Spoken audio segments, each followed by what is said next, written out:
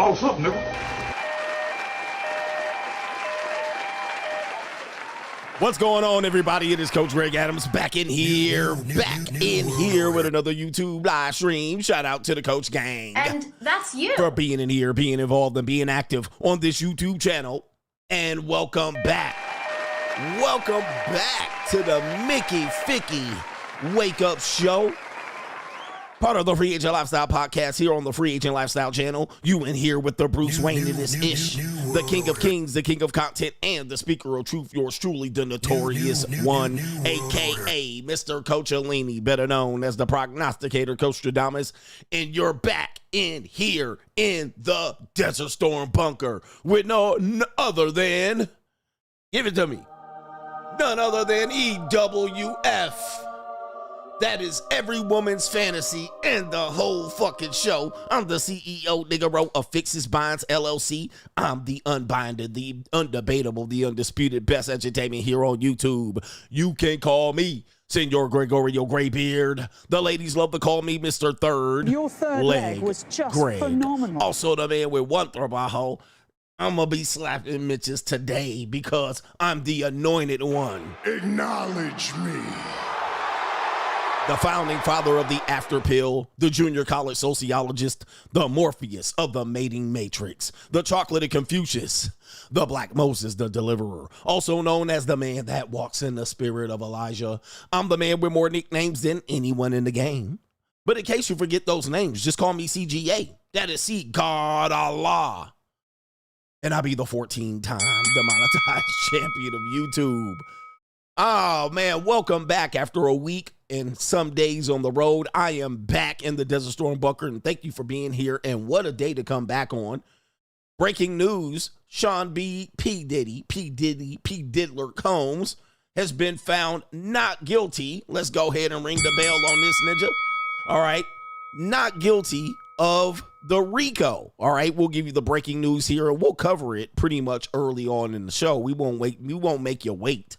We'll get into it, and we'll also cover it later on in the show as well. Sean Diddy Combs found not guilty of racketeering and sex trafficking, but a lesser charge here. The Bad Boys founder faced federal charges of racketeering, conspiracy, also known as the RICO, sex trafficking, and transportation to engage in prostitution. He denied all the allegations, and we're going to give you this updated story here of him being found not guilty on all these charges. He did get guilty of, I believe, 2 charges, but they're very much the lesser charges. And if you don't remember, the prosecution for the feds, they threw away charges, all right, because they knew they weren't going to be able to get those charges. They weren't going to be able to get a conviction. And shout out to his defense team who didn't even put on a defense. They were like, they ain't got nothing. All right, we'll cover this for the people who didn't follow this, and we'll try to cover it as much as we can. Yes, I was not in the courtroom. I was over in Europe folding up flatbacks like love letters from the 2nd grade. All right, but that's neither here nor there. All right, that's neither here nor there. But to contribute to today's show, $ the Notorious CGA on the Cash App, Venmo, Coach Greg Adams TV, PayPal is paypal.me/Coach Greg Adams, and that is near the top of the description box on the Free Agent Lifestyle channel. And you can super chat by clicking the link on the top of the live chat on the Free Agent Lifestyle channel. It's good to be back. I'm a little bit tired. I was up because, as you guys know, our morning is their nighttime and vice versa. So I was up in the middle of the night, wide awake, despite having flown back 13 hours to get back here to the Desert Storm Bunker. And I found myself up and awake. All right, I had a pressing issue, personal issue that I was dealing with, and I was going through my head, try to get the scenarios played down. I felt very good. All right, came back in town and handled a situation that I needed to handle in person, and I was able to do that. So I felt very good about the way I progressed with that particular issue. And now I'm up, wide awake. For some reason, I need a little bit more sleep. All right, but that's neither here nor there. We're going to get on with the show and break down some of these issues. And a whole bunch of people going to be tap dancing. They're going to be shuffling. They're going to be walking back what they said about Diddy. All right, they're going to be like, well, I didn't say he was guilty or anything. All right, they're going to be walking it back. All right, you go see the shuffling and the tap dancing walking back. All right, hold on for a second. We got to figure out where I left off. All right, but shout out to Mr. Commander on the 28th. He sent in already a co-sponsorship. That was on the 28th. That's the wrong sound effect. I'll do that quite a bit, all right? I'll do that quite a bit. Get my sound effects up. Shout out to our brother Jerome. That was from the other day. Rockman, shout out to you from the other day. Rosie Poppy says, yo, coach, from now on, I'm going to have girls fly themselves out, and I'll reimburse them or have written statements. This is for fun and time, and any intimacy is not for money. He says, keep up on laws and how they apply. He says right here, Dark Side just got a lot clearer on how to move around. Yes, it's going to change relationships, even for the normies, but certainly on the dark side, it's going to change how relationships function, because this whole idea of Cassie was a victim. All right, I know people want to say she was, but she was a volunteer according to the jury. All right, she was a volunteer. All right, but so was the so-called Jane Doe, who we also possibly know as 50 Cent's baby mama, Daphne Joy. All right, these people completely volunteer. They got pissed, they got mad, and they got the short end of the stick. All right, and now they want to go ahead and, bring up a RICO charge. All right, organizing. This is ridiculous. And Diddy was the only one on trial. I mean, how do you have an organization and one person on trial? All right, at least Cassie should have been on trial as well. All right, but have them fly themselves out. Interesting. I got a story about that. I just learned and had something revealed to me related to this, all right, the other day, related to this thing here. But these bitches is broke. They ain't gonna have to fly. They don't want to pay. Thick skull that I'm broke. All right, they just gonna look for another sucker to pay. All right, that's all it is. That's all it is. NGN says, do you think Western men, especially trad-cons, obsession with monogamy is from their scarcity with women and money? Indians are irate that the U.S. government told women to avoid India to avoid getting raped and assaulted. Well, that's true. All right, I've heard it was very grapey out there. All right, I don't know why they're upset. Right, just protecting some people out there. Remember that video I showed you about that white pale-skinned woman that was on the beach all half naked? All right, and them Indian dudes were surrounding her like, oof. They was looking at her like, yo. Hey, yo, chill, son. Shout out to our brother Kevin Sullivan. And he says, tuition, where the white women at? This is from last week. Where the white women at? All right, Hustle Every Day, please revisit the Nygaard story. I don't know about this dude, but it makes sense why Puff is going through what he's going through. Saw a documentary in the Wolf Simp Whistle. Women and basic bitches came up, all crying victim. It's wild. I did a stream on that already. All right, I did a stream, and it was quite funny because I was breaking down some of the people saying that they were victims of certain things, and it was fun. It was ridiculous. All right, it's ridiculous. One of the things is it's ridiculous how women can portray themselves to be the victim. Like, and it's normally because, and we should know this already, it's normally because they didn't get their way. I mean, listen, I have sisters. When they don't get their way, they snitch, they tattletale, they play the victim. All right, so, I mean, sorry for the real victims out here. All right, but I've heard women be victims in cases that they didn't make a case for. They'll literally say, well, I think I got sexually assaulted once, and don't tell nobody. Right? Don't tell the police, nothing. They just deal with it, and they deal with it, and it's a traumatic experience. They'll bring it up every now and then and say it happened. But then at the end of the day, when somebody barely does anything, they go to the police. Why? Because it's normally a relationship attached to it. It's normally there was a relationship and she wanted to get a certain outcome. It is always outcome driven where you're talking about dealing with relationships with women. If they don't get the outcome they want, then they're going to act up. If they don't intend to have an outcome with a person, they'll never tell. They'll never tell. Like, say for instance, there was a guy that she wanted to date. All right. And she wanted a relationship with, and you got into a situation where she felt that she could pin something on you. She'll take it to court. She'll take it to court. She'll show up dressed to the nines, crying in her tears, running mascara. Now, let's say she got in a situation with someone she didn't see a future with.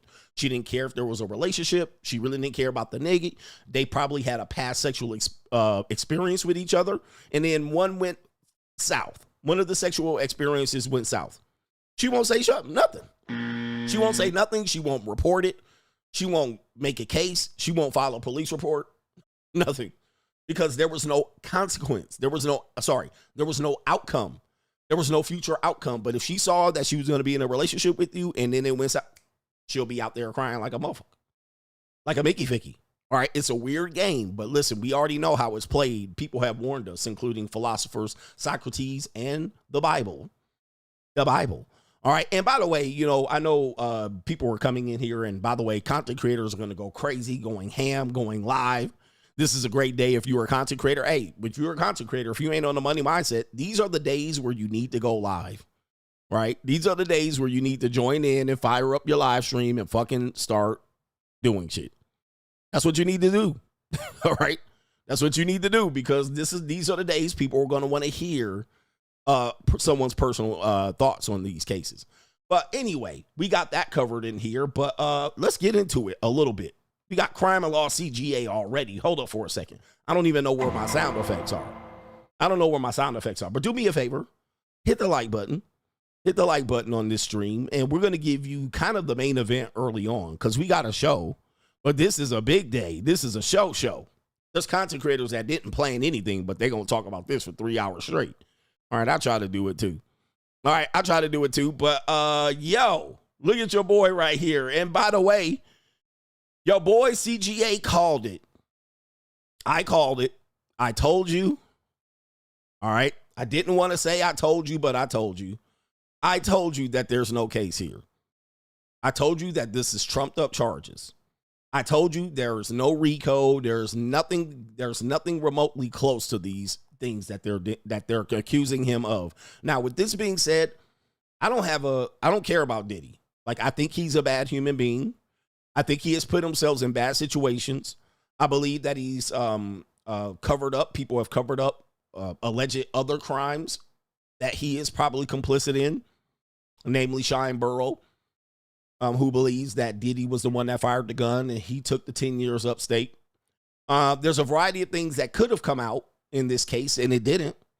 All right, you know, because there were supposedly minors at these parties. There were supposedly people saying they went to these parties and there were 15-year-old girls there. It never came up in this case, which you would think it would come up. It didn't. This would be a prime opportunity for it to come up, and it did not. All right, they used 2 key witnesses and a third, 3 women, all of them are not getting what they want in terms of the outcome. One was a former assistant. I can't remember her name. It was something like Cleopatra or whatever her name is. Then there was Cassie. Then there was Jane Doe. All 3 of these women are women scorned. They're women scorned. And now Diddy, who was pretty much dragged into this because he probably wanted to sue that Ciroc alcoholic company. The guy probably lost about $600 million. $600 million. And again, I'm not in here to defend Diddy. What I'm here is to say, why take him through this particular case? Because there's flimsy evidence in relationship to what they're accusing him of. I was like, there's no RICO. There's no organization. If there's an organization, it was his organization, his own personal organization, right? But if you're saying that organization conducted some sort of sex trafficking of Cassie in particularly, and then Jane Doe, number 2, all right, well, there's no organization because I only see Diddy up there. There's only one. If it's organized, if there's a group organizing it, why aren't other people being prosecuted for it? And particularly the male strippers, or in particularly Cassie, or in particularly the assistants. They got immunity. All right, well, then if there's no organization, how is there a RICO? There just simply can't be. So there's that. I said, this doesn't make sense. Number 2, it was the Cassie effect. And I've done several streams on this. In fact, just so you can see, I have been accused right here, and many other Manosphere people here, by this guy, Andrew Lawrence. He's probably watching me right now. New world order. Andrew Lawrence said right here, and he included me in a bevy of under individuals associated with what they call the Manosphere. The Manosphere seizes on the Diddy trial to undermine alleged victims. Quote, I don't see no crimes committed. All right, commenters on black masculinity are popular pundits on the Sean Combs case, but they've clearly taken a side. Oh, yeah, we took a side, all right. We took the right side, all right. Yeah, we took the right side, my G. Let's do it. We took a side. We took a side that even the jurors took in this particular case. We took a side. We don't see no victims here. All right, there was no victims. The charge that he was charged on was not even included in relationship to someone being victimized. All right, just so you can see here, we're going to show you that in a minute. All right, there were no victims in this particular case. All right, they're saying that he engaged in the act of prostitution, which means he paid someone to, he paid prostitutes, which were the male ones. All right, but that was it. They weren't the victims. All right, they just said he engaged in this activity. All right, which again, he's going to get some years for. We'll talk about that, unfortunately, here. Maybe he'll get a year or two. But as you can see in this article here that they have right here, the Manosphere seizes on Diddy's trial to undermine alleged victims, which there were none. My name is right here. So for anybody that want to say, Coach, man, you were saying Diddy was going to fry. And I was like, he could. I don't know what the jury's going to say. But I said, for the most part, bruh, nah. And it says YouTuber Greg Adams, get my name right. It's Coach Greg Adams. Who discourages black men from settling in committed relationships, false. Push back against the prosecution's attempt to characterize Ventura, that's Cassie, as a naif on his channel, The Free Agent Lifestyle. There's no accountability on her part, which you'll never get women to be accountable, so fuck it, all right? But there's no accountability on Cassie's part. She should have been part of the people who were being prosecuted. He said, everything is my brain stem ain't developed yet. He slipped me a drug. He tricked me. When it should have been, I was 21 years old. Diddy was damn near a millionaire, billionaire, and I was upgrading, which Cassie got caught upgrading. All right, I caught somebody just recently upgrading on me.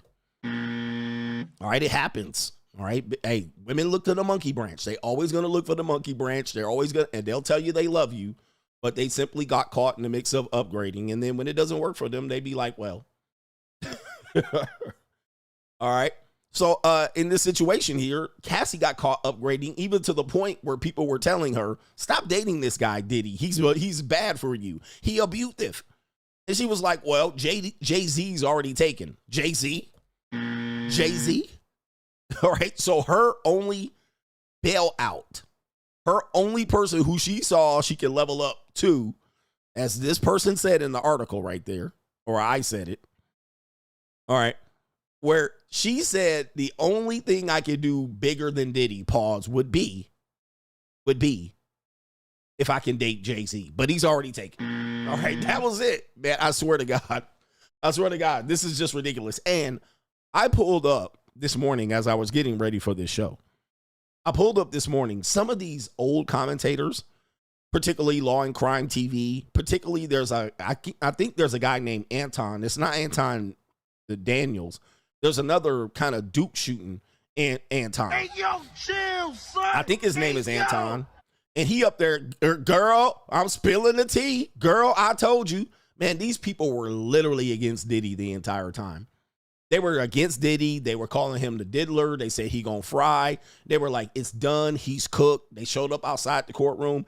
And guess what? They lost. And now they're like, well, I wasn't personally involved. I had no skin in the game. I had no dog in the fight. I had no horse in the race. Yeah, right. Hey, yo, chill, son. Hey, yo. Of course, there's going to be a victim's narrative related to this, but it's interesting. It's interesting. Let's tell you, man, the jury has reached a verdict yesterday on 4 of the 5 counts, but it's told to keep deliberating. When you hear that, that means they're going to get pressured into pretty much settling on something here.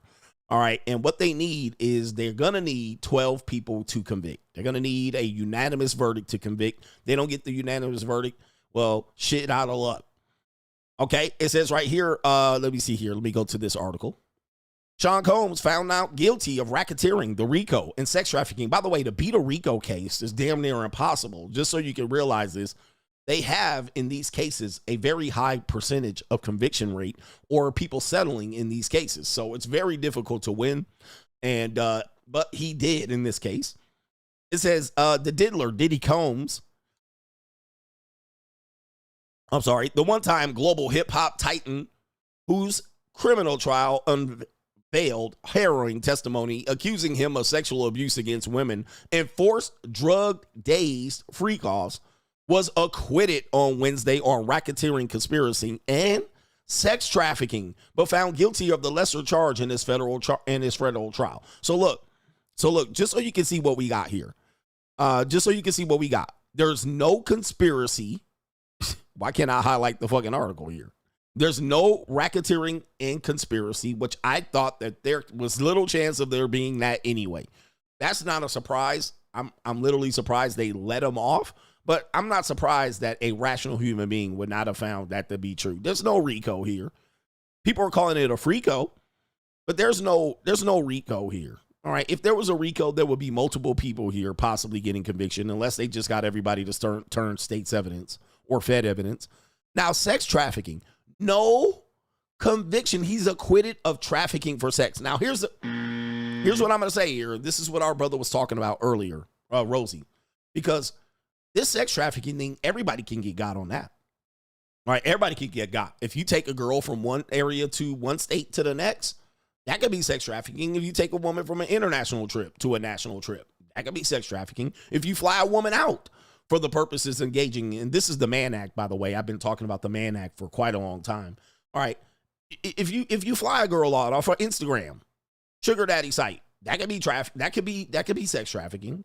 All right. And this is done on a regular basis. All right. Not only wealthy people do it, but very much, any man that has a good income, you're fully capable of doing this. This is not a surprise. So to get him on sex trafficking when he took his girlfriend, right, to get her cheeks clapped voluntarily by multiple male escorts, and many times she was booking them herself. She was booking them. To have them make us believe that he forced her to do it is ridiculous. And I'm pretty sure the jury saw the tapes and they was like, nah, she's a volunteer. She wanted to do that. Now, was she a victim getting her ass whooped? Yep. I saw that once on the tape, but at the end of the day, that wasn't part of his trial.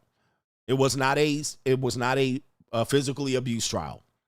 It wasn't. It had nothing to do with it. So if it was about him beating her up on the tape, well, that would have been easy. But to say that he was engaging in trafficking Cassie for sex, the one problem they have on that one, amongst many, here's the one problem they have. And can anybody identify the problem they have? All right, here, listen.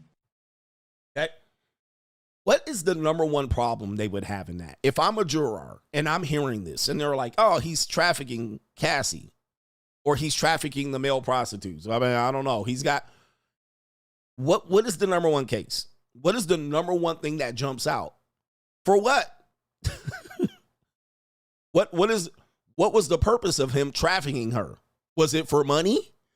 You see, in a sex trafficking case, which there's pimps that go down on this all the time, he wasn't getting money off of her. He wasn't making money off of her. He wasn't selling the videotapes, which if he was, it would be considered pornography, which probably would have been legal. He wasn't making money from it. Yeah, how you making money from it? He wasn't making money out of Cassie's vagina. So you're trafficking her for what? Right? How is she a victim of it? She's booking the guys herself. All right, because he ain't got time to book them from the Cowboy and Angels, whatever website. He ain't profiting from it. So if there's no profit, how is this sex trafficking? If he ain't making any money out of her vagina, that's not sex trafficking. He just took her from one area to the next to get that peace leave blown out and pissed down her throat. Period. She a pee-pee guzzler. I mean, so she like to guzzle pee-pee in her mouth. Hey, that's what she want to do. It sounds like she wants to do that. So that is one of the reasons why that is going to be flimsy. He literally got acquitted of that by 12 jurors. So don't blame me in the manosphere and, all these men and, talk about women being victims. By the way, I'm actually mentioned in this article amongst people like Cameron, Myron Gaines, also mentioned in this article. I believe Boosie, the rapper, was also mentioned in this article right quick. So, yeah, I saw that man, I don't see any crimes committed. I was right. I'm on the right side of history. I'm almost always right on the right side of history. All right, sometimes they'll prove me wrong. All right, but there's no conspiracy, I said. There's no sex trafficking, nobody making money or profiting off of this particular act. Sounds like they were a couple looking for some fun. How many people are doing that? Lots of couples do the freaky. All right, lots of couples do the freaky when they go out of state. Okay, including hiring escorts, male or female. So this should not be a crime. Should not be a federal crime, in my opinion. It says the jury's verdict delivered on the third day of deliberations declared Combs age 55, not guilty of 1 count of racketeering and conspiracy, 2 counts of sex trafficking by force. All right, so there's no force, fraud, or coercion. Nope. Listen, Cassie's a volunteer, according to the jury, not according to men who hate women. Cassie was a volunteer. And it says, but was guilty on 2 counts of transporting to engage in prostitution. So that's what he got. Now, we're going to talk about what those years going to add up to. All right. And President Donald Trump apparently ready to pull the old get him out of jail free card. Well, get him out of jail for $100 million card. But the pardon is on its way. But I think, Diddy might not even use this particular pardon unless they slap him for the maximum, all right, in these cases. And when you're dealing with the feds, it'd be the maximum. It says, at sentencing, the prostitution transportation charge carries as much as 10 years in prison per count. All right, prosecutor Comey said that they will seek the maximum of 20 years in total. All right, so 20 years. We don't know if that is concurrent. We don't know how those 20 years run. But the prosecutor, they're literally on their last leg. So their case hasn't worked out very well. But to seek the maximum in this case is probably not realistic. All right. But yeah, there are always mandatory minimums. And there's a lot of things related to this. But prosecutor already on this last leg. No double jeopardy. They can't retry him on this thing. They can't retry him. So I don't care what you're looking to seek. All right. All right. But Diddy is out. Well, he gonna be out at some particular point. Combs could have faced life in prison if guilty of the more serious charges. After the verdict was read, he put his hands in prayer to give thanks to the jury. He also fell to his knees with his head in a chair praying as his family clapped and cheered. His lead attorney, Mark, and I can't pronounce that, asked the U.S. district judge to release him from federal detention where he has been for nearly a year. He also asked for him to be released on conditions to his home in Miami and offered a $1 million bond. It says right here, the judge said he would review whether the release comes later on Wednesday, which is today, after receiving arguments from prosecutors of defense. Oh my goodness. Yo, if they let him out on $1 million bond. Remember, I thought they should have let him out initially. All right. And based on basically this trial results, they should have let him out. All right. They had him pinned in there for no reason at all because this case was this case was family. But I believe they're going to let him out. All right. Pending that they're going to give him some sort of sentence there. Now, the prosecutor's trying to get 20 years out of him on the 2 counts of buying prostitutes. All right. And having them get on the airplane. Nah, bruh. Nope. All right, no. Okay, no way. But if he gets out, watch out, bro. Watch out, because Jane Doe need to go. She need to go under the witness protection program. Okay, somebody said right here.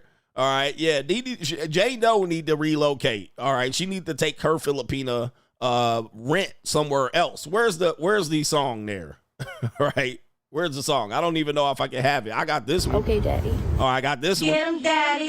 All right. Yo, this is crazy. I thought I had the Hate Me song here. Somebody said you can play it. But, yeah, I don't know where it is on my sound effects. I wish I did because it actually would have been appropriate.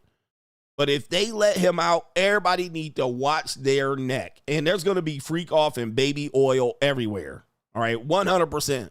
Now, let's talk about the 2 women in this case. Jane Doe. Allegedly Daphne Joy, allegedly 50 Cent's baby mama.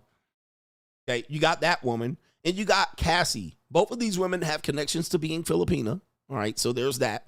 And some of these Filipinas be doing some wild, freaky, sexy shit. All right, some wild, freaky, sexy shit. Sometimes they family don't know how bad it is, but for some reason, being submissive comes at a price. Being small and petite comes at a price, especially for men who like small and petite women. Yes, indeed. Yes. All right. But both of them have revealed to be some of the biggest freaks known to history. Cassie has got to be one of the biggest freaks to ever go down in history. And it didn't result in anything positive for her. Well, she got $30 million. All right. She got $30 million. She got $20 million out of Diddy, and she also got $10 million out of the hotel. But Cassie, a born freak, bro. I mean, that is some freaky Filipina poon. All right. And Daphne Joy, allegedly Daphne Joy, the Jane Doe #2, freaky Filipina poon. All right. 100%. Okay. And now the next Filipina that jump up here, say some shit, nobody gonna listen. Like, bruh. All right. Just say you nasty. All right. Just say you nasty. I am a nasty woman. Okay. Just say you nasty. And you enjoy to do the nasty without no interrupts. So there's that. There's that right there. All right. Because this is a disgrace to drag this man because they was thinking they was going to get married and make a relationship with him. Okay. Look, let's just say this. Okay. Cassie thought she was going to get a marriage and babies out of Diddy. Jesus. Nope. All right. She stuck around for 9 or 10 years, thought she was going to get just so she can get that baby batter skeeted in her from Diddy. So she literally fucked 50 guys. She fucked 50 guys for her ability to get the bag from Diddy. Like, that was her mind process. She was like, all right, whatever. All right, this is my chance to get a billionaire. And maybe we'll get married and I'll get a baby out of him or 2. And I'll be taken care of for life. So if I have to fuck 50 guys raw dog and them nut on me and piss all down my throat, so be it. All right, yeah, that was her whole plan. All right, whatever. Let them run it down my Duke shoe, all of that. That was her plan. That's why I don't call her a victim. That is a volunteer 100%. And according to the jury, they agreed. Now the next one, Jane Doe, did the same thing. All right. She wanted to be in a personal relationship with Diddy, although she monkey branched. She cheated on her boyfriend to get the Diddy. She also dirty macked her friend, who ended up marrying another rapper, assuming to be Nipsey Hussle. Dirty macked her friend to get in the front of the line of Diddy. And then she wanted to be taken care of at $10,000 a month rent. And then she also said, hey, you know what I'll do? I'll get fucked by 50 guys. Gangbang, orgy, trains. And that's what I'll do. The only time we'll be together and share time together is for me to get trains ran on me. Yeah, trains. It's not gangbangs, it's trains.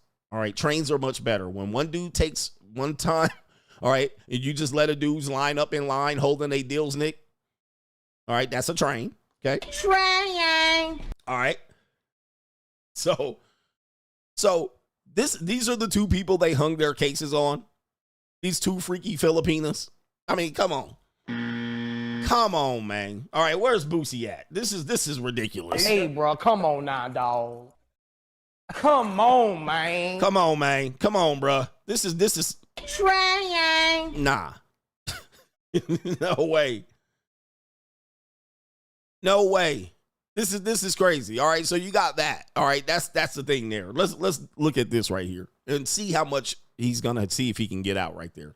The partial conviction caps an astonishing moment for Combs, a self-made rap. Okay, we don't care about all that. After 3-decade run in the spotlight, it was allegations by his ex-girlfriend, the R&B singer Cassie, that began his precipitous fall from this to a criminal conviction.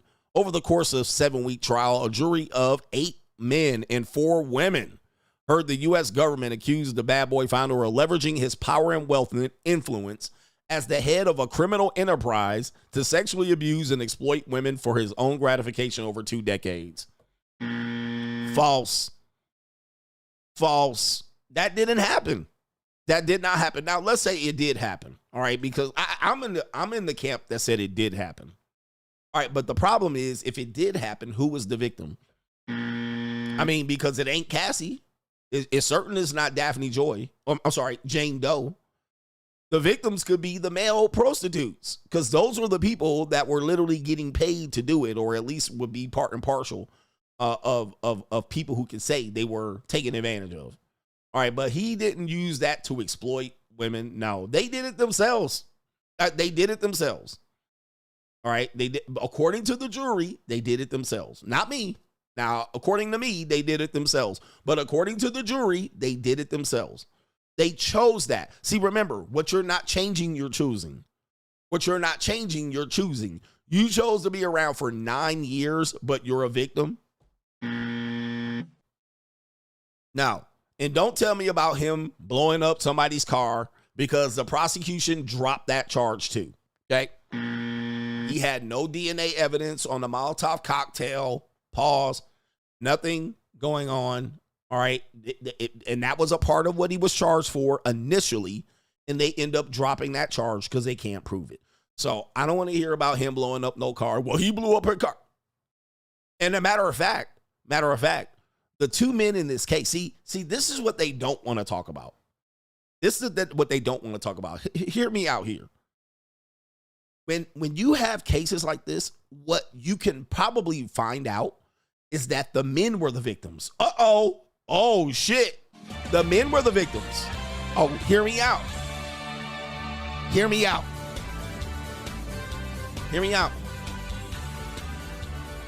See, Cassie was predatory. She was being an apex predator towards Diddy. She was making herself sexually available. She was doing the nasty voluntarily. She was letting Diddy set up whatever she wanted to do. She probably wanted to do it. They saw the videos. They said she looks like she's enjoying it.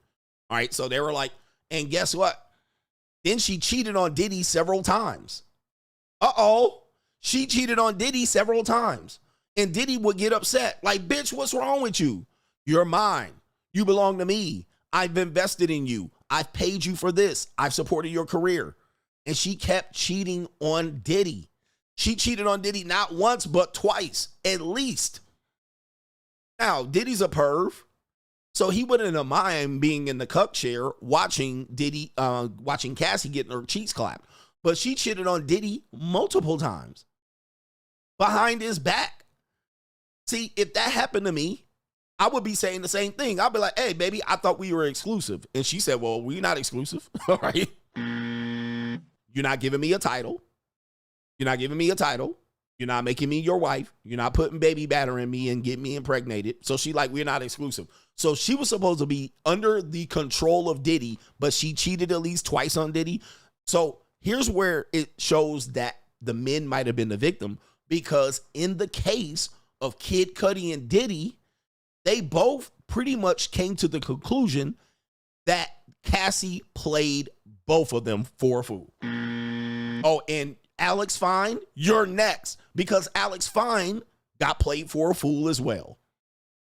He's realizing he got played for a fool as well, because she cheated on Alix with Diddy, but also cheated on Diddy with Alix. Oh, yeah. Oh, you didn't know that. Yeah, she cheated on Ryan Leslie to get with Diddy. She cheated on Diddy to get with Kid Cudi. She cheated on Kid Cudi to get with Diddy. She cheated on Diddy to get with Alix Fine. And then she cheated on Alix Fine to get with Diddy. Let me tell you something. The men are the victims. The men are the victims. So Kid Cudi comes and testifies, essentially said, yeah, she played both of us. All right, she played both of us. She played both of us for the fool. Gotcha, bitch. She played both of us for a fool. Meaning that she was over here pillow talking with me. She was over here pillow talking with him. And then she set us up for this dramatic conclusion. And she sat back. She was throwing rocks and hiding hands. But she's supposed to be the victim, but she cheating on and jumping on all these dicks.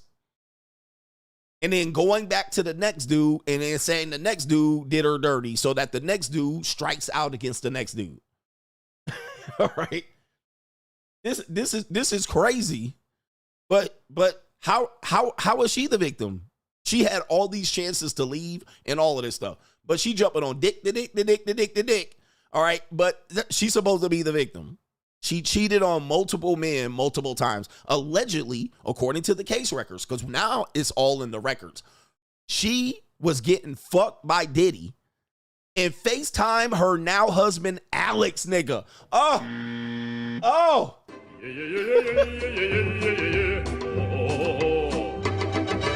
Oh, you heard this right.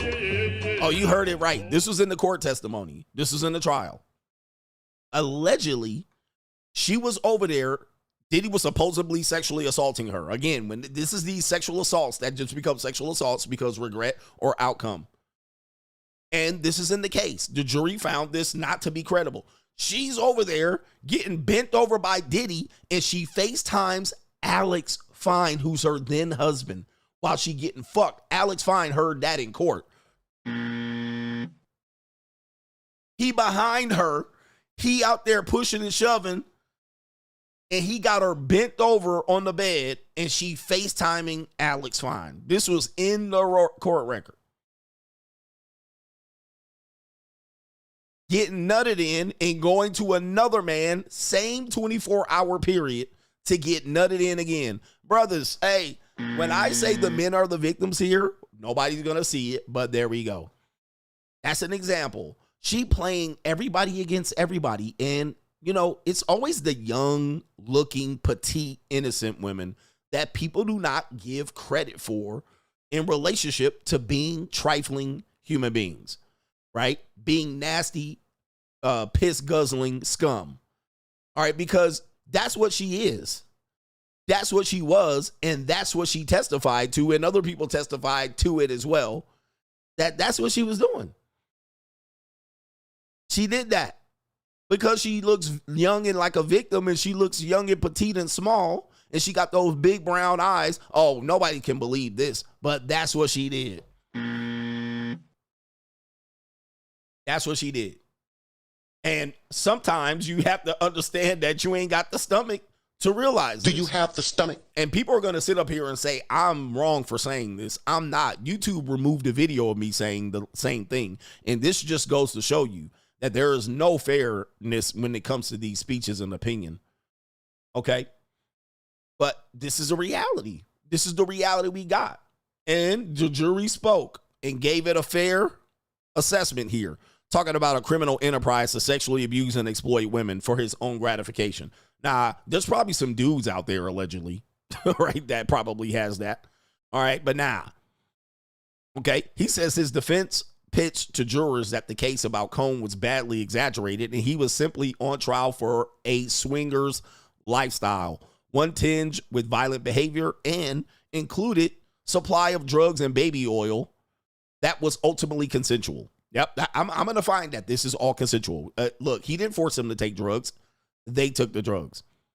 Like, there's girls, you guys don't know, girls be out here taking drugs. All right, if you have young women in your life, a lot of them, a lot of the drugs that go around is for women, right? Because in order to party, these women go to parties and nightclubs and bars and restaurants.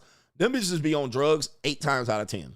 All right, and a lot of us have had negative experiences dealing with women, like, them acting funny when you approach them and this and that. They be high. They be on drugs. So young women and drugs go hand to hand.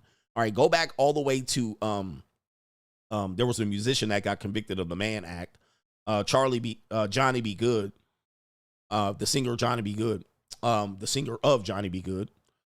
It was reefer. It was marijuana. Women be out here consuming drugs all the time, and many times they get the drugs for free. Okay. They get the drugs for free. They get the drugs in conjunction with hooking up, free alcohol, free liquor, free party. All right. Entrance into the cabana, the VIP section. They do drugs. They be popping mollies and smoking weed. They on drugs all the time. Snorting 2C and coca. All right. They on drugs all the time. All right. Because they're always constantly being supplied with drugs. Now, to say they being forced to drug is ridiculous. Chuck Berry. Thank you. I couldn't even think of his name. I said Charles. Shout out to Chuck Berry. All right, but when it comes to drugs, they always constantly be fucking taking drugs, especially party girls and girls that are in this dark side life and girls that are in the industry. They constantly be taking drugs. Somebody said the free tattoo. I was talking to this girl. I can't remember. I don't even remember which girl I was talking to. She was talking about she got a tattoo, and she was saying she got a tattoo from a guy, and she said she would get the tattoo and they would take a break. They would fuck. And then after they got done fucking, they take a little bit of a break and they would continue to tattoo. I wish I remember what woman this was. All right, but this was a young woman. Damn, I can't even remember, man. All these women running together. All right.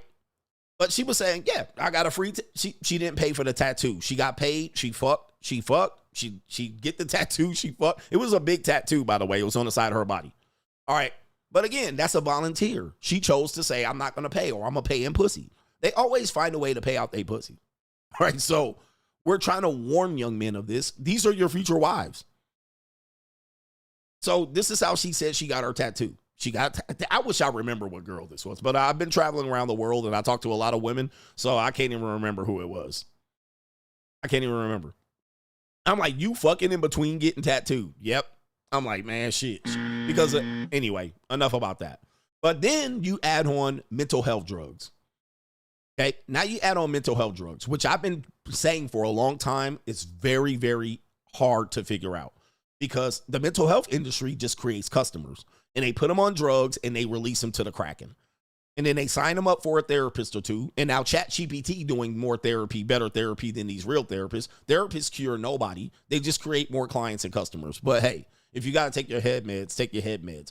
But now you can combine alcohol, recreational drugs, legal drugs like marijuana, and mental health meds. It's a recipe for disaster. So you got anti-anxiety pills, anti-stress pills, antidepressants. You got all these head meds, and they say what, 25 to 30% of women are on mental health meds?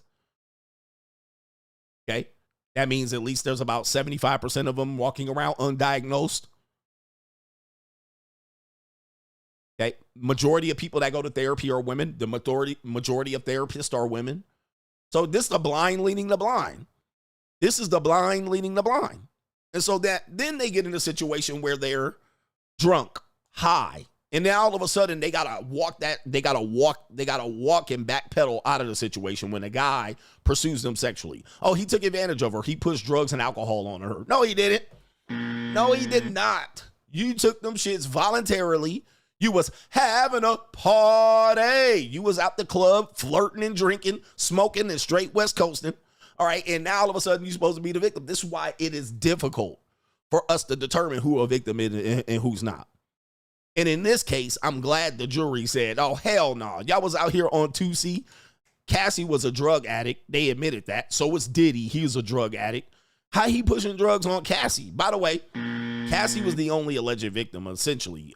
Jane Doe, number 2, was. So if he's done this to other people, let him be prosecuted for the other people. If you say he did it to other people, well, where his trial at? Where those trials at? Where the trial at? All right, let's get them people on there. Let them be prosecuted for that. All right, but he wasn't prosecuted for that. He was prosecuted for Cassie. All right, Cassie and Jane Doe. All right, those are the only 2 people here, and I believe there might have been another person. And then she jumped up here talking about she was going to chop somebody up and have them chopped up. Anyway, I told you, man, this case is going to be an absolute farce, a clown show. Let me get to some super chats on this one, and we'll revisit this later on in the show. It's a farce. I told you it was. All right, I know people are saying that this is a setback for women. Industry women know what they're signing up for. They're apex predators, guys. Listen. Okay. If a woman's in any industry and she's engaging in trying to get in the industry, unless she gets out, I mean, first of all, don't be naive, Little Red Riding Hood. You know what industry you're getting into. If you're trying to get into modeling, Instagram modeling, sugar babying, sugar daddying, if you're trying to get into these industries, R&B singer, actress, you know what it is. It's beat up punani time. It's put punani on the table. Madonna wasn't shy about talking about it. It's what it is. But you knew what you were getting into. Okay, you want to get flown out from here and there. These women are trying to level up. See, this is what they're trying to do. They're trying to find their way to the big bag. They're trying to find their way to the whale. They're trying to find their way to the billionaire in the easy bag. They want the $10K a month, the rent. They want to be able to say they slept with all these celebrities and all this stuff. They want to go on the boat. They want to have fun. They want to smoke up all the smoke, drink up all the drink, eat up all the food. They know what's going on. They just want to be able to there to do life on easy street. Now, when it doesn't work out for them and they don't get their way, and instead of banging athletes, you're banging Discord mods. You're dating, YouTubers. Instead of dating athletes and getting the big guy, instead of marrying an old 60-year-old white dude at the last ditch effort, now guess what? Oh, you a victim. Hey, man, I tried to do it. I'm a victim now. I didn't get what I wanted out of it. Again, it's always outcome. It's outcome. When you're dealing with women, it's always what was the outcome intended and what outcome did they get? So they intended one outcome. They didn't get that outcome. They got this outcome. Oh, I'm a victim. No, you're a victim of your own personal choices. Yeah, they banging mathletes. They're not banging athletes. They banging mathletes. They banging niggas for $500, $600 in the fucking smoky hotel room. All right. They getting trains ran on them by a bunch of Mexicans. You know what I mean? Like, yo, it is what it is. You know what I mean? That's part of the game, nigga. You got to work your way up. You got to work your way up. And then eventually after 50, 100 motherfucking dicks, maybe you'll get one. Maybe you'll get a whale. Maybe you'll get one and get him for the okie doke. All right, maybe you'll get one. That's what we're talking about. Gotcha, bitch. Maybe you'll get him with the okie doke. But you was out here selling puss and putting that puss out there on the casting couch, and you was trying to do this and level up and get there. Now all of a sudden, when the shit don't work out, victim. You knew what you was doing, ma'am. You knew what you was doing.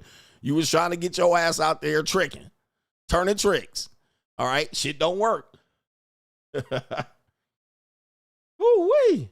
All right, let me get to some super chats. J Flow says, glad to see you back in the bunker, coach. These YouTube streets ain't ish without you. Shout out to the coach gang. Yes, indeed. We here. We back. Did I see Myron? Dr. Love says, hold on for a second. Did you have another one? He did. He says, so glad you're back, CGA. YouTube is dry, desolate wasteland of ignorance and stupidity without CGA. I literally had to spend hours finding one decent video. It was so boring. I ended up writing 10 pages of my new book because that was more entertaining than watching these content creators. Shout out to you, man, to these content creators. Yeah, man. I can't even watch YouTube. I mean, I be trying to find something to watch. I mean, like, right? Because for me, if it's Manosphere related, I can't watch it. All right, I know this shit gonna be a shit show.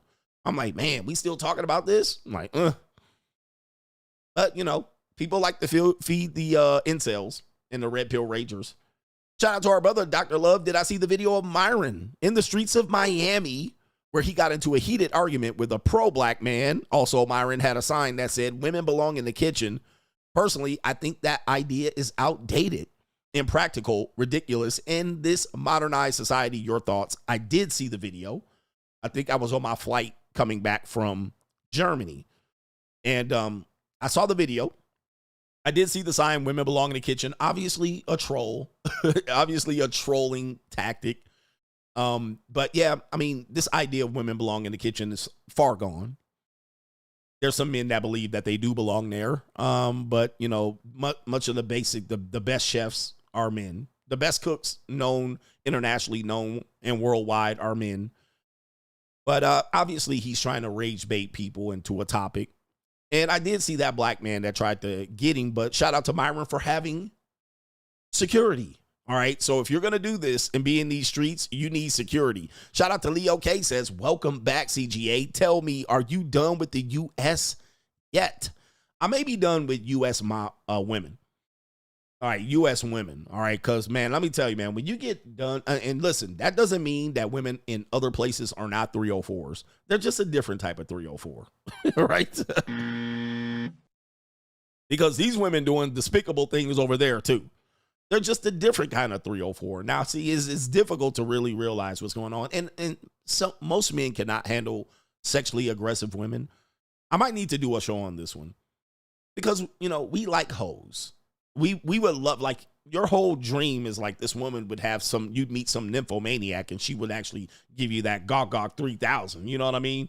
Right here. She would just. But when we come upon, pause, a sexually aggressive woman, we don't know how to deal with her because we want to hope and believe that she's only like that with us. But the truth is she's like that with a lot of guys. She on demon time, which means in effect, it's going to be difficult for you to find a woman that is not like this. Okay, because literally their vaginas do make it so that it's supposed to get poked on. All right, it's going to get poked on. All these women going to get poked on and so forth and so on. But I'm not done with the United States. I love this land, the great land of ours. All right, I'm proud to be an American. But in terms of dating women seriously in America, at my age, it's no bueno, okay? At my age. If I was 23, 24, I might have a little bit more hope. But what's the point for me? My name, at this point, be single till I drop dead. All right, that's basically what we doing out here. What's the point? Like, what literally is the point? All right, be single till I drop, till the casket drops.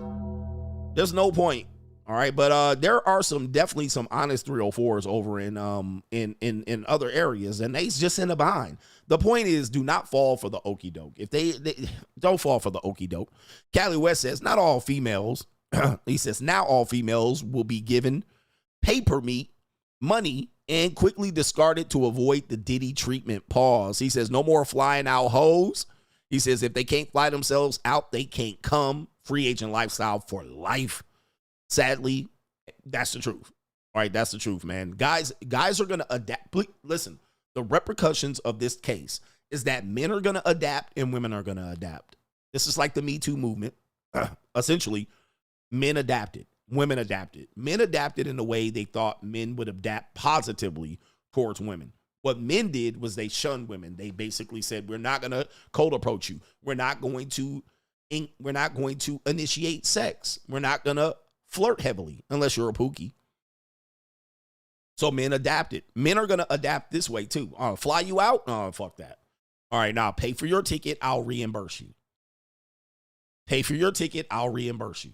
All right, you fucking buy your own ticket. Now, 90% of women are going to hear that and say no, which means in effect, it's going to affect even that marketplace because only 10% of men are going to be willing to say, hey, I'll take the chance. It's not a big deal. So it's going to make it less people are going to be able to engage in that. Only a top tier men are going to be engaging in that. That means for the women who are looking to get one of these guys and finagle and finesse them into a marriage and relationship, it ain't going to work.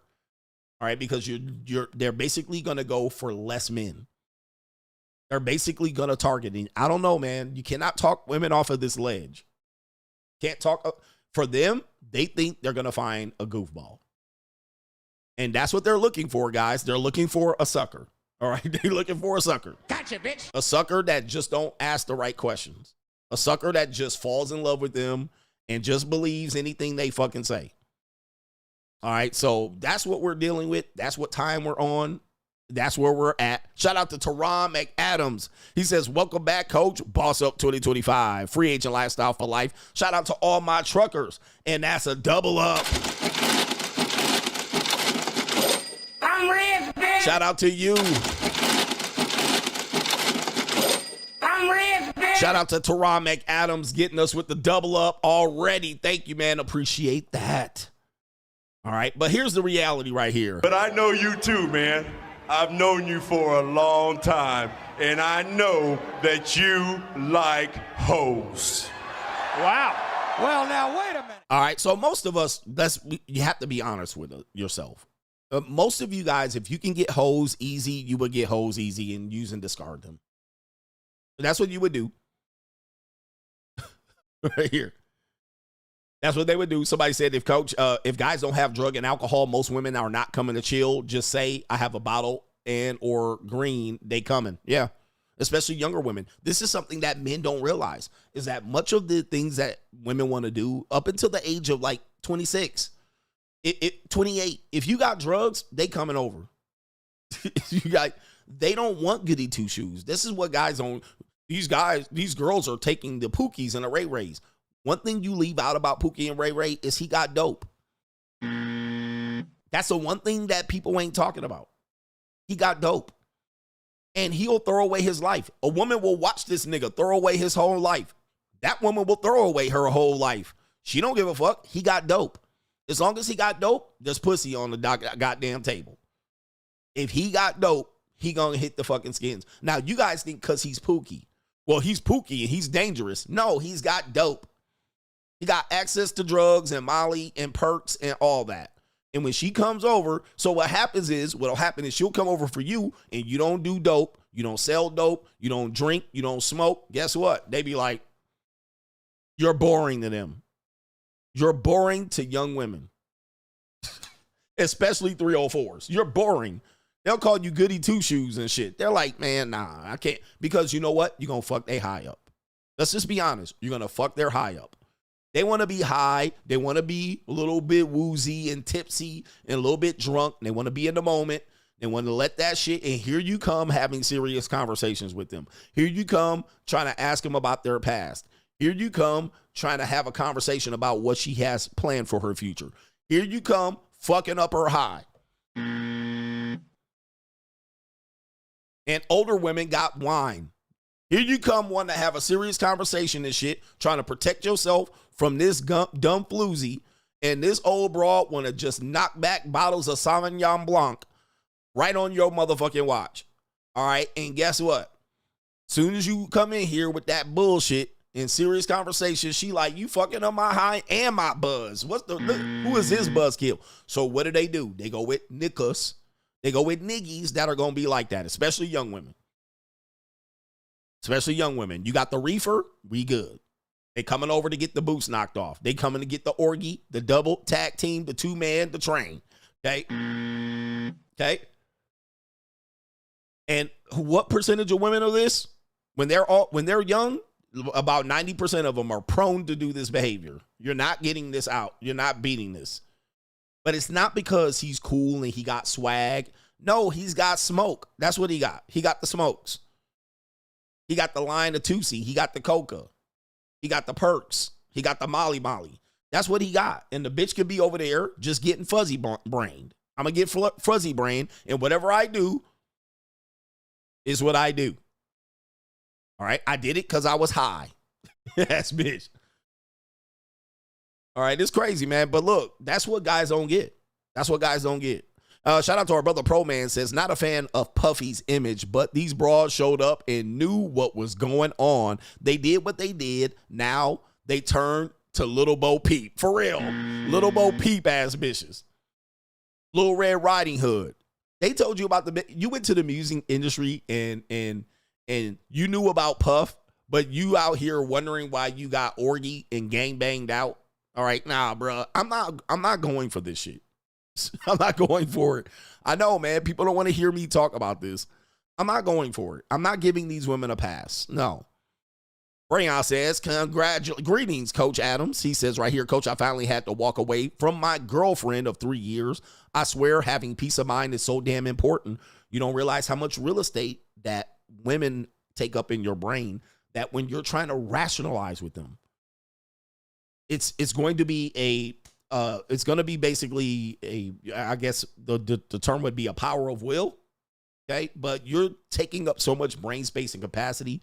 You could be thinking about how to become the better person, but yet you're trying to get this person to become a better person and they have no intentions to. So congratulations on leaving your relationship. It takes big power to walk away from easy access to punani or good punani. Shout out to you. He said, these hoes stressful. They will stress you out. They'll give you a brain aneurysm. And guess what? They will not get to the point where you want them.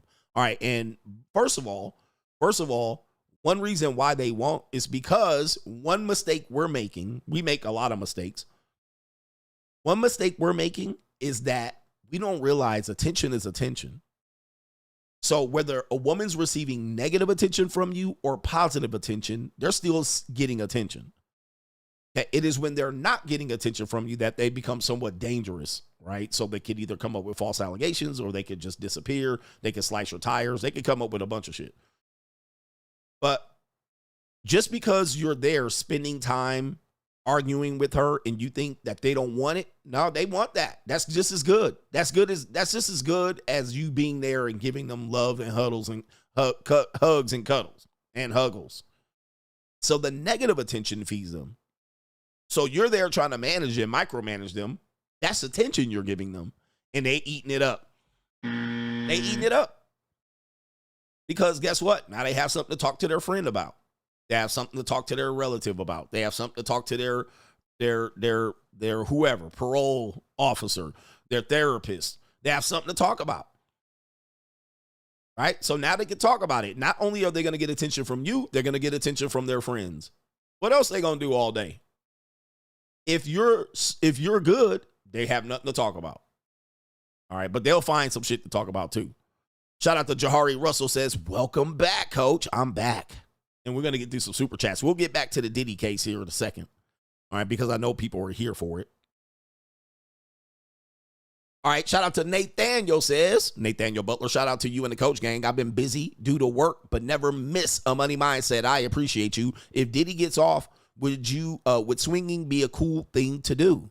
Well, what he was doing was not swinging.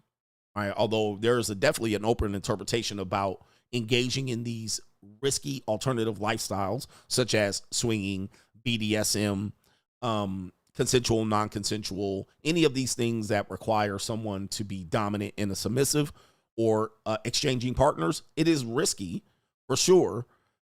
It could be cool, but what we don't understand, that there's emotions and spirituality involved in exchanging of fluids, right? There's a big biological thing that happens with sex, and seminal fluid and her punani fluid, and there's a spiritual thing going on that we're not prepared for because our lust drives us. So we might think, hey, I just want to have sex with another woman, but I want my girlfriend. But when you do that, you're exchanging spirituality and also fluids, which sometimes remain in, most of the time, the women. It remains in them. So if they've had orgies, trains, gangbangs, they've had multiple partners, they juggle boyfriends, same thing as you guys juggling girlfriends. You guys don't realize how much power this has, where these things, they create trauma. They create, DNA being left over, right? You can't get away from this. A lot of people think that they can segregate this or compartmentalize this. I'm going to compartmentalize this. I'm going to have my hoe phase, or I'm going to bang all these hoes, and I'm going to compartmentalize that, and there's going to be no negative effect. It's going to be a negative effect, male or female, but in particularly, they say men are able to handle this better. I'm not quite sure. I think we're more made for it. Like, we're biologically advantaged for this. I don't think psychologically it's good for us, though.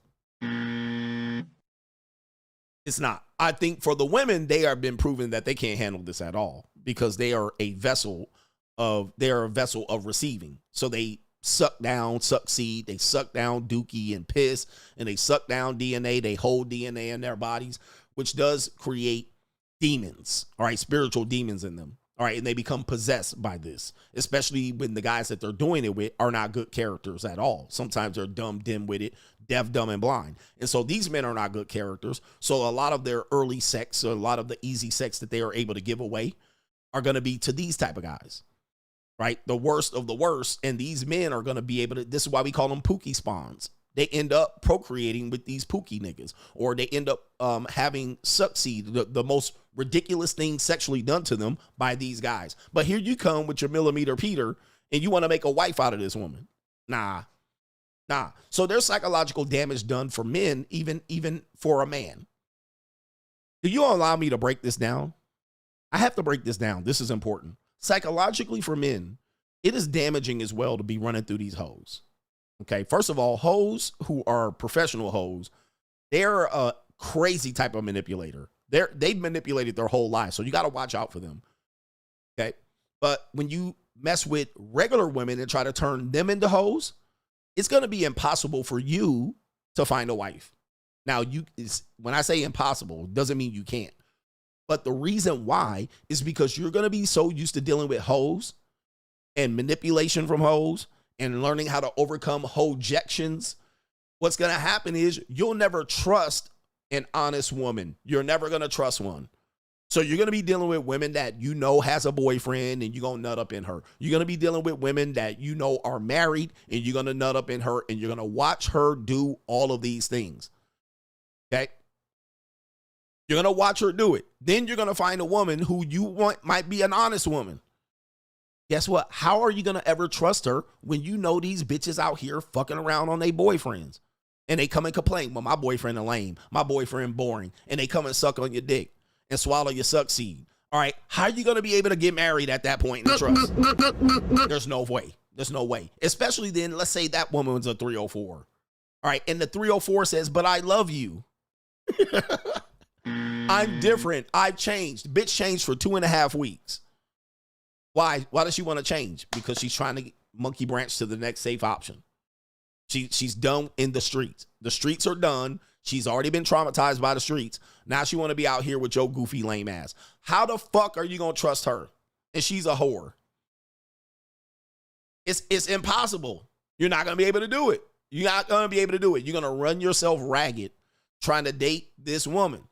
Oh, well, she changed. Nah, fuck that, bruh. The streets are in her.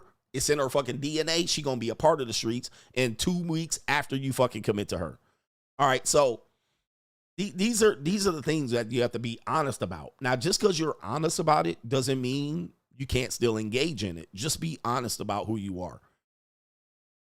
You got to be honest about who you are. All right, even Cassie cheated on her husband, her now husband, who's supposed to be the simp of the fucking year. All right, anyway. He says, having women with boyfriends that are married giving me choosing signals taught me a lot. It's discouraging. It's discouraging because you want to believe that there's a good woman out there, but you're dealing with women that are willing to cheat on their boyfriend or cheated on you and they had a husband. You're like, or she'll say this, because I know a lot of people want to say that, not me, coach. There's a lot of women that have never cheated on their boyfriend. No, let me take this back. There's some women that have never cheated on their boyfriend. How about this? They have been the side bitch to a married guy. Or they were having sex with a guy and they found out he was married. And they continued the affair.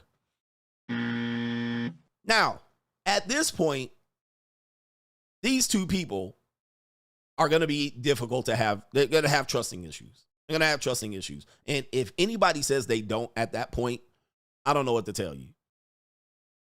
Okay, but Snap Tech Fix says, welcome back, CGA. The YouTube streets was dry without you. It's the free agent lifestyle for life. Shout out to you. We back. We back. I don't even know where my sound effects are. Hustle Every Day says, preach. And he says, again, what skills other than punani do they have? And most of the time, that's what they got. They'll brag about it. I got the best punani. I got the grippy. It's super wet. It's that WAP. And most of the time, that's all they need, to be honest with you. All right, but that's all they need. But some women get a little bit more skills than that, and much of it is basically being a bare minimum man. Big Buck says, good to see you back in the studio. Cutting them beats. We back in the studio. Yeah. Hustle Every Day. I'll be a player for life. Shout out to Too Short. And shout out to Killing the Captain. Kill the Captain. He says, does sex traffic require a monetary gain? I believe so. Like, I don't know if it does, but I believe that if you are trafficking someone and they're accusing you of trafficking, what would be the point of trafficking said person? Okay, I'm taking this person over here to have sex. Now what? What is the gain? Why would that person spend money, book hotel rooms or motel rooms, have hire escorts? What would be the point if he was trafficking that individual? Normally the point would be monetary gain. That is part of it. He's using her up against her will, force, and and using coercion or fraud to get something that of a benefit. Now, him just watching her getting pleasure is not his, that's his own benefit. That would not be a crime. Right? I don't think that's a crime. I just think that he on some kinky shit. If that's your kink. He on some kinky shit. Dark Side Foundation, no victims, only volunteers. He says they mismanage their peace leaves, and when they're traumatized, he says the man has to pay. Can't stop, won't stop. Normies will be left behind after the big, beautiful bill is passed. Time to boss up. Train Yang Gang. We here, man. Shout out to you, brother. Let's see here. Where's my boss up sound effect? All right. I don't know where my sound effects are. I need to practice. I need to definitely practice. Oh, there it is right there. You better boss up, nigga. Okay. Yeah, the mismanaging of their punanis is the big issue. We seen back in Little Red Riding Hood, Little Bo Peep. That's the big issue. Like, they do this. They do this willingly. And they'll do it, and people will tell them not to do it. And people will tell them the repercussions of doing said behavior. And what will happen is they'll say, whatever. All right, I'm going to do what I want to do. I'm grown. And you're like, all right, go ahead. Now, when they struggle, it's going to be everybody else's fault. Okay? When they struggle, because eventually they will want to leave the streets. The streets will get tiresome. They'll catch a STI. They'll get exposed. There'll be a whole thing. They'll have a pregnancy scare. It ain't what they thought it would be. It's not as fun. They're not going to make as much money from it, right? They got negative exposure. So sometimes they don't leave the streets at all. But if they do want to leave the streets, they will then blame guys for not overlooking this shit. All right, but it's in my past. And it's all Jermaine's fault. It's always Jermaine's fault. It's in my past. All right, and you're bringing up my past to humiliate me. Like, I don't know, man. Like, that was a choice. You made that choice against all odds. You thought it was going to turn out better for you, and it's not. So it's uphill battle. Macaroni Tony says you flowing like crazy. Brother ain't missed a beat. The incomparable one. Shout out to you. Acknowledge me. And he says, facts, I've had multiple JUCOs cut me off because I had strict no substance policies. This is a fact. All right. If you don't, yes. If you're around women, let's just say, when I say women, I mean young women. All right. I know you old women are watching me saying, not me, and you're sitting up there with your fat feet. All right. You're sitting up there at your desk job. When you're talking about women, we're talking about dating age women. If you're a guy, unless you're some nerdy dude, a nerd. Shout out to the nerds and the Star Trek geeks and all of you guys. If you're out here and you're trying to date and you're around women who you think are beautiful or, you know, they're well known and you want these skeezers or these 304s, if you're not doing drugs or drinking, or if you say to them, I don't want you to do drugs or drinking when you're around me, they as good as gone. You can be kissing bye-bye. They're going to call you a goody two-shoe, a do-gooder, boring, lame. That ain't their flow. All right. They want to be out here having a party, which is difficult because they will portray themselves as a victim if they're under the influence. They'll say they were unconscious. They were incapable of consenting, right? They didn't know what was happening to them. This is the plausible deniability issue that we have with them. It's the plausible deniability. In fact, if you look up grape statistics, the percentage of cases that have drugs and alcohol, specifically around college campuses, I believe it's like 80% of reported cases. 80% of reported cases have drugs and alcohol. So when a woman is at a college campus and she says, something happened to me, drugs and alcohol are a part of it 80% of the time. That's why the cases never go anywhere. They're like, oh, shit. Okay, one or both was high. More than likely, she was drunk or high. So what do we do with this?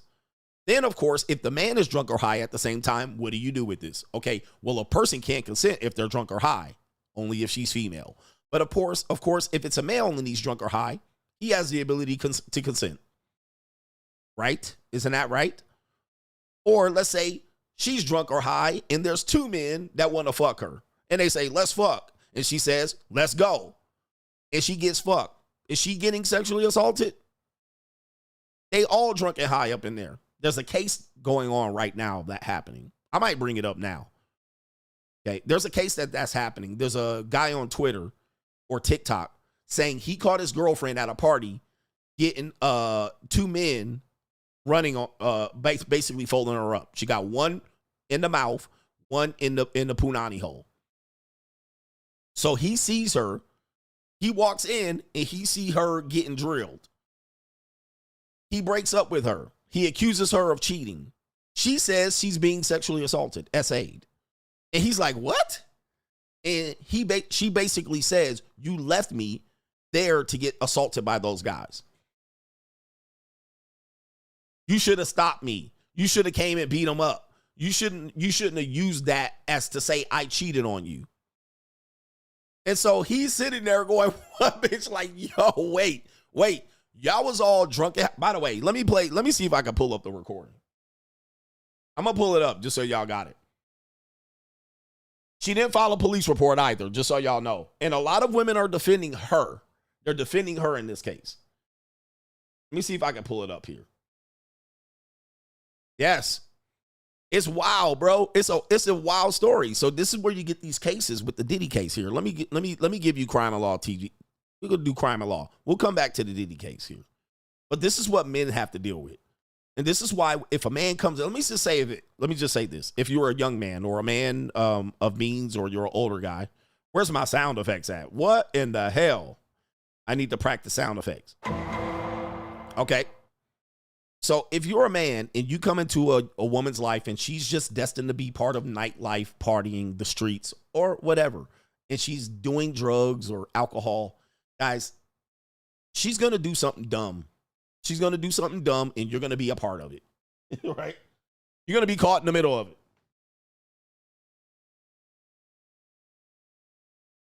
I need to charge my laptop. You're going to be caught in the middle of it. And if you do not, you're the lame, you're the square, you're the goody two-shoe. Guess what? You're going to be blamed for it.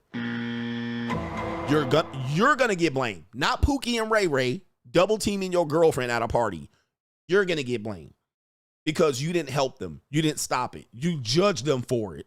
You literally judged her for it and you got the fucking blame. Let me show you the story here on Crime and Law CGA, this show. Let's see here. Here's the person going feral here. His name is, that's the person here. You see his account. Doesn't have, okay, it's a very small account. But let me see here. His videos basically is like a TikTok. It's hard to really hear what he's talking about. He's a typical Gen Z. He's just putting music on the back of his videos.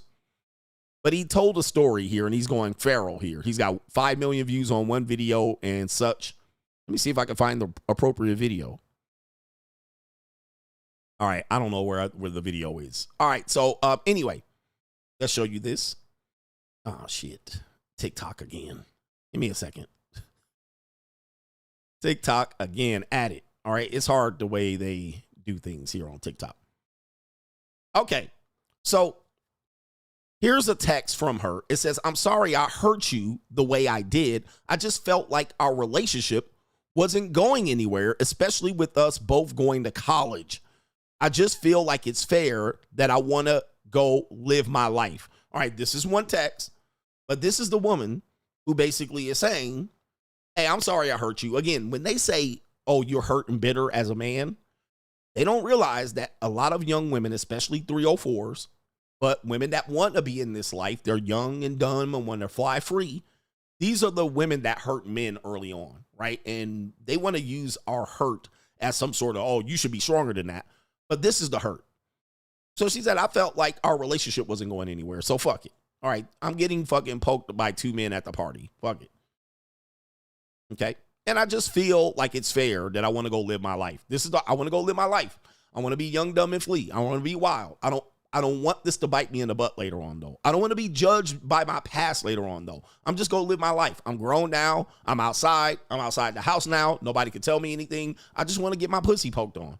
I want to be freaky. I want to run my body count up. My body count is 3. I want to run that shit up to 50, 11. That's what they're doing. But eventually they're going to pivot back, right? So we got to understand the pivot back going to come. Because if you don't accept it or you use this against them, then you're at fault. You just keep bringing up my past type shit.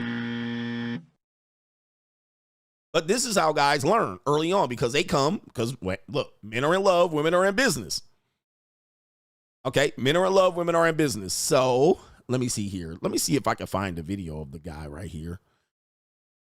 Let's see here. All right, he got a lot of videos of him just over music, so I guess I should have. Okay, so I think this is the video that I want to show. And it's it looks like a mulatto or a light-skinned brother. All right, so here's the video here. And is that I walked into the room to witness my shorty just getting the works. This shit really had me with my fists clenched, standing in a doorway like this, bro. All right, so this is a dramatic reenactment. He says, I walked into a room of my shorty getting the work put on her. And he said, it had me with my fist clenched. And he's tall. He light-skinned it. He got good hair. All right. So everybody thinks it's your looks. That's the problem. Okay. But that's what he's saying right here. I walked in. The thing that y'all are really failing to understand is that I walked into the room to witness my shorty just getting the works.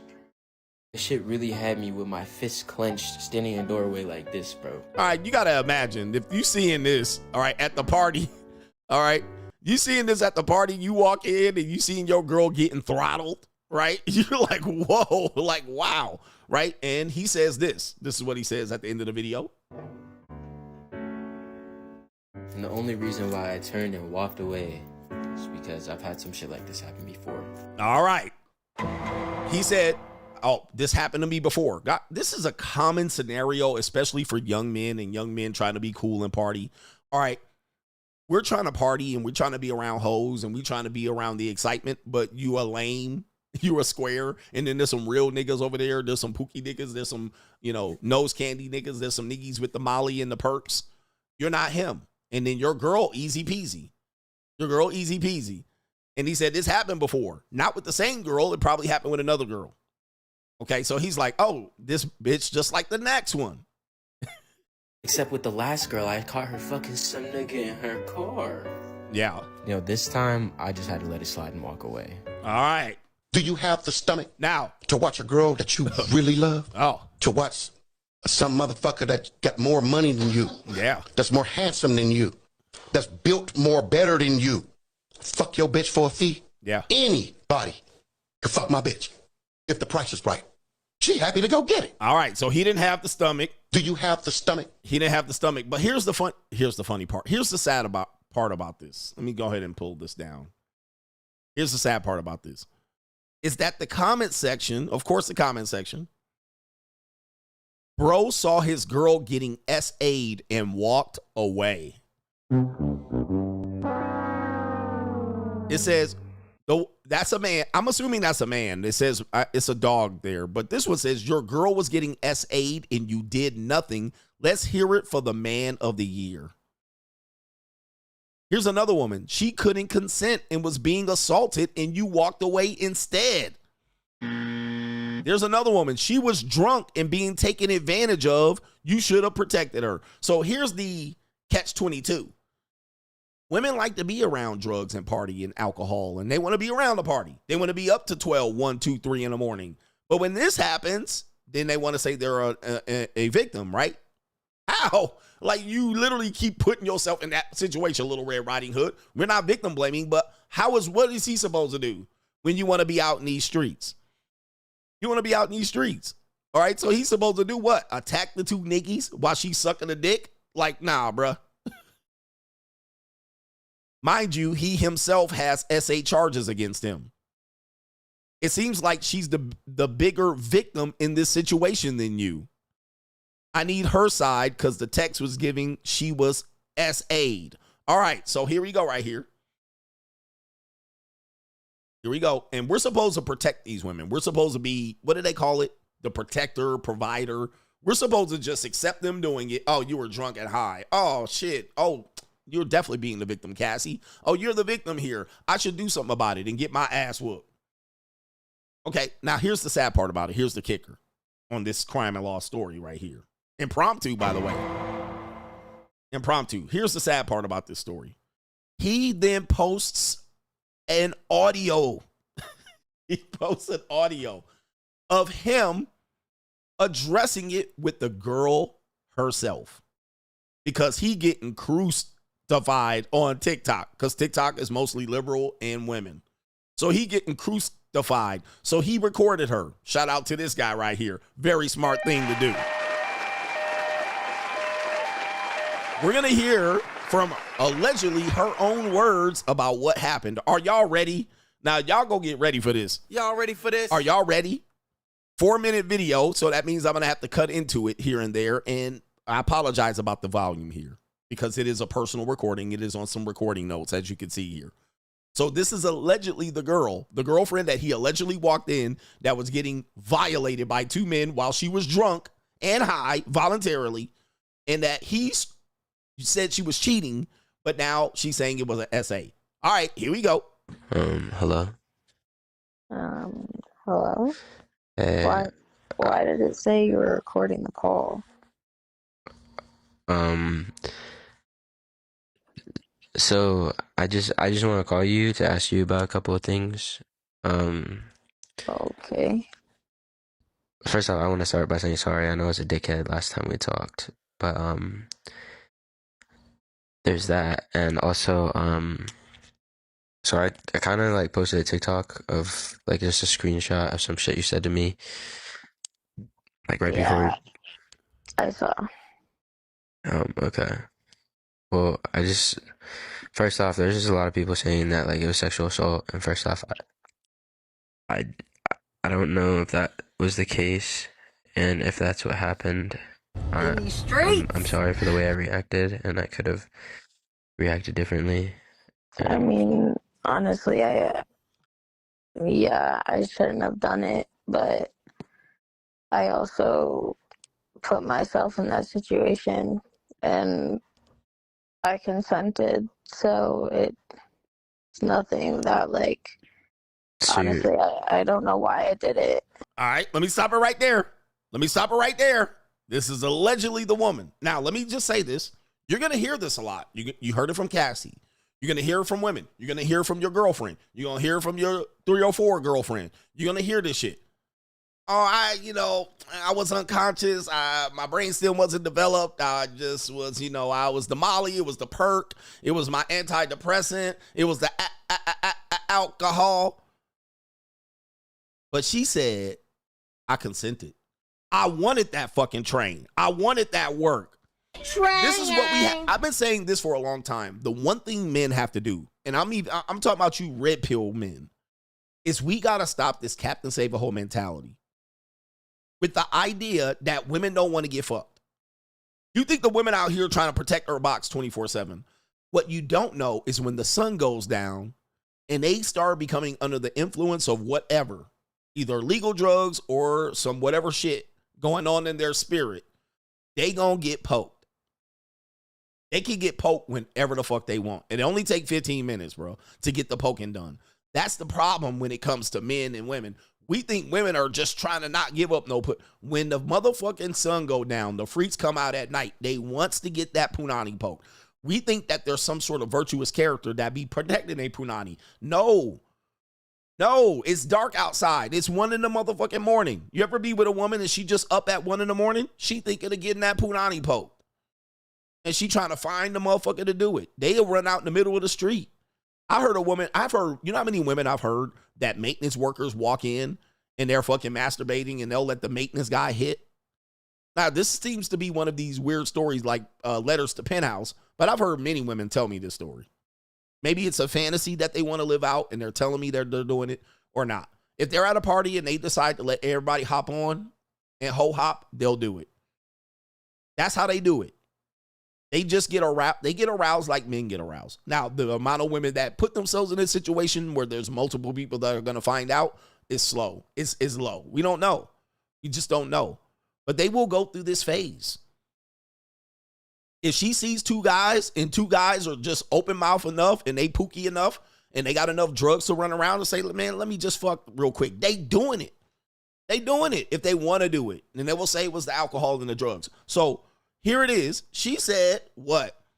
Hey, you know what? It's what I wanted to do. I consented. I mean, listen. That's what she said. Okay, now we have to understand that that's the case. We can't always, we can't protect them from this. That was the case, and if that's what happened, I'm sorry for the way I reacted, and I could have reacted differently. I mean, honestly, I shouldn't have done it, but. I shouldn't have done it, but. All right, so you heard but. I shouldn't have done it. And yep, there's no attachment. It's just going to be a secret from that person to that person. They don't give a fuck. All right, they'll be like, whatever. Now, if but if it's also a person they want a relationship with, they won't let you do this, by the way. If they don't see their relationship with it and you just some nigga, they'll let you do it. At least a few times. Myself in that situation. And she said she put herself in that situation. I consented, so end of story. It's nothing that, like, honestly, I don't know why I did it, but you knew why you did it. Well, I'm confused as like why did you though? Because bro, like we're in a fucking 3-year relationship, dude. Like, and obviously, just sounding from his sound, he's the love guy. He's the stable guy. He's maybe the resource guy. He's the guy that she can always win back after she goes through her phase. But she said, I wanted to do it. Well, yeah, I don't know why I did it. Why? She was horny. That's why. And she has to say she doesn't know why. Because now she has clarity. She's not off drugs. She's not high anymore. And now she's being punished for it. Or she got judged for it. So now, I don't know why I did it. I knew why you did it. because your pussy was throbbing and leaking. All right, it's okay. You're a woman. We can't keep excusing the behavior just because, well, and they were a victim. She said, I did it. Relationship for 3 years. Fuck it. Who cares about that? I got 2 niggas that's going to run Johnson in me. Let's go. All right, they ready. Hey, yo, chill. And I'm high. Hey, Let's go. yo. I'm drunk. Let's do it. It's 3 a.m. Fuck it. You over there asleep at 3 a.m. I'm over here getting the train ran on me. What the fuck? And hopefully I never get caught doing it. If she didn't get caught, it would be a nothing burger. Meaning that if he suggested that she did that, you were with 2 guys last night. No, I wasn't. He literally had to catch her. And she's like, oh, well, it is what it is. I don't know why I did it. Let's continue. Yeah, I know. I don't know. What do you Just mean? happened. How did it just happen though? Like, how do you end up having a fucking threesome, bro? Yeah. I don't know. I was just there. Oh, man. You know, we started talking, and one thing led to another, and they asked the question, and I said, sure, why not? Fuck it. And we were in an argument at the time. Oh. And Okay. See, we were on the break. We were in the argument. We were there. It was 2 a.m. We were drunk. We were high. One dude said, do it. Let's do this shit, man. Let's fuck it. So this is where it's mode 1. Most of you lame and squares are never going to put yourself in this situation. Okay? You ain't never going to do it. Y'all drunk and high. Everybody good. We flowing. We smoking a lot of doobies and dope. And she said, fuck it. Here we go. He said, yeah, bitch, let's both of us hit it. She said, okay, why not? All right.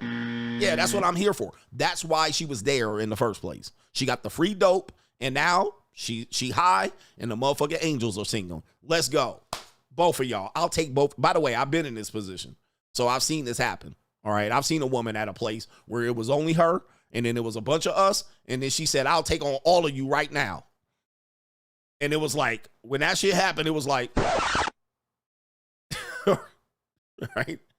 It was like, wow. All right. Right there on the couch. She was like, go ahead. Line up. That fast. And all the dudes are going to hit. Basically, they going to fuck her for about 35, 45 seconds before they nut. Especially if this is a young woman. Most of these guys that they going to bang are virgins. Or they ain't very sexually experienced. So it's going to be quickies. It's going to be one after the next. Boom, boom, boom. Nut, nut, nut. The whole thing going to happen in 15 minutes. And it'll be done. And it'll be done and over with. And they be smoking dope at the end of it. All right. Or the dudes will just up and leave. Once they do this, the dudes normally leave. Party's over. Soon as they nut it, everybody nut it, party over. All right. Time to go. Because that's what people were there for. Whole thing's going to take 15 minutes. It ain't going to be no 2-hour orgy. All right. It's going to be till everybody nut and go. All right. But look, she said we were there. We were smoking. We were high. It was 2 a.m. And I was there. I hovered around. They asked. I said, fuck it. Let's go. Okay. Fuck it. Let's go. You're hearing it from allegedly the woman. You're hearing it. But it's going to be a story that she's going to have to live down for the next, 3 years of her life. Right? Maybe her future husband might hear about this. Right? And he might ask, bitch, is you crazy? Yeah. I don't know. I wasn't thinking. I wasn't thinking. Whoa. I barely drank that night either. So. All right. I barely drank. All right. So she wanted to do it. I mean, listen, we have to understand they wanted to do it. So Cassie wanted to do it. Just say, well, why do women do this? They wanted to. Why is this not enough of a reason for them to do something? In our society, same thing with Diddy and Cassie, we don't have this as a reason why do something. Well, she wanted to do it. We don't have that as a reason. We have to come up with a reason why. Well, she was going through a tough time. She was arguing with her boyfriend. Her boyfriend wasn't pleasing her. The husband was insecure and jealous. He pushed her into his arms. She was forced into it. She was drunk and he wasn't. He overpowered her. It's always a victim. She just wanted 2 niggas to fuck her. That's why. Well, she wasn't thinking. Who thinks during sex? All right. Most of us ain't thinking very clear either anyway. So this is what I've come to the the result and conclusion that they want to do it. That's what they wanted to do at that time. Now, did they anticipate the outcome and the consequences after the fact? Well, I don't know. They didn't. They didn't want to get caught. They didn't want it to negatively affect them. They didn't want it to negatively affect their opportunities to get a husband. They didn't intend for it to do it. They didn't intend to hurt someone else. They wanted to get fucked. That's it. They wanted two dudes to run. She wanted it. She was like, yeah. And she probably did it before. That's what he don't know. See, what you don't know is she already done this before. Or she was curious about doing it and she's done it since then. They probably already did a part 2 or 3. She just wanted to. She said it. I wanted to do it. I consented. I don't know what I was thinking. I wasn't thinking. I was a little drunk, a little tipsy. You know, yeah, I had a few drinks, but... Thanks for rubbing it in my fucking face. Like, what? Yeah, okay, yeah. You know, all of us men are soft at some particular age. And I just want to say this. Somebody said their corn preferences. One thing that we're not understanding is that these women watch pornography just as much as men today. All right, they'll never admit it. They'll just talk about you incels watching porn. But young women are watching porn, especially Gen Z. There was another woman. There was 2 women, Billie Eilish, and another young woman recently talk about her addiction to porn since she was 11 or 12. Somebody pull this up. Okay. Let me see here. Actress. I don't even know who it was. But this was just last week when I was just out. I saw that story come across. So Billie Eilish said it, and it was another one that said it. It's I can't remember her name. And it says right here, also witchcraft. Witchcraft has a lot of women are in the craft. All right. So, and I've done streams about that years and years ago. All right. They're doing witchcraft, which means they're taking on the aura of some other sexual being. All right. And so what happens is they're in that moment, right? They're changing the spirituality. They're changing the fluids.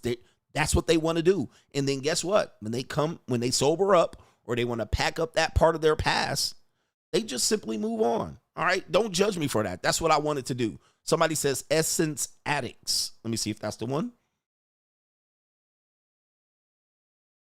See if we can, yeah. Oh, no. I'm not looking for an actual prawn star. I'm talking about an actual actress. All right. An actual actress. All right. But it was a mainstream actress that came out and talked about this. Okay. So you guys got to understand that this is part of what they want to do. And this is what this woman is telling him. But of course, we don't want to hear it. Okay. My bad. What you mean, my bad? Like, what? Bro, like, you don't fucking... And he's hurt. Did this shit happen before? No. Like, oh, bro, how many fucking times did you do this shit? Uh-oh. It's just this time. False. All right. So now he wants to know. Now he wants to know how many times she's done it. Dude, how many times has she fantasized about this? Lots. How many times she's done it? She said, this is my first time. Nope. Yep. No, it's not. And unfortunately, men would like to, we like to, what do we like to do? We like to be logical about something, which means we have to have it make sense. Even if it's horrible and it's painful to ask the questions. I got to connect dots. Men have to connect the dots. We can't just leave shit with the unknown. Unfortunately, the more you dig, the more you're going to find. All right. So this is a catch-22 for men because he's on here and he wants more answers. He's getting lies, gaslighting, and manipulation, or he's going to get answers that he didn't want the answer to. He's going to ask a question he don't want the answer to. So then that's going to go open up more. Oh shit, you did this. How many times did you do it when you were with me? Now you're going to realize your whole relationship was a farce. Okay. Now you're going to realize she's not that much of a victim if she's been engaging in this behavior or if she's been thinking about this behavior. Yeah. So we're trying to figure out what means what so we can go to sleep at night. The women don't want to do that shit because then you're going to uncover her wholeness. So are we fucking lying again, or are you gonna No, it was just this time. It was just this time. Yeah. So you put that shit on your fucking mom's life, bro. Uh-oh. Obviously, like, there's been scenarios where it's gotten close. But What the fuck do you mean gotten close, bro? We were in a fucking long-term relationship. Okay, so there it is. See, again, you're as men, and I'm just as much not guilty of this. I have this issue too, because I'm like, okay, how far back was I delusional? How far back was I blind? Like, that's what he wants to know. I want to know how much I was blind to see this, and why I was a fool for just assuming you were just going to be right. So, oh, you know what? It's the first time I did this, but there were scenarios, which means many scenarios, that it was close to this. So we might not have fully fucked, but I slobbed on both of them knobs. All right, I let them finger fuck and I slop. And you see he going crazy. How far back? Far back. Matter of fact, the entire relationship. So now his entire 3-year relationship and all of his pictures on Instagram and TikTok has been come to an end. He realized it was all a lie.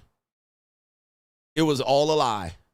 He's just like, my whole relationship with you has been a lie. There have been situations where I've come close to this. But of course, if he told her, you know what, you shouldn't go to these parties. You shouldn't go to these nightclubs. Or you're being insecure and controlling.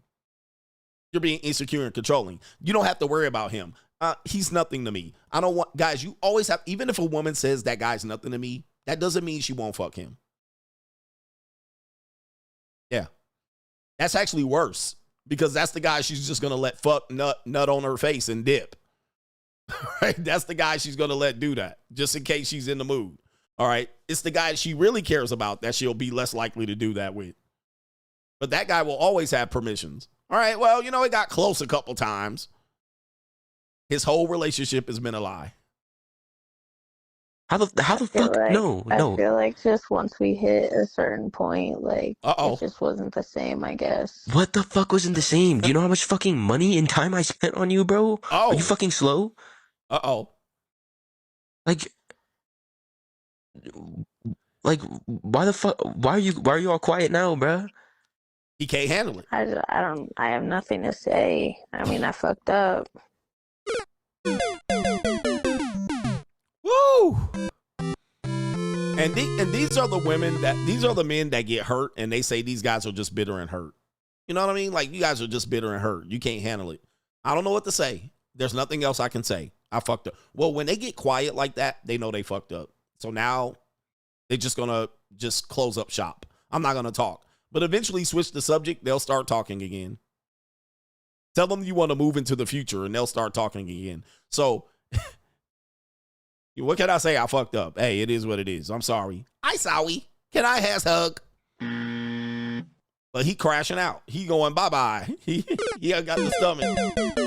Hey, who hurt you, man? These girls, who hurt you? Now we got the girl that hurt him right here. I feel like just once we hit a certain point, like... Once we hit a certain point of the relationship, what do I tell you? They never leave. They don't leave. Women don't leave relationships. They don't.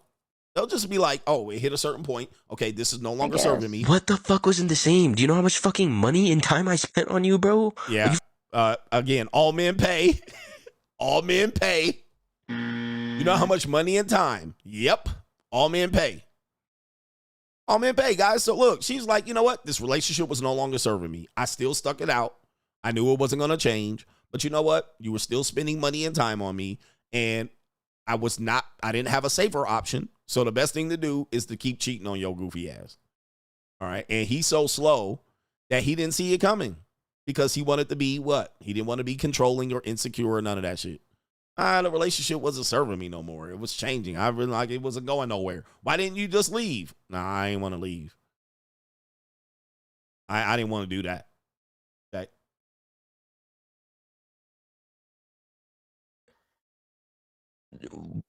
Like, why the fuck? Why are you all quiet now, bruh? I have nothing to say. I mean, I fucked up. Yep. But you're like acting like you don't fucking care. It's not like you're acting like it doesn't matter. I mean, it does. I hurt you, and I'm sorry. I sorry. I hurt you. You know, there's nothing I can do about it now. I got fucked and tossed, you know what I mean? And I gobbled up nuts. It's all good, but hey, Nothing I can do about it now. I can't change the past. Just don't judge me for it. And that's all I can really say is I'm sorry. I can't take it back. Can't take it back. All right, it's already done. The deed is already done. Can't take it back. Guys, this don't work for men, by the way. You should have kept your pecker in your pants. All right, it doesn't work for men. Okay, I'll take it back. Sorry. I take it back. Damn, hey, ma'am, ladies, if I said I did something to you and you didn't want it to happen and you changed your mind after the fact, could I just say, I sorry. Hope you understand. I know I hurt you, but I sorry. Can I has hug? All right. She don't care, bro. She lost love for you long time ago. I'm sorry I hurt you, but I sorry. I could give less than a fuck.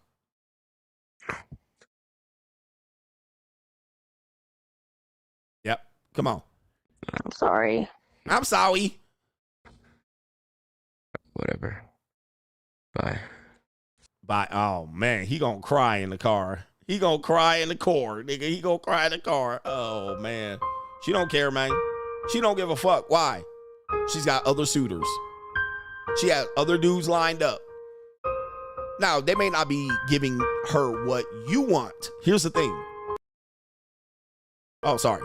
Give me a second here. I'm trying to turn off the music. This is where guys say, well, she going to end up getting just ran through. Yes, she is. And in her mind, she's going to end up finding the guy she wants. She didn't detach from you emotionally long time ago.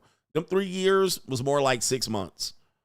But she was no longer getting served, but you were providing something and she stuck around. Now you're clutching your pillow, you're in tears, and you're hurt, right? This is the early on stages of how men deal with relationships because they don't have anything to leverage. He had $250 and some time. Right?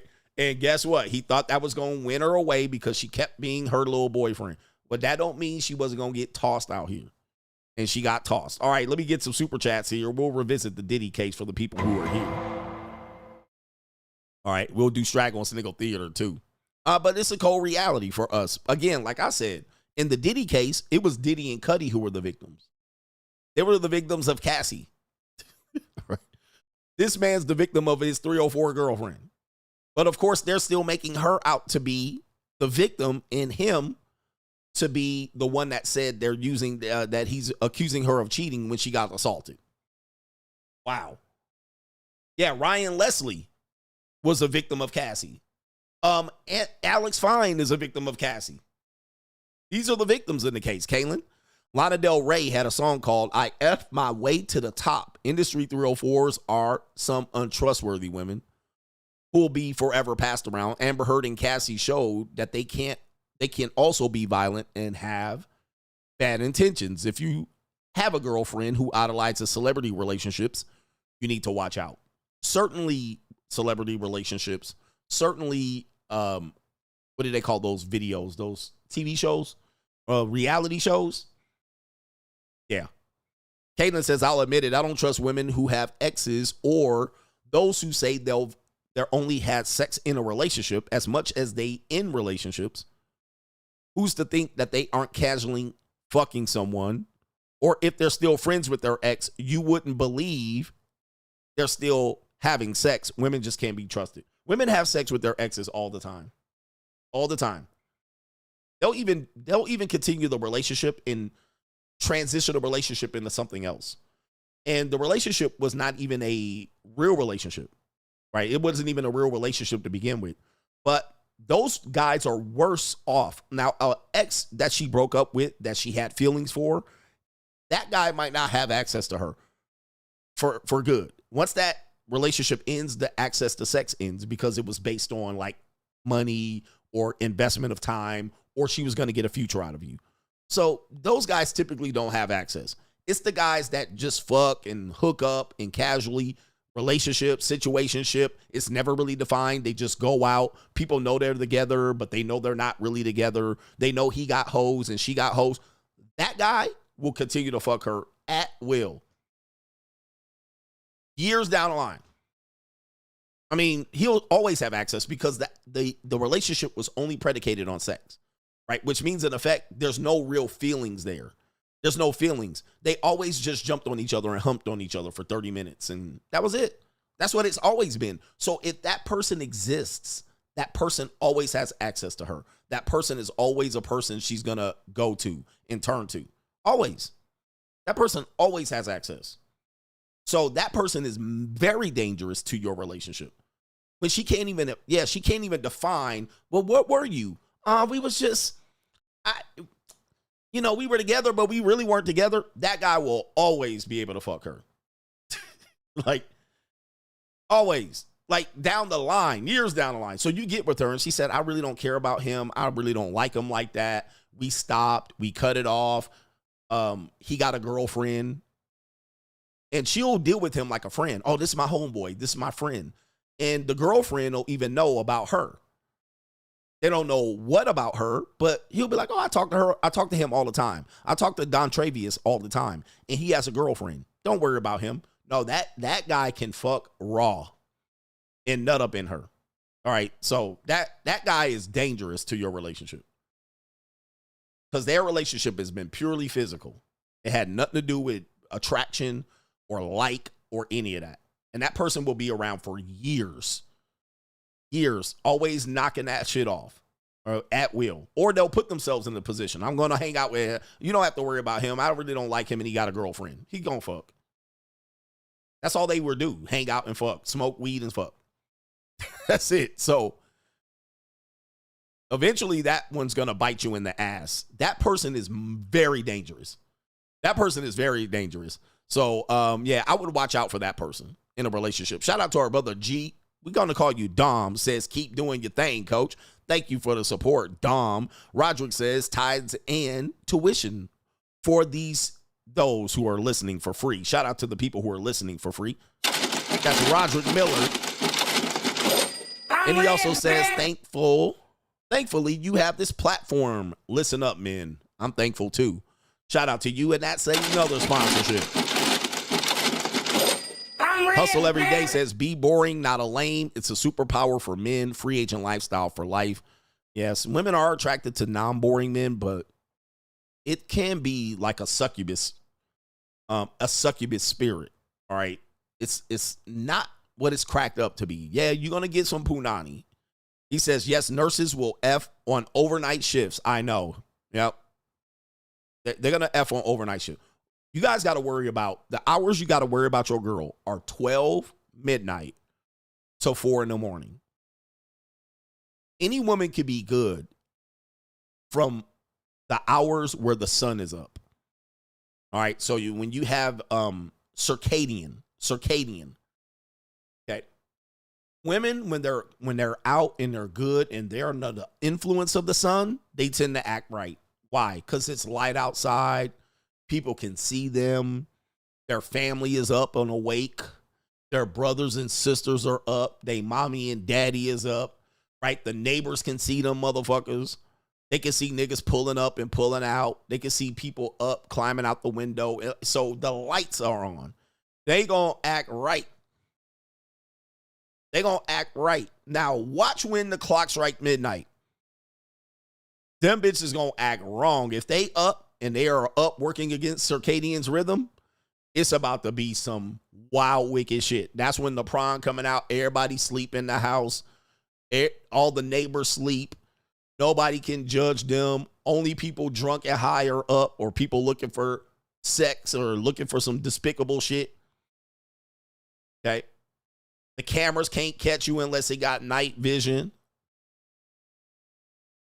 They start being up, casting spells and conjuring demons on you motherfuckers and opening pussy up. They start wanting to take a walk. I'm going to go on a long walk. Little Red Riding Hood. What time? 1 a.m. I just went for a walk. Let 3 niggas hit on the way back from 7-Eleven. Sex toy buzzing. Yo, I'm just saying. That's, if you want to understand women, understand that right there. And do not let drugs or alcohol be a part of that. Once you add drugs and alcohol to that, that's where you need to understand women. Because it's demon time. Clock strike midnight has been a part of Cinderella. Demon time. You want to know what's going on with your girl? Know what she doing between 12 a.m. and 4 a.m. That is the one. Okay. Not what she doing at 12 noon and shit. Where was you at? I was at Starbucks. Bitch, I bet you cheating on me. No, not at 12 p.m. Not in the middle of the afternoon, nigga. Everybody can see.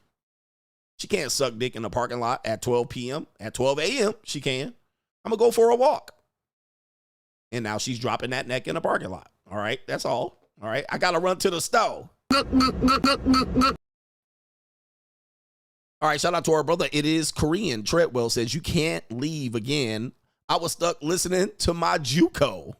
I'll try not to leave. Dion Miller says, glad you safe. I'm back safe and ready to go. I'm a little bit tired, though. It's catching up. It's catching up. It's catching up to me, man. But yeah, man, I'm out here revealing a truth about what goes on out here. And it's sad that people never see it. People never see it. They just want to assume that women are just being good. I'm being good. All right. But Little Red Riding Hood told us not. Shout out to our brother George S. He says, thank you, coach. I've been listening to the Free Agent Lifestyle audiobook multiple times, and it's the model to follow. It's Free Agent Lifestyle for life, and it's been that way. A lot of people are going free agent. They're going free agent for life. Suave Genius says, my nerdy tech friends, 21-year-old girl just got her closest male friend a job at where she works third shift. I tried to tell him, coach, he is cooketh. Damn. Nerdy tech guys got her male friend a job on the third shift. Yeah. Oh, no. All right, man. That's terrible. That's terrible. Goodness gracious. How far back am I on these? All right, let's see here. Quickly. Kevin W. says, welcome back. YouTube is so boring. I started watching Yu-Gi-Oh! Videos. Miles says, glad to see you back, coach. I don't blame you for taking a break and enjoying your wealth. These ninjas are fickle and not supportive of the message. I might be late, but I just watched Adolescence, and they have their crosshairs on anyone associated with the manosphere. All right, I don't even know what that is, but yes, shout out to you. Yeah, people don't support the way they should. They don't even hit the like button. Look at that. Last one, Skydaddy4444 says, Coach Tribe, welcome back, big dog, free Diddy. This shakedown bum culture has to stop. No victims, only volunteers. The great CGA. He says, seek first, fellas, the kingdom. Let me get back to the Diddy case here. Do y'all want to get back to the Diddy? Y'all want to get back to the Diddy? Or we got Straggle and Sniggle. I got Rachel Rizz. I got a show here. What time is it? 2 hours? I got a fucking show. All right, who wants to do, let's do Rachel Rizz. Oh, man, we got Straggle and Sniggle. Okay, damn, we got a whole show here. All right, hold on for a second. Let's see what we can do here.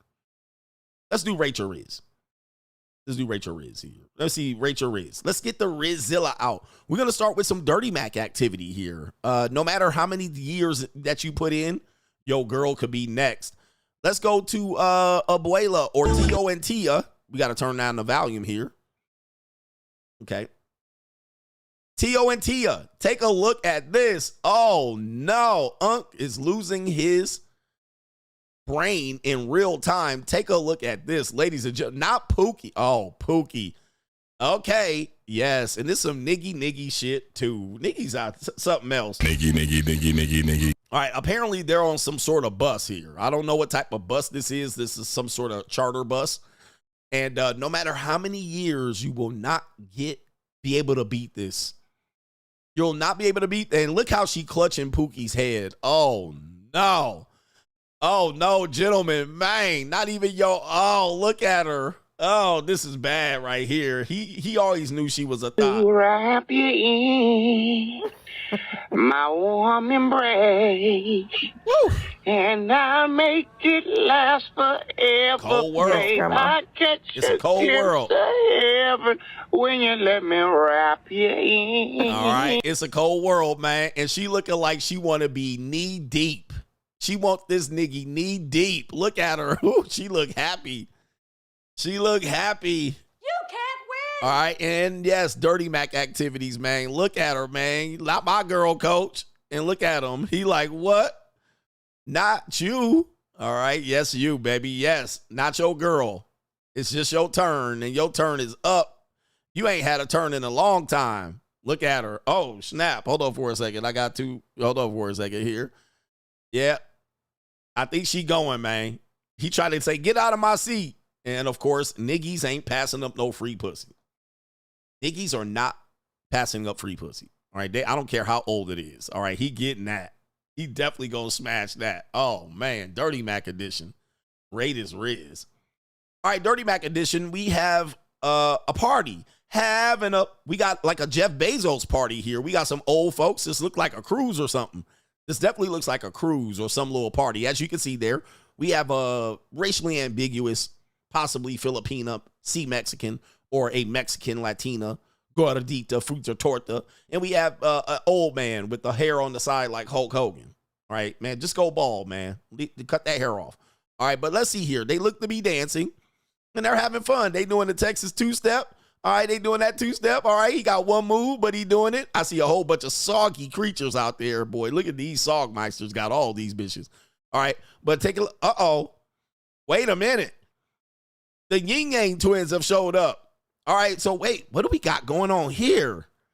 Okay, so she getting attention, so she breaking it down a little bit. Them knees are gone. She definitely 2 babies in. But Jeff Bezos has got a girl. Wait, okay, she throwing it back. But what? Wait a minute. So she trying to get her rent paid, but Pookie sees a woman dancing like a black woman, right? Traditionally. Dancing like a skeezer, and Pookie is into it. Wait, where's this one right here? Let me see if I can pause it on Pookie. Look. I mean, typical Pookie right here with the hat cocked backwards. Come on, bruh.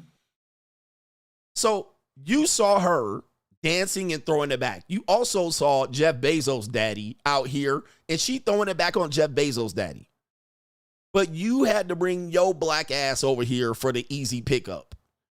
Yo, I swear to God, you nigga. Niggy. Unfortunately, this woman will let this niggies like this bang. She already got niggy best friends like this. She's already got niggy best friends. Niggy. She's already got niggy best friends like this, and so he knows the easy pickup. But unfortunately, she's trying to get her rent paid. All right, so let's go back and catch it right here. So look at all these old soggy women out here, 40 plus and up. All right, mommies and shit. All right, look at her. She trying to get her groove on. Stella getting her groove back. All right. Uncle Jeff throwing it back. He's like, I got something. Don't let me pull a hammy or my Achilles. And so he good. He like, I got one. She like, oh shit, he got money. All right. He got money. All right. He look like he can pay. He a big trick. She thought she catching the trick right here. And guess what? Here come these niggies. Look at these niggies out here.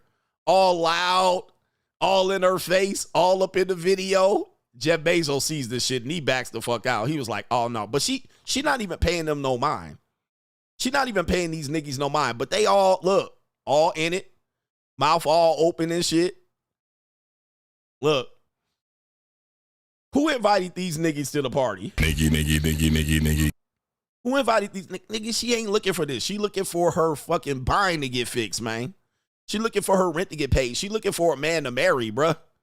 She trying to get married after her second divorce and 2 kids, and her career on OnlyFans didn't go far. All right, that's what she trying to get. She ain't trying to deal with you niggas. Not right now.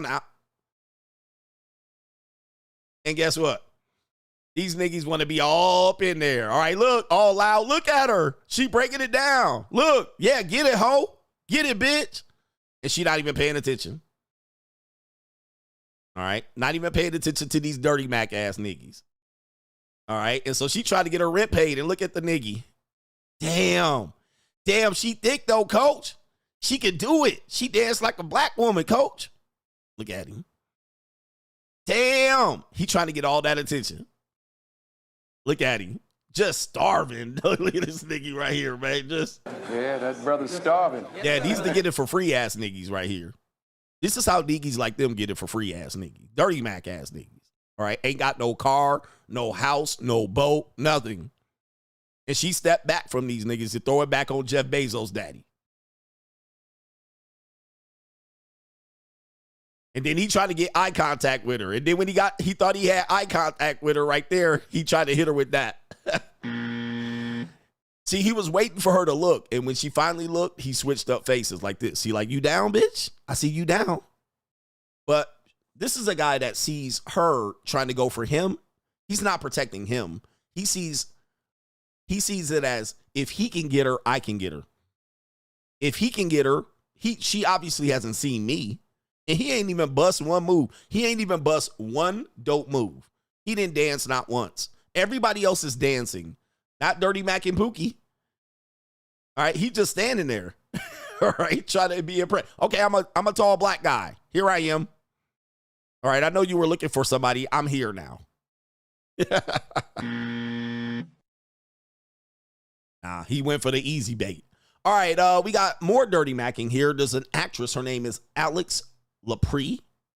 She's from the TV show Power. All right, never heard of her. It says her fiance was standing right next to her while another man flirted with her and tried to pressure her. Again, yes, if you have a woman, I don't care if she ugly or pretty, somebody gonna put pressure on her. It's part of the game. So we have her right here. Let's play the video right there. There's the lovely young lady there. You look way better in person. But you're short though. How tall are you? What's your name? Alex. Nice to meet you. Very nice. My name is New. What? My name is New. New. Yeah. You know, just keep going, man. Oh yeah. Hey, you single? I'm not. Well, you know, if it ain't broke, don't fix it, you know? Hi. All right. Yeah. Rate is Rizz. All right, so she's an actress. He recognized her at this setting here. Obviously, he should have been aware that she was with him. Again, some guys ain't looking. They just looking for the girl. So he's running his, oh, you look better in person. I thought you were taller. We got that. She's just entertaining him. She's an actress. I don't think she's going for it. I think she just knows that he recognizes her. Then he tried to hit you with the, are you single? Oh, no, this is my man right here. Oh, no. Let's see the man's reaction here. Let's see here. I can't play the music. There's the man right there. He's right the Rizz. Okay, she's flattered. Titties out. All right. I don't know why guys always hitting on me and talking to me. There he is right there.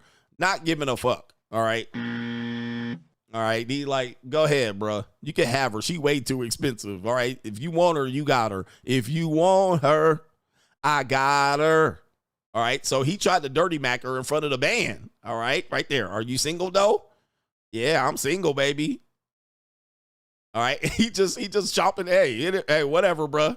If you can get her. Oh shit. All right, he eating this little motherfucking ice cream. He like, all right, nigga. Do what you gotta do, man. And he either steaming or he like, whatever, bitch. Are you single? Yeah, I'm here with my man. There he is right there. I mean, that's some incredible dirty macking right there. There he is. He like, say something wrong, Nikki. All right, crazy. Okay, we got Rachel Rizz. What is one question that you don't think women want to hear? You just walked up. He actually just asked the question. This woman's going to say this question is a bad question to ask. All right. It says Japanese girls are Betty dangerous. We're going to hear a Japanese girl right here tell us what question she hates men asking her right here. Where is it at? Where's my, okay, there. What kind of fuck you give me? Okay. Japanese girls are very, very dangerous. What you don't like about foreigner say something to you? Are you single? Why not? ちょっと気持ち悪い。でも確認したいじゃない？なんか距離感が。All right, so she says when foreigners are in Japan, she hates when they ask if she's single. So that was in the previous video. Rachel Rizz, are you single? This woman says it's creepy to ask if you're single because it makes me feel like they don't understand personal boundaries. I mean, this is a new one to me. ちょっとバグってる人なのかなって思っちゃう。じゃあどうやって確認しますか？所定では聞かないで。All right, so the guy asked, there's translate, how do you know, how would a guy ask then, are you single? Because he wants to know if he can proceed. He might might have a male honor code. Hey, how would a guy then ask if you're single? She said, you shouldn't ask that at the beginning. You shouldn't ask that at the beginning. Go ahead and shoot your motherfucking shot, whether I'm single or married. All right. Yeah, go ahead. All right, I'm open, wide open. Let's go. All right, nah, fuck that single shit. That's not gonna be the first question. Shoot your shot. If you're better, more bigger, more richer, more handsome, I'm going. 仲良くなって、で、パートナーいるのみたいな。まあ、OK。じゃあ、 All right, do you have a partner is better? I believe she said. 仲良くなってからなら大丈夫。うん、大丈夫。今その出会ってすぐにああいうシングルはちょっと気持ち悪い。気持ち悪い。All right, it's creepy. It's mad creepy to ask a woman if she's single. All right, Rachel Rizz. I don't know, man. Wowzers. Because the reality is women are never single. All right, they're never single. They always have somebody accessing that punani. All right, this guy says approaching today's black women takes intention, preparation, and a whole lot of patience. Worried about how I'm parked? Yeah. You should be worried about putting some goddamn shoes on your feet, not eating those big ass fucking king size goddamn Reese's. You got on the Powerhouse gym shirt, but it don't look like you're doing nothing that got to do with goddamn Powerhouse. All right, so yeah, there he is. He approached her, and maybe that was a voiceover. Okay. It says step correct or don't step at all. You should be worried about putting some goddamn shoes on your feet, not eating those big ass fucking king size goddamn Reese's. You got. Oh man, yeah. Oh, look at that. All right, what rate is Rizz? All right, rate is Rizz. Let's move on to the next one here. Rachel Rizz. This is Arkansas Trailer Park Edition. Arkansas Trailer Park Edition. Rate his Rizz. You can see it right here. How you doing? Good. What's your name? Kaylee. Kaylin? Oh. That's your boyfriend? Yeah. Huh? Yeah. Why he let you walk up here like that? Oh, you working? No. Oh, working. Well, why he let you just walk up here like that? It ain't safe out here. And you thick too. Oh, you do what you want to do? And I ain't worried about it being safe, I promise you that. Okay. You like dark meat? Obviously. Oh, okay. Real talk. But shit, I'm gonna have to catch you when you ain't with your nigga, cause I don't wanna fight him. Come back by the spot. Oh, y'all just move right there? Oh shit, he gonna have trouble on the block. Damn, he better be careful. Y'all ain't seen one of these in a while, huh? No, we ain't seen no white. Oh my goodness, man. This is crazy shit I'm listening to right here. Look at this right here. Yeah, that brother's starving. All right, Pig Suey. All right. He said, we ain't had no thick white women move up in this part of Arkansas. All right, Pig Suey. And he asked if she was working, which is an interesting question. And she also going raw doggy. This definitely going raw doggy. But he is like, look at that. Look at them knock knees. Oh, them knees going backwards, bro. There's so much pressure on her body. Them knees going backwards. All right, backwards. Ah, look at this. She got slides on. Oh, my Lord. And where was she at with that fupa print? Let me see this shit. Where was she at? Look at, oh, is she wearing niggas drawers? She's wearing, and she said, you with your niggy. All right, so she's with another black guy that moved into this neighborhood, and they ain't seen shit like this in a minute. All right, they like, ooh, the bigger, the whiter, the more mayonnaise, the better. I gotta have it. Do you ran into the right folks? What's your type? You like black, white? I like white girls more better. Okay. Yeah. Especially the thick time. That's what I'm talking Word. about. No, bunny. Yeah. In other words, PAWG. PAWG. That's what I like. Yeah. Hey, say that bit again. Say it one more time, but say it slow. PAWG. PAWG. Fat ass white girls. That's what I'm talking about. What you like, bro? Yeah. I like fat ass white girls, the thick time. Ooh, the curvy types. Yeah. Those are my favorites. Okay. Yo, that's what I'm talking about. Okay. You fall, fat ass white girl. Fat ass white girl. Shit, I got, but I know. What I'm talking about. Yeah, man, she gonna get that punani ran through. All right, so dudes be like, I'm gonna give me a girl that ain't gonna cheat on me. Woo wee! All right, that is the thick time, and she know niggas be starving out here on her. She know it. Yeah, that brother's starving. She was like, we just live over there. Just come on across the street when my husband ain't there and knock the stuffing out this egg McMuffin. All right, knock the stuffing out this egg McMuffin. Look at this.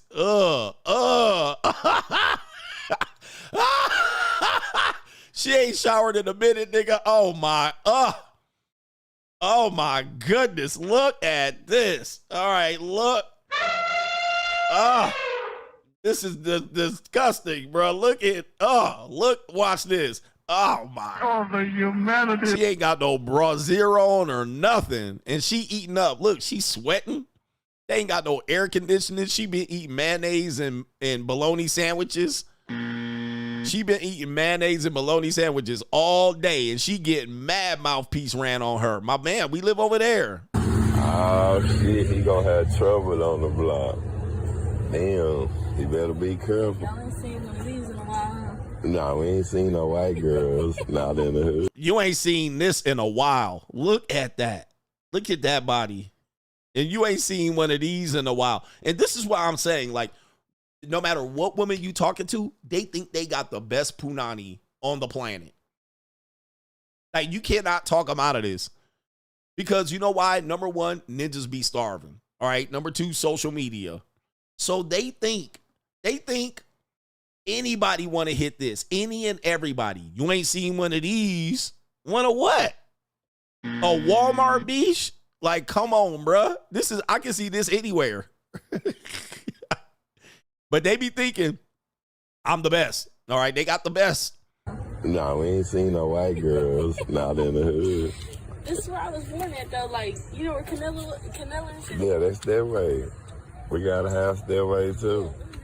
Yeah, it ain't safe on the block for you. He better get you for one of these sharks get you. She talking about this man right here. I know she ain't talking about mine, baby, because I know what the fuck I want to do, but I will beat your ass over mine. I promise you. Oh, you do what you want to do, but you gonna whoop somebody if they try to. She got hickeys all on her neck.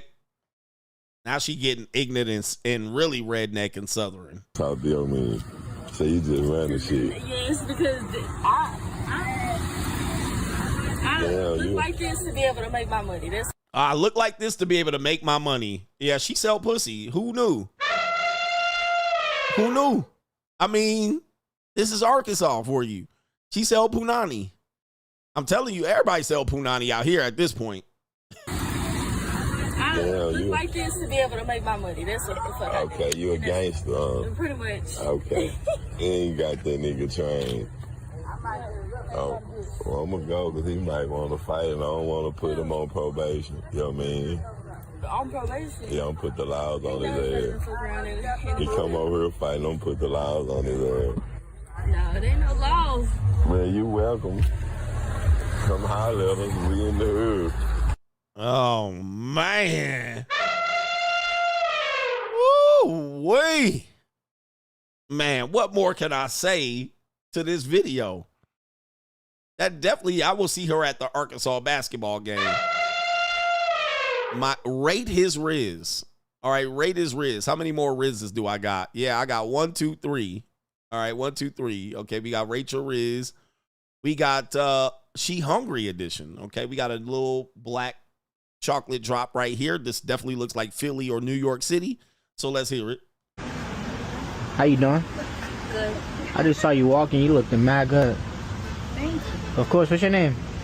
Ashley. Huh? Ashley. Ashley, nice to meet you. My name Daniel. Where you from? Jamaica? Which part of Jamaica you from? Kingston? Come from Portland, man. You ever got Portland before? Yeah. Oh, you like it? A lot of beaches and rivers, though. Yeah, man. Your skin nice, though. And nice chrome skin browning, man. See, none man over here. No? Oh, me so lucky today. To see a nice browning all by herself. Okay, so that was pretty good. He transitioned to a nice Trini accent or Jamaican accent or whatever, Caribbean accent. He went right into it. And I don't think she said Jamaica, but I don't think she understands him. All right. She's having trouble understanding him. So I don't know how long she's been in Jamaica or from Jamaica, but you can tell when she furrows her eyebrows, she doesn't understand his accent that much. She understands a little bit, but she's just not, she's lost interest at this point. She does have some pretty skin though. Nice, man. A restaurant done this, so a seafood restaurant. Want me to go grab some feet? Yeah. All right, so she heard that shit. I'm always hungry. And anytime you see a youngin' like that, food is gonna do the trick. All right, so he invited her to food, and he said, "Do you want to go?" She said, "Sure." All right. Yeah, she from Jamaica, Queens. All right, but She said, sure. She's not even looking at eye contact. All right, let's go get something to eat. All right, so he good to go right now. Put me Instagram in your phone. Yeah, Uber, we can get that next one, man. Let me put him Instagram in your phone. Now, actually, I gotta run to Burlington and then I come back over here, yeah? Alright, no say no. Okay. You hear me, sir? Nice to meet you. You say your name again? Ashley. Ashley? Let me tell us what my name is. Daniel. Daniel. You see, I got good memories. That means I got last long. All right, so she laughing and cackling. She sniggling. All right, nice little titties there. Look at them tie-dye titties. She got her yitties out. She laughing and sniggling. She about to get some food. I'm always hungry. All right, she about to get some food. All right, so she open now. She open. Yeah. I put the arm on my chest, man. But before I go, let me see. It's a nice little 360 feet camera. All right. Oh, God, man. Your mom bless you. Nice. Later here, Ashley. I look good. All right. Uh-oh. I thought you said we were going to the restaurant. Oh, uh-oh. Uh-oh. I'm always hungry. Oh, she didn't gave up the number. Oh, one of these mud shark ass niggas. One of these sharks. I thought we was going to the restaurant. Rate is Rizz. All right, because he got the fuck up out of there. All right, he got the number and sold her a dream. And she thought she was getting some free food. All right, and he said, nope. We ain't going to the restaurant. All right, out here. All right, stay your ass out here. All right, I got the number. Yeah, bitch. Yeah, bitch. All right, man, this is some low budget shit right here. Low budget niggy shit. Me I go to Burlington first and then I come back. Why are you walking now? Come here for across the street up there, sir. Come and car park up there, sir.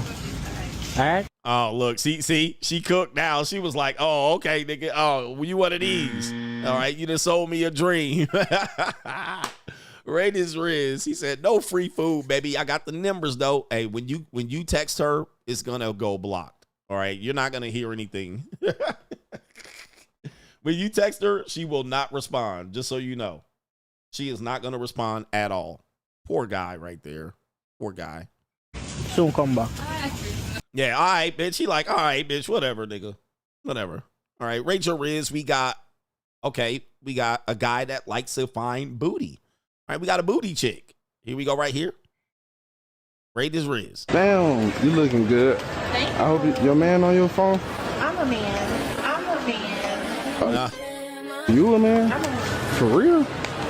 Well, you look good to me. Shit, don't sound though. I can get your name? What? Marnay. Huh? Marnay. Your name? Marnay. Marnay? My name's Dre Love. Nice to meet you. Nice to meet you. Where you from? Chicago. You lied to me too, didn't you? What's your name? You said your name. I So you sure? You got a cat?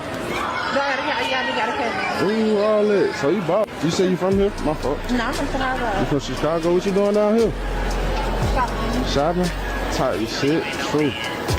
Yeah, I don't believe in no way. See, I'm still trying to see. But no. Wait. Hey, yo, chill, son.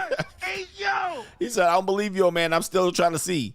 That's literally a man on the phone that she's with. All right. I think that's a man, too, that's on the phone. All right. So he's still going, and she said, I'm a man. Oh. Yeah, that brother's starving. All right. Hey, yo, chill, son. Rate his Rizz. Hey, yo. Right? Oh, no, you got Instagram? Okay, so the woman on the phone says he knows you're not no man. All right, he knows you're not no man. So that's a woman on the phone. Damn, you trying to? Oh, you gonna play me like that? I'm not even no social media ass nigga. Oh shit, it ain't nothing major. I'm not even on nothing like that. I'm on my Instagram so. Oh, that's your shit. Like, what you getting into tonight? I don't know, something from your house. You came here by yourself? Yeah. True. Where you just see me from? Because I didn't see you when I was walking up. Who, me? Yeah. Shit, I was just over there talking to bro. He was talking about some shoes and shit. Trying to clean my shoes and shit, and I seen you walk by. Thank you. All right, love. You enjoy your night? All right, bet. All right, yeah, I don't know if that's not a man. She was just trying to. That is a lot of hair. Why so much hair on the wigs in the week? Why so much hair? Like, nobody has this amount of hair. All right, maybe Indian women, maybe Filipinas. All right, nobody has this amount of hair. All right, this is crazy. right? And certainly black women don't have that much hair. All right, but rate his Rizz there. He basically had the mush mouth going on, the mouthpiece. I'm saying though, and that's why these guys be fucking, right? Because I'm saying though, no, I'm saying I got some weed at the house and he's gonna fuck. All right, but anyway, we do have one more. Is this Rachel Rizz? Let's see here. Rachel Rizz, is this a skit? I hate you motherfuckers. The fuck? Duh. I hate all of my kids. Every single one of them. That's why I kicked them all out, but this motherfucker don't want to leave. Okay, this is the evil world we live in. So we're done with that right there. We're done with that. All right, so that's another show right there. That's another part of the show. What time is it? Is it 2.5 hours? Yeah, I'm going to do one more segment, and I guess it's an evil world. Then we'll do super chats. We'll rap about Diddy. If you missed the Diddy conversation, we talked about it up front since it was breaking news. Let's do It's an Evil World We Live In. It's an evil world we live in. All right, we got this one. We have some woman that says, let's see. Anybody know these people? Freddie Gibbs, think it's a rapper. His baby mama, whom he almost married, says she's looking to set up a train to be ran on her. All right, here we go. Take a look at her. Definitely on some Wicca or some schizoid shit. But Freddie Gibbs and his baby mama. I want to get a train ran on me. Like single file, second tile, everybody lined up. So is it the rush? Is it like a rush thing for you? I think it's just everybody waiting their turn. Waiting? So okay, cool. But I will say though, that's a lot of women's fantasy. A lot of women just won't say that shit. But every time I bring it up, it's like, oh, I don't want to be in a room with another man, or I don't want to. And I'm like, okay, so whoever is down, comment below. All right, so whoever is down. All right, so this goes back to the story we did on Crime and Law CGA. Whoever's down. So this is where it is right here. Whoever's down. So that's why they'll go with whoever's down. All right, they'll try to convince you to do it, and then when you say, nah, I ain't gonna do it, there's only gonna be one dick in the room. Well, all she's gonna hear is, I gotta go get it how I get it. So she's in a room, just like this guy said here earlier. Where's he at? The TikTok guy. I lost it. Yeah, I did lose it. All right, but the guy that said his girlfriend was getting DP'd by two guys. Whoever's down. Right? Whoever's down. She said a lot. This is a lot of women's fantasies. Now, people are going to say the obvious here. What are you going to say? Well, she a strag. Of course, that's her thing. But when it's your girlfriend and she does it, then you're going to be confused. Right? You're going to be confused. You're going to be like, why did my girl want to do it? Well, I was drunk and I consented and they asked me, so I did it. So she is not wrong about women wanting to do it. Like they watch the porn that they watch, that they engage in that. All right, great fantasies. Men lining up. Some women are going to say not me, but I know, and you're going to say it's a certain type of woman, but I'm sorry, she's right. A lot of women do fantasize about doing it. They just need the opportunity to do it. That's all. All right, they just need the opportunity to do it. We also have, should I show this one? We'll show you this one. We have right here the worst movie scene of all time. All right, this is featuring Clint Eastwood. This did not age well at all. Yikes. Amelia, but everybody calls me Amy. I'm Corporal John McBurney, but everybody calls me McBee. How old are you, Amy? 12. 13 in September. Old enough for kisses. Oh, the humanity.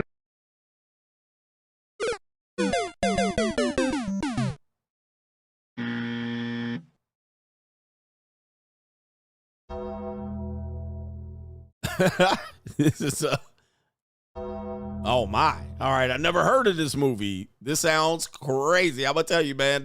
Yeah, this is old Hollywood from back in the day. This is the shit old Hollywood used to engage in, and yeah, they used to get away with it quite a bit here. This is yikes.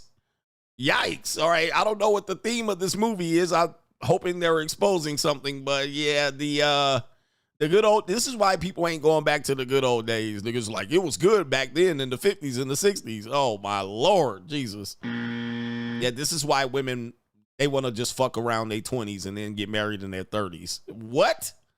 All right, this movie is, yes. Amelia, but everybody calls me Amy. I'm Corporal John McBurney, but everybody calls me McB. How old are you, Amy? 12. 13 in September. Old enough for kisses. Oh, Jesus. Yeah.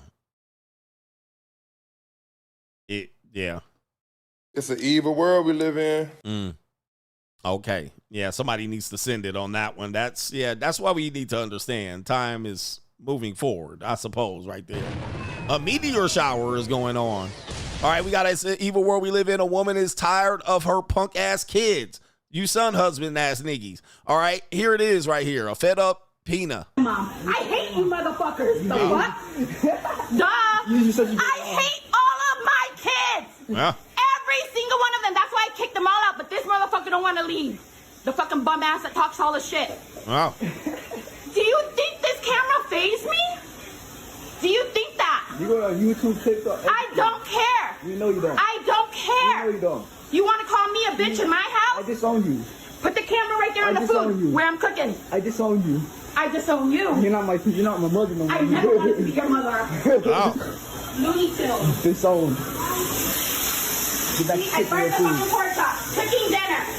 For you. For me, I don't eat pork chop first of all, so it ain't for me. For you. So it ain't for me. What else? What else? I don't eat pork chop. Oh man, yeah, I mean, this is where you guys, I want a traditional wife, all right? I want a mom to my children, all right? But, and also, I want to have kids, coach, all right? I want to have kids, all right? There you go. This is how your kids respect you type shit. All right, she is done, all right? 444 on her shoulder there, all right? Same number shit. Look it up. All right, yeah, she's cooked. What else? What else? Stay right there. Uh-oh. While I fucking have a recipe going on my phone. Show that. Such a great mom. Who said I was? I hate all of you motherfuckers. Oh. Get that fucking clear. Such a great mom. You have a recipe going on. You already made yourself look stupid. I don't care. I hate all of you. You already made yourself. Put it on YouTube, TikTok. I don't care. I'll be viral. Go ahead. Yeah, that's what you Yeah, I know. That's what I told you. What else? Thanks for buying me this. You're welcome. Yeah. Appreciate it. Mm-hmm. Wait. And then on top of it, thanks for buying me this. Is that a vape pen? I knew it. I knew it. That's a vape pen? Well, skeezer. All right. She definitely has a skeezer past in her past. All right. Now she got, I can't tell who's wrong in this situation. Obviously, the kids ain't shit. And she done. She been beyond done. All right, so this is y'all's future right here. Yeah, OnlyFans is right around the corner.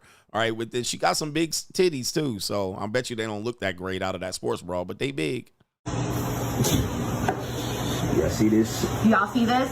Yeah, this is what happens when you have babies with a 304. All right, so she definitely was a 304 in her past, and now she wanted the kids, but now the kids no longer serve her, and they don't respect her. So now guess what? She don't know what to do. And she probably deserves a little bit of this disrespect. The fact that she's vaping in front of them and having the kid buy her the vape, this is going to lead to some disrespect. Sounds like she is trying to cook them food here, but where's the father at? Where's the father at? The dad been gone. The dad been gone. He got a younger version of her. All right. The dad was like, nah, this bitch a crash out. I'm out. Every day my sister, 17-year-old. Percy. Y'all see this? She saw her queen. Nah, except for Kaizen. She saw her. Only you all. Get it right. Boy, she got the evil eye, man.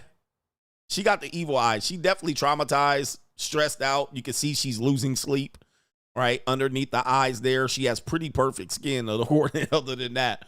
All right, but, you know, she done. Like, he had babies with the skeezer and he's cooked. He's like, the daddy got up out of there. All right, because she crashed out. She can probably crashes out quite often.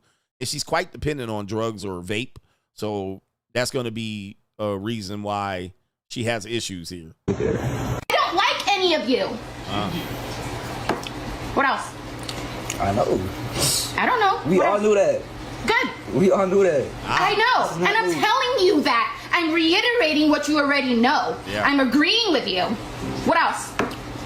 What else are you gonna try to tell me that ain't true? That I already know about myself? I didn't say you the one who said it. And I'm agreeing with you. What? Ask your dad too. I told him too. I don't give a fuck about none of y'all. Oh my goodness. All right, marry a Filipina, they said. All right, this is what y'all going over there for? All right, goddamn. She like, I told him too. All right, but he was having love children with her. All right, knocking her. He knocked her the fuck up too. I seen at least 4 kids. All right, at least 4 kids. It says right here, she already know the dad is a Pookie. Yep. She probably already cheating. We already know that. She already cheated on dad. Dad don't give a fuck about her no more. All right, this is the romantic life here.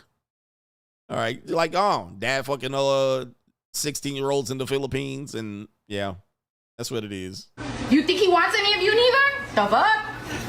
Oh my. I'm just saying. It's the truth. Nobody wants y'all. My daddy cares about you. Good. Because I don't. At least one parent does. Shit.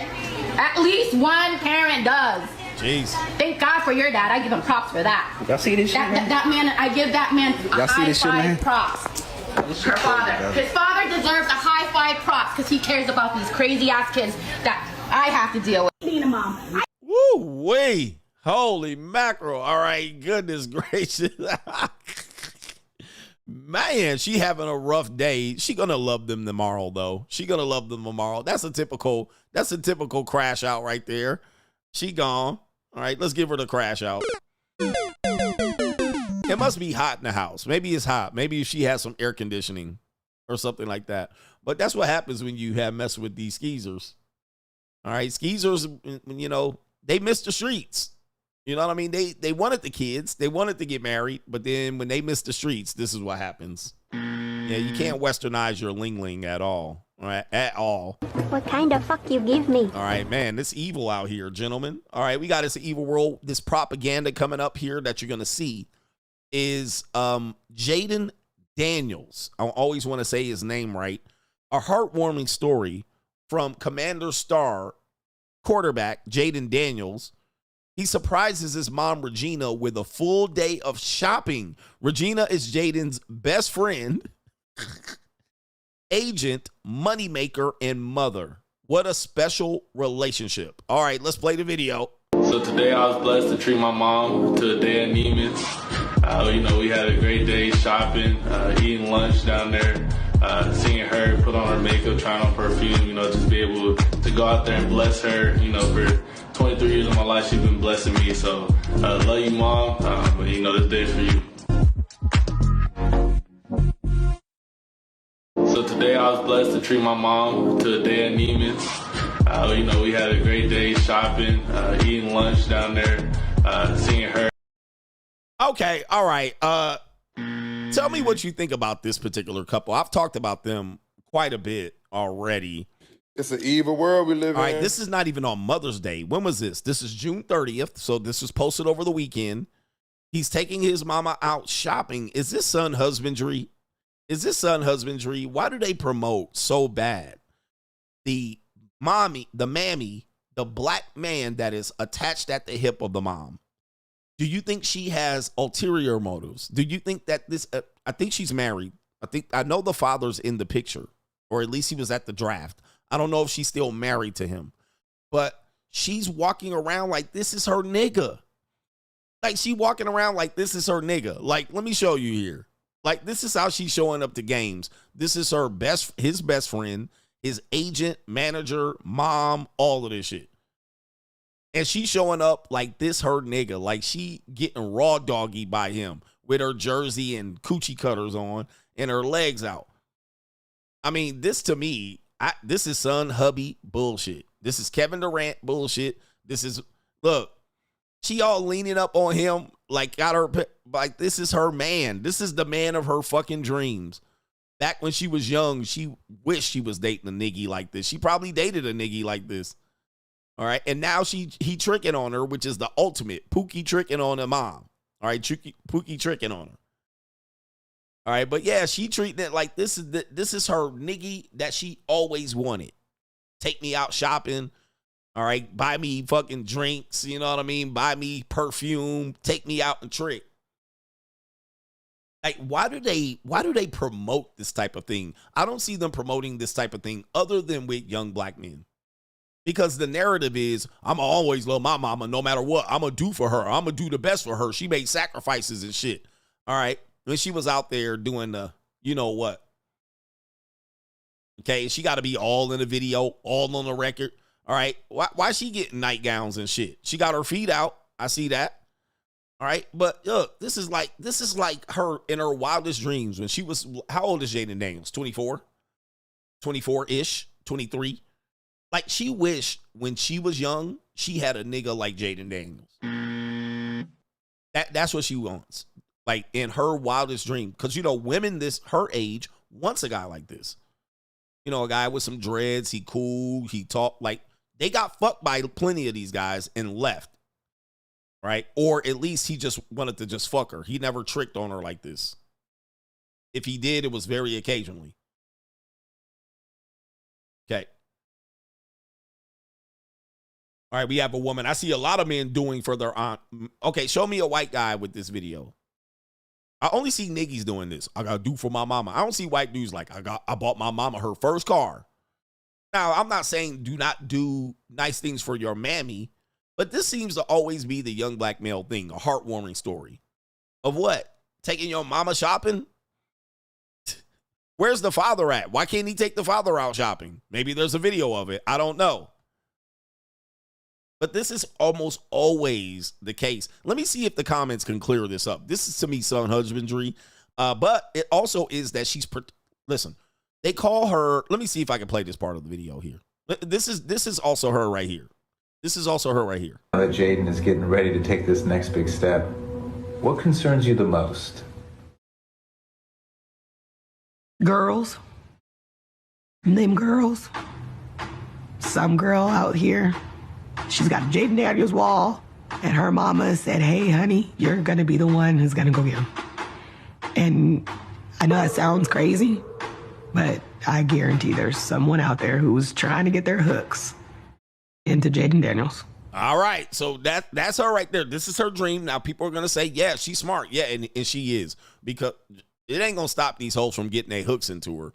But she sounds very, very protective. Overprotective, like jealous. Like jealous. Now, yeah, she protecting them from these apex predators. But here's the thing. Why does she look like she knows about these hoes? But of course, if I said these hoes are out there doing it, then not all. All right. But she knew that's what she would used to do. She used to do this. She used to do it. So she know what time it is. They be on demon time. She sounds jealous. Yeah, but she also knows that this is going to happen to him. So she's protective, but it's somewhat overprotective. It's somewhat like she knows. Okay. What's the biggest thing you fear? And this is a righteous fear. This is proper. It's proper. What concerns you the most? Girls. Yeah. Oh, I wouldn't pause it on that. Girls. Them girls. Hold on for a second. Yeah. This woman cannot. This woman cannot. Any woman that comes around this dude, she gonna run their ass off. She gonna run their ass off. And you can tell, look at what it is right there. That's her man. That's her man, y'all. That's her son husband. He gonna take care of her. She gonna be all in his business and all of that shit. Yep, them girls. Them girls. Them girls gonna wear his ass off. Some girl out here. Now this is where it sounds jealous and over. This sounds jealous. Out here, she's got some girl out here. She's got Jaden Daniels' wall, and her mama said, "Hey, honey, you're gonna be the one who's gonna go get him." And I know that sounds crazy, but I guarantee there's someone out there who's trying to get their hooks into Jaden Daniels. Nah, that don't sound like she's watching out for his best interest. That sounds like she's jealous, right? She's got a wall. She's got a James Daniel wall, and the mom's telling her to go sink her hooks into Jaden. There's a girl. There's one, and when she shows up, she gonna bite her motherfucking head off. So thank God he got a mama like me, because it ain't happening. Y'all gotta check this out, man. Jaden Daniels. Now, Juju's 19, Jaden is 24. It's when she like does the cute little like touch of the ear thing and smiles, and then wait for it later. Like his mom came out and yeah, she said fuck all that. So we saw that clip earlier this year. Look how he looking.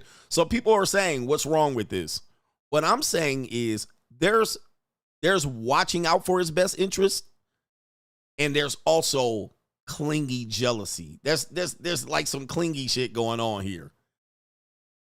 He taking her shot, like it's too much. It's overbearing. And yes, does she have a right to understand that these women gonna be out here and he don't know, and his lust is gonna be out of control? But look how he's sitting. He's 24-year-old man. And people can't see that she crazy. She got crazy written all over her. I don't even know, man. I get what she's doing, but she got crazy written all over her.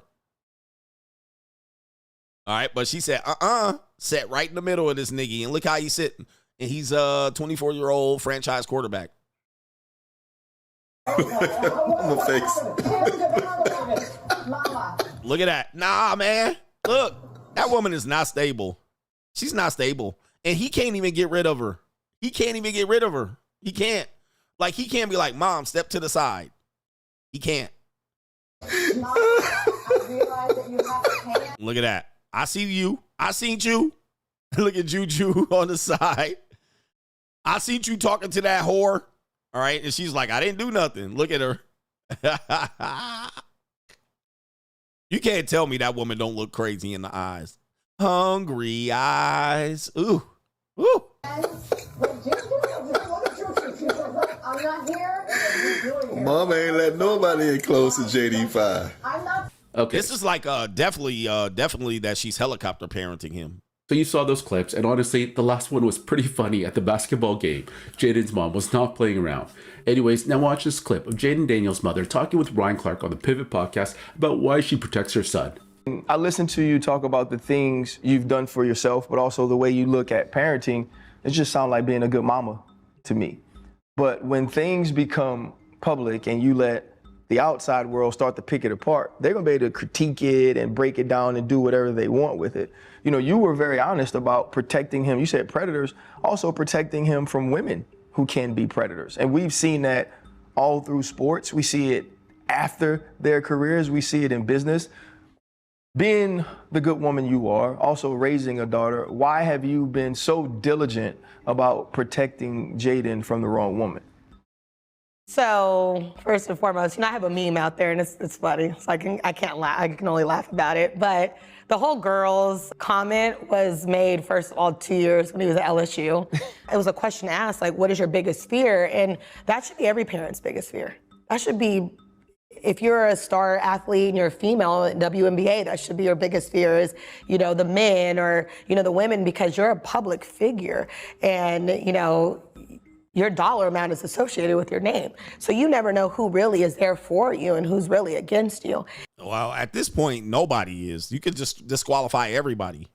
Okay. You would have to have a prenup and cohabitation agreements, because if you're at Jaden Daniels and he's 24, no woman is there, honestly, because he likes Jaden Daniels or she does. Nobody can be trusted in that situation. So she's going to need to kind of let this go and prepare this legally. But just hovering over him is not it. Okay, hovering over him ain't gonna do it. Trying to cock block him ain't gonna do it. She just needs to handle this legally and keep him away from the hoes, or let him hire some hoes and wear the condom. But that's not gonna cut it, because no woman is gonna be in there for Jaden Daniels. They're gonna be only there for the money. And our thing is like, I want Jaden to date. I don't want everybody to say I'm putting it on record. My son can date. He can live freely, makes his own decisions. However, the relationship we have, he does value my opinion because, when my kids were little, I did a lot for them. So, and my kids saw that. My father, my background, I worked too hard to allow anybody at any moment to come in and just, take it away. So, yeah, this sounds personal. Like I'm saying, it sounds personal. I get it. Yeah, you worked hard for her, him to not get finessed. I get that. That's a fair point, but it's getting personal now. I worked too hard. Bitch, you ain't shot one shot. You ain't threw one touchdown. You ain't scrambled for 9 yards. All right. I mean, listen, you got to leave it in the hands of the Lord at this point. But to continue to overbear him and have you out here shopping, a lot of parents make sacrifices for their kids. That don't mean they should just run around here and cock block them at every chance you can. So somebody says she sounds possessive. Exactly. This sounds very overbearing and possessive. But she's right though. But she's not going about it the right way. So I have a view of what I feel a good person is.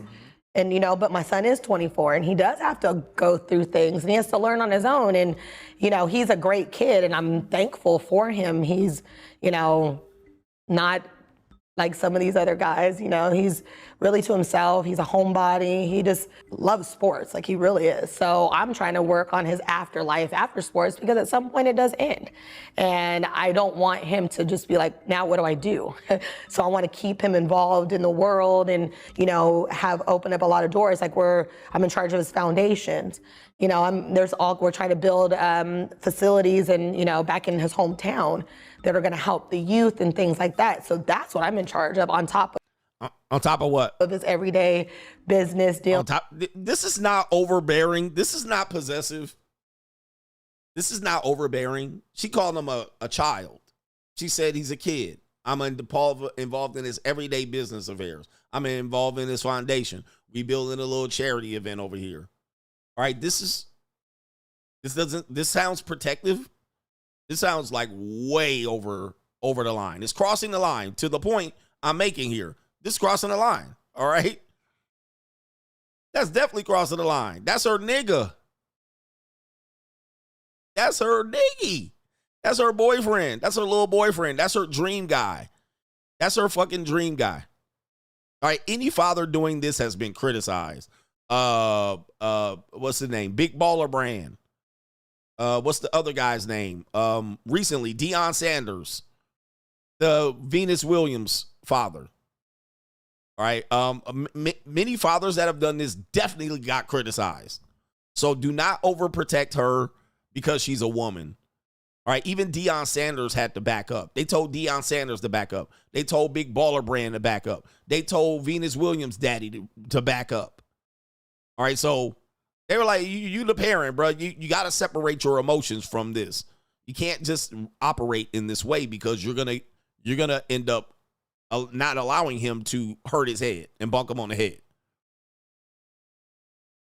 Somebody said, where's the daddy? Apparently there is a daddy.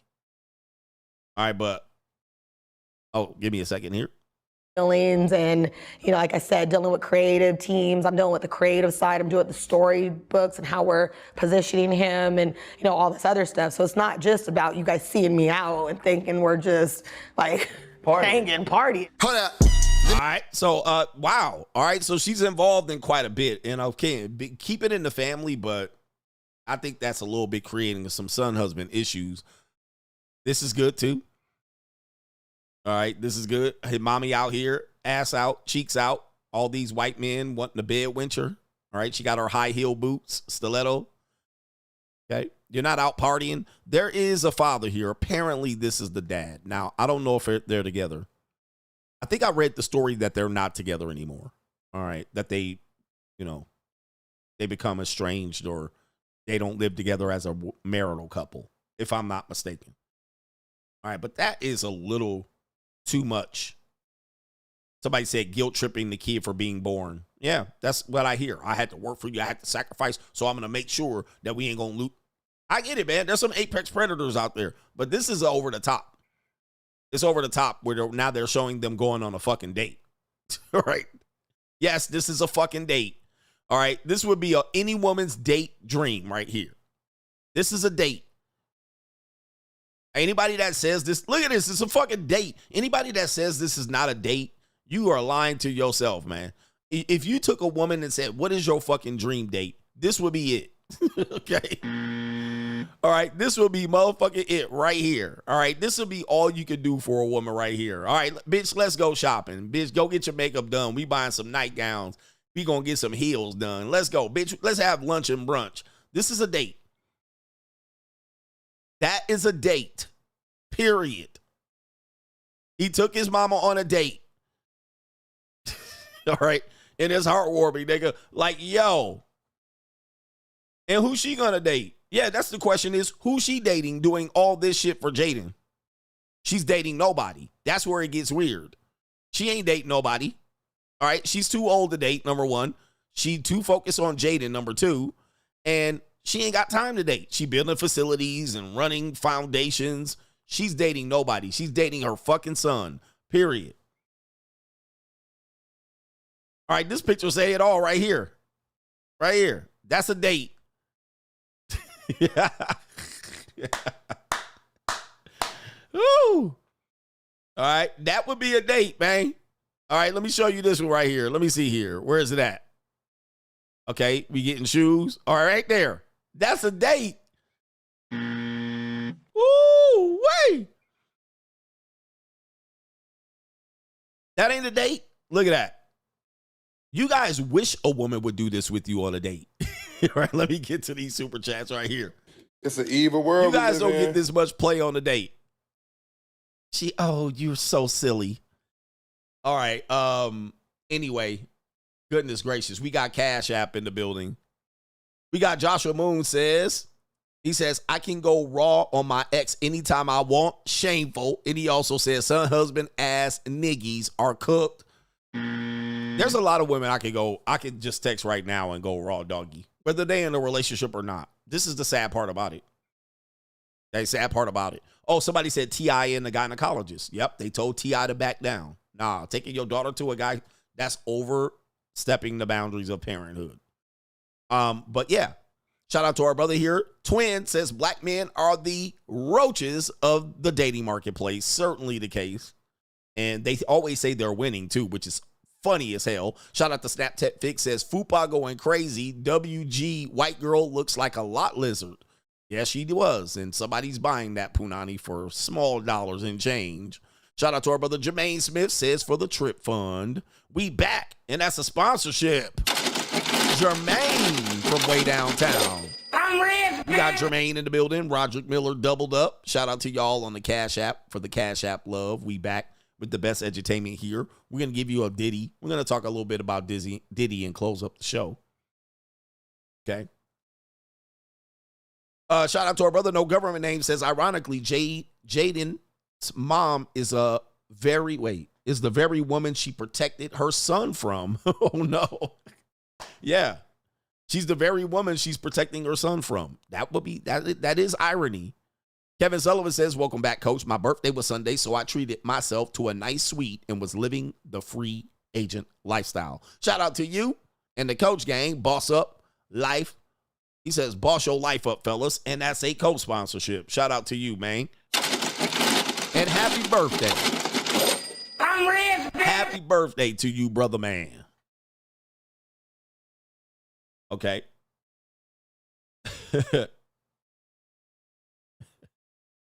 All right, somebody raging out. Let me see here. Somebody's mad about my assessment of their date. That's your fault. I don't know what to tell you. We got, let's see, we got some brothers on the PayPal and the Ko-Fi. It is Miles says the show message was clear.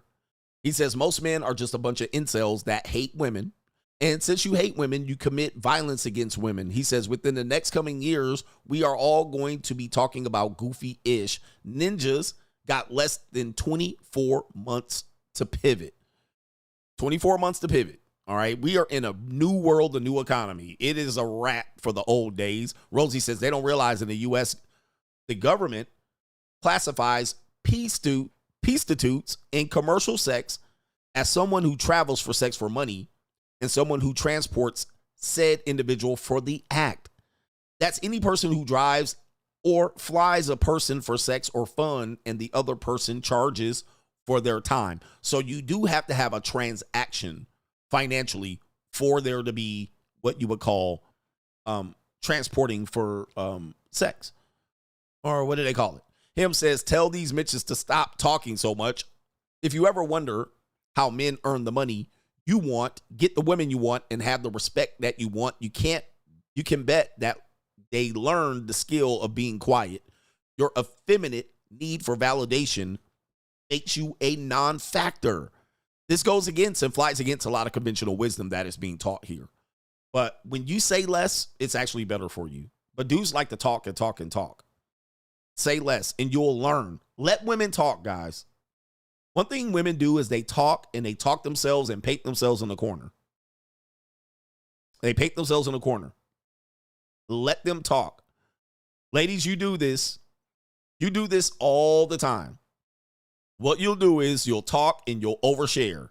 And when they overshare, pay attention to the detail. Just listen. And you'll be shocked. You'll be like, wow. Let them talk. Shout out to our brother Whey Protein Savage. Blessings, coach. Reprogramming again in this season and week. Thank you again for the money mindset. Join me on the money mindset. I haven't run a commercial yet.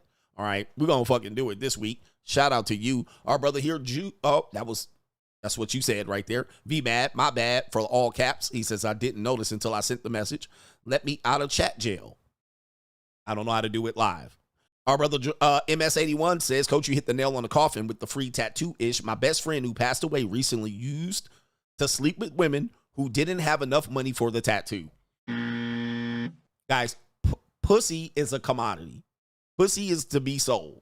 Women sell their pussy all the time. Just like when I say all men pay, women sell their pussy all the time. Now, they'll sell it for a date, right? They'll hang it over your head, right? They'll sell it for the opportunity for you to sleep with them. They'll sell it for them to make their car note. They'll sell it for a marriage, okay?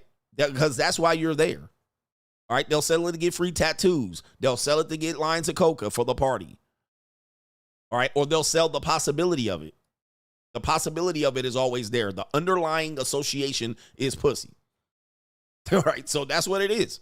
Yeah, this woman said it right here. I looked at it as I have an ATM between my legs, and I'm just using it. All I got to do is put my card in, and that's it. And put the PIN number, and boom, money just comes they'll right sell out. it to get into marriage. What's the one thing a woman will do if she wants a marriage? She'll basically say, I won't have that much sex with you.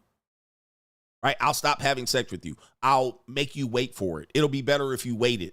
It'll be greater later. So that she put the pussy up there. Or she'll flood you with it. She'll love bomb you with pussy and get you addicted to it. All right? And if she feels she gets you addicted to it, guess what? She'll say, well, you ain't never gonna leave me. Yep. They'll sell it to get weed. They do this all the time. All right, all the time. Or they'll sell their virtuousness. I'm not reckless with my pussy. They're selling it. That's what they're selling it. They're like, hey, I actually don't sleep around. They're literally using that to portray themselves in a way to make themselves worthy for commitment, marriage, or whatever. All right, they'll tell you how many dates they're gonna go on without giving it to you and all that shit. But another guy don't have to go through that. Yep, they'll get their car fixed. They do it for a whole bunch of reasons. They'll go on a date. Well, if you go on a date with me, I'll fix your car. And then now she's on a date with him. All right, shout out to our brother John Ellis that says, Coach Gang, he says, I enjoyed the Money Mindset Sunday. I need to make sure I don't miss any more because it was priceless. The Money Mindset taking over. Jay McGee says, glad to see you back in the bunker. Why women always use you push me into his arms. Well, that's basically saying she emotionally detached from you. So you push me into his arms. You always suggested that I was cheating. So I cheated. Right? There was suggestion. Or you didn't believe that I could be faithful. So I just couldn't help myself but to be unfaithful. This is a plausible deniability and the ability to pass that buck. All right, let's go ahead and put the blame back on you. All right, I cheated because you always accuse me of cheating. So what better thing to do is then to cheat, to confirm it. And since you was going to always think I was doing it, then I went ahead and did it. This is an excuse to blame you for doing something that she willingly did. And then you're going to have to go ahead and just take the blame. It's a manipulative tactic. It is gaslighting, and it's blaming you for her doing something she was naturally going to do anyway. Right? Now, what she also says is she also suggesting that if you didn't pressure her into if you didn't pressure her to like, I want to know your whereabouts, bitch. Where are you? And I want to know if you cheating on me. If you took the opposite route, you was too nice. You let me run amok. You didn't watch out for me. I didn't think you cared about me. All right. She'll say that. So again, in many of these situations, we're talking about relationship dynamics, not necessarily women. You can't win. You're in a no-win situation. You're in a no-win situation. If you're watching her, then she's going to go cheat. You push me into his arms. If you're not watching her, I didn't really think you cared like that. So I went ahead and fucked around on you. All right. So you're like, you damned if you do. You damned if you don't. Okay? You damned if you do. You damned if you don't. You're like, okay, what was I supposed to do? Somewhere in the middle. Somewhere in the middle. You could have been a little less nicer, a little bit more strict, but not so strict that it looked controlling. All right. It would be controlling, but I wanted you to pay attention to me, but you didn't pay too much attention to me. So then you were. This is what you hear constantly. This is why it's difficult for young men, because you don't have anything to leverage. But even when you do, trust me, it will pull the same shit on you like you boo-boo the fool. Shout out to Cody Draper. I appreciate you helping men and emphasizing for us. Question, how do you overcome being homeless? All right. How did I overcome being homeless? The one thing I didn't do was believe that I was homeless. All right. So I didn't believe that this was my permanent stop. All right. If you believe that this is your permanent stop or it's going to go less, then you will be consumed by it. Right. But I often thought that being self-employed and having a business before going into it helped me. But if you don't have any hope or you don't have any ways to earn money and you just can't figure it out, you're going to be consumed and gobbled up. By the way, that's life. Life works that way. You come out here, you get your ass whooped. All right. You take your lumps and you go back and you lick your wounds, pause, and then you come back out here and you fight again. Mr. Exclusive, this channel has shifted my perspective on relationships. I knew I wasn't tripping when I would ask or when I would question everything and everyone. Bossing up has commenced. Let's go. Shout out to you. It's Boss Up 2025. By the way, better boss up, nigga. The thing is, in relationships, gentlemen, we're all dealing with the same issues. Typically, when men address these issues, we're seen as complaining, weak, effeminate. You know, they will use that. You niggas complaining like women, and you guys just might as well go get a man. They haven't figured out how to deal with men. They haven't figured out how to deal with us. Why? Because what used to work in the past doesn't work anymore for men and women. But they kind of want us to be kind of dumb and aloof and chase the carrot. While at the same time, some men don't have to be dumb and aloof and chase the carrot. Some men could just be out here getting them cheeks. So we're telling you that there's a game being played upon you that women do not have any intentions on listening to men in our perspective. They're just going to say we hate women. They don't see this as us helping men. And some men don't see this as us helping men, right? They see this as, some men even say, well, y'all just need to learn how to get some more game and swag, right? Like that's what they're just going to. But for men, we're giving men an opportunity to not sound like bitches. You know what bitches sound like for men, Mitches? I don't date broke women. Like, bro, this ain't going to help y'all niggas. This ain't going to help you. I get it. Yeah, that makes sense. All right. Or things like drizzle, or bitch need to go 50-50 in me. Okay, bro, just give it up. That shit ain't never going to happen. All right. That's never going to happen. You're going to frustrate yourself. Find a bitch that you rock with. Find a woman that will pay some on the first date. This is going to not help you out. Now, that doesn't mean you have to pay on the first date, but this is going to not help you out. You're going to select the one woman who decides to pay on the first date. Is this how you mate select? Or are you just taking what you get? This is not how you mate select. Yeah, they'll call you a princess because you're protecting yourself. They'll call you insecure, controlling. You're protecting yourself. They'll say that, you keep bringing up old shit. Why? Because that old shit keep holding her ass accountable. You whooping her ass with that old shit. And the old shit ain't that old. It literally is like weeks ago. Oh, I don't even want to talk about that no more. Okay. All right. I see.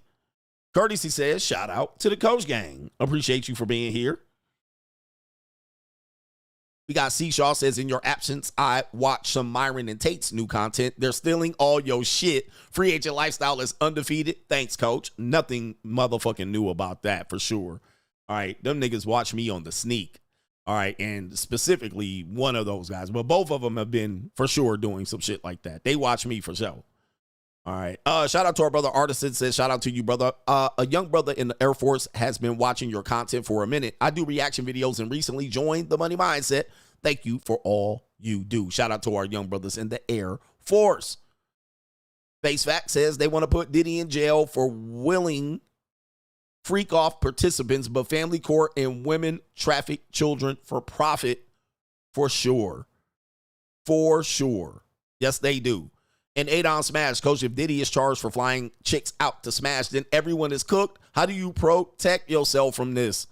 That's going to be the next question. Let's do it. We'll talk about it on the way out. Let's do it. Well, we'll call it the main event.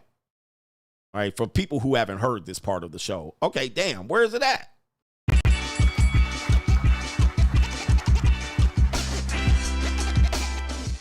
How do you protect yourself from having women appear to be victims when they chose to do exactly what they got out of the situation? Well, if you missed it, Sean Diddy Combs was found not guilty of racketeering and sex trafficking. Shout out to this. Again, I'm not a big fan of Diddy and his behavior, but in this case, I think he was falsely prosecuted for this. But he was convicted of lesser charges, and they tried to get him for the RICO and for sex trafficking. Now, we have to understand, the question is, if chicks can lie about being flown out, how do we protect ourselves against this? Well, this jury demonstrated that what the prosecution wanted to call sex trafficking was not sex trafficking. It was not. All right. So they even agreed. The jury even agreed that that's not sex trafficking. A woman willingly hopping on an airplane and getting a ticket, or even a sex worker, a male or a female. In this case, it was men willingly hopping on an airplane. That's not sex trafficking. And I think the underlying occurrence is that these people are volunteers. They had to watch those videos of the freak offs. The jury watched the videos and said, nah, no way. Nah, that woman is not a victim. All right. They watched it. They watched them enjoy it. They watched them willingly participate in it.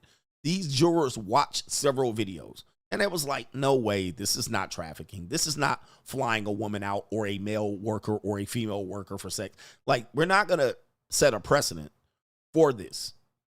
Okay, they didn't set a precedent, and I'm glad. All right, I'm glad they didn't. It would have been problematic if they did, because any woman at that point, there would have been a domino effect of women who did not get an outcome they wanted with a certain man filing a case like this. They would have been out here tomorrow filing a case related to this, right? Everybody would have got a case. But shout out to them for not setting this as a legal precedent. And I believe they shouldn't, because women have overwhelmingly volunteered to participate in this culture. All right. And women have protected other women's ability to do this. So to then prosecute someone for this would have been ridiculous. Not only to prosecute them, to charge them and criminally convict them for this would have been ridiculous. All right. Which in the case of people that don't know, I called this from the beginning, and I got censored for calling this, just so you guys know, in which I said there are no victims in here. There's no crime. There's no crime. There's no victim. All right. And Cassie's not a victim in this one. I got censored for this. All right. They took down a whole video. But they made the money. Look, in this case, I always say they drank up all the drink. They flew on the planes. They snorted all the coca in the 2C. They drank all the drink. They ate up all the food. They stayed in the 5-star hotels. But because she didn't get the outcome of having Diddy or having a baby or getting married, which was her intention, she said, I still love him. She also cheated on her husband, her current husband, with Diddy. She didn't get that outcome. So guess what? We got him in court for this. If he gets convicted of this, everybody getting convicted then. The whole Instagram culture, anybody that takes a girl on a boat or a yacht, any woman that flies a woman out, anybody that's on the sugar daddy app, anybody that's in these situations here are going to be prosecuted for the same crimes if Diddy was convicted of that, which he was not. He was not convicted of that. So just to review it, what was he convicted of? and we'll go down here just quickly here. He was convicted guilty on 2 counts of transportation to engage in prostitution, which is quite different. All right, so in this case, it sounds like the transportation itself to engage in this act is what they were guilty of, not sex trafficking by force, fraud, or coercion. So it's pretty close to flying someone out. It's getting closer. All right, you're transporting to engage in prostitution. You would have to then determine what you're paying the person for. Is it for the sex or their time? Okay, you will hear people being able to get around this. You're paying for my time. All right, but he was convicted specifically for the fact that he was going to go out and get male sex workers. All right, and that's what he was convicted of, and which I don't think he could ever got away with. But since that's a federal crime, it's been a federal crime since Jack Johnson was transporting white slave or white women around. The Mann Act has been used against people, particularly celebrities, for engaging in these things when wealthy men and men of means and women that are predatory or looking to socially climb have been engaging in this since the beginning of time, or since we have established that people do this. This has always been the case. This has always been the case. I think it's the fact that he went to that site and they were saying he was going to that site, which was technically operating as a site to get male workers from, that's what they got him for. That's what they got him for. Transportation to engage in prostitution. That is the Mann Act. It's pretty simple. But it does set up a precedence here. The charges that were dropped, let's see if we can get that one here. The chart, let me see here. Okay, yeah. All right, so this was this morning, and his lawyers called no witnesses to the entire defense, all right, to the entire case, which told you that there was no case. The defense was so confident that they could get Diddy off on the majority of these charges, and that the prosecution were dropping charges related to the Kid Cudi incident, that they didn't even present a case. We're not going to call any witnesses. This case is over. We don't even have to do any work, and they were right. They were right. This was an over prosecution that they were trying to use as an example to get people to change their behavior, or at least give women an incentive of giving them something, a better outcome. A better outcome. The big one is the racketeering case, which would have been mandatory life in prison. Mandatory life in prison. And the standalone sex trafficking charge, the prosecutors demonstrated that the defendant by force or threat compelled others to commit commercial sex acts in which some of the value, such as money, was received. Yeah, that's him paying the worker there. Let me give you the let's see here. Let me give you the thing here. Also, Sean Diddy Combs here probably could get a pardon by Donald Trump for an extra $100 million to $200 million. It could cost them. And this was also not a domestic violence case. So anybody saying that this was a domestic violence case, you're wrong. This wasn't about him putting his hands on Cassie, which was ridiculous for him to do. And I said that at the time. This was not about that case. Okay, let me go ahead and give you the mandatory minimums here. All right, just so you can know how much he's going to possibly get here. We don't know. It should be, okay, here we go right here. All right, convicted on sex trafficking, carries a mandatory minimum of 15 years in prison. These mandatory minimums are bad news, and a maximum sentence of life. That is for the RICO. Transportation to engage in prostitution carries a max sentence of 10 years. So mandatory minimums and maximums are very bad. The outstanding charge of RICO conspiracy carries a maximum sentence of life in prison. I want to know what the minimum is, not the max. Okay. And it can run concurrent if that's the case, which means that he's convicted of all 3 or 4. It would basically be whatever the highest point here. It wouldn't be he would serve 10 for this and 10 for that and 10, and then he would get out. So it looks like he dodged 10 years in prison. He's dodged 15 years in prison, and he's dodged, well, he didn't dodge the 10 years yet, but he dodged the 15 and the life. So no RICO, none of these issues here, which would have been the life imprisonment, I think was a minimum. All right. I think that was a mandatory. You were going to go life in prison. So he's escaped that, which means in effect he'll get out. They have also asked him to be bonded out. His attorneys have asked him to be bonded out, and he might get time served, or he might get 2 years or 3 years, maybe 4 years. He might get up to maybe 7 years, which is way better than life in prison. Way better than life in prison. So we'll see if he gets bonded out and maybe can get house arrest. Maybe he can get time served. If he gets time served, this is a dramatic slap in the face for the federal case. And also anybody supporting the prosecution or supporting Cassie. I'm pretty sure there's some people that think that it's supporting Cassie is supporting female victims. I don't see it as such. I see it that she literally did what she wanted to do and then didn't get the outcome, so now she's mad. We also have this one right here. There was a juror that was being disobedient. Okay, it says right here, the trial took an unexpected turn with the jury just less than 2 hours into the process of deliberation.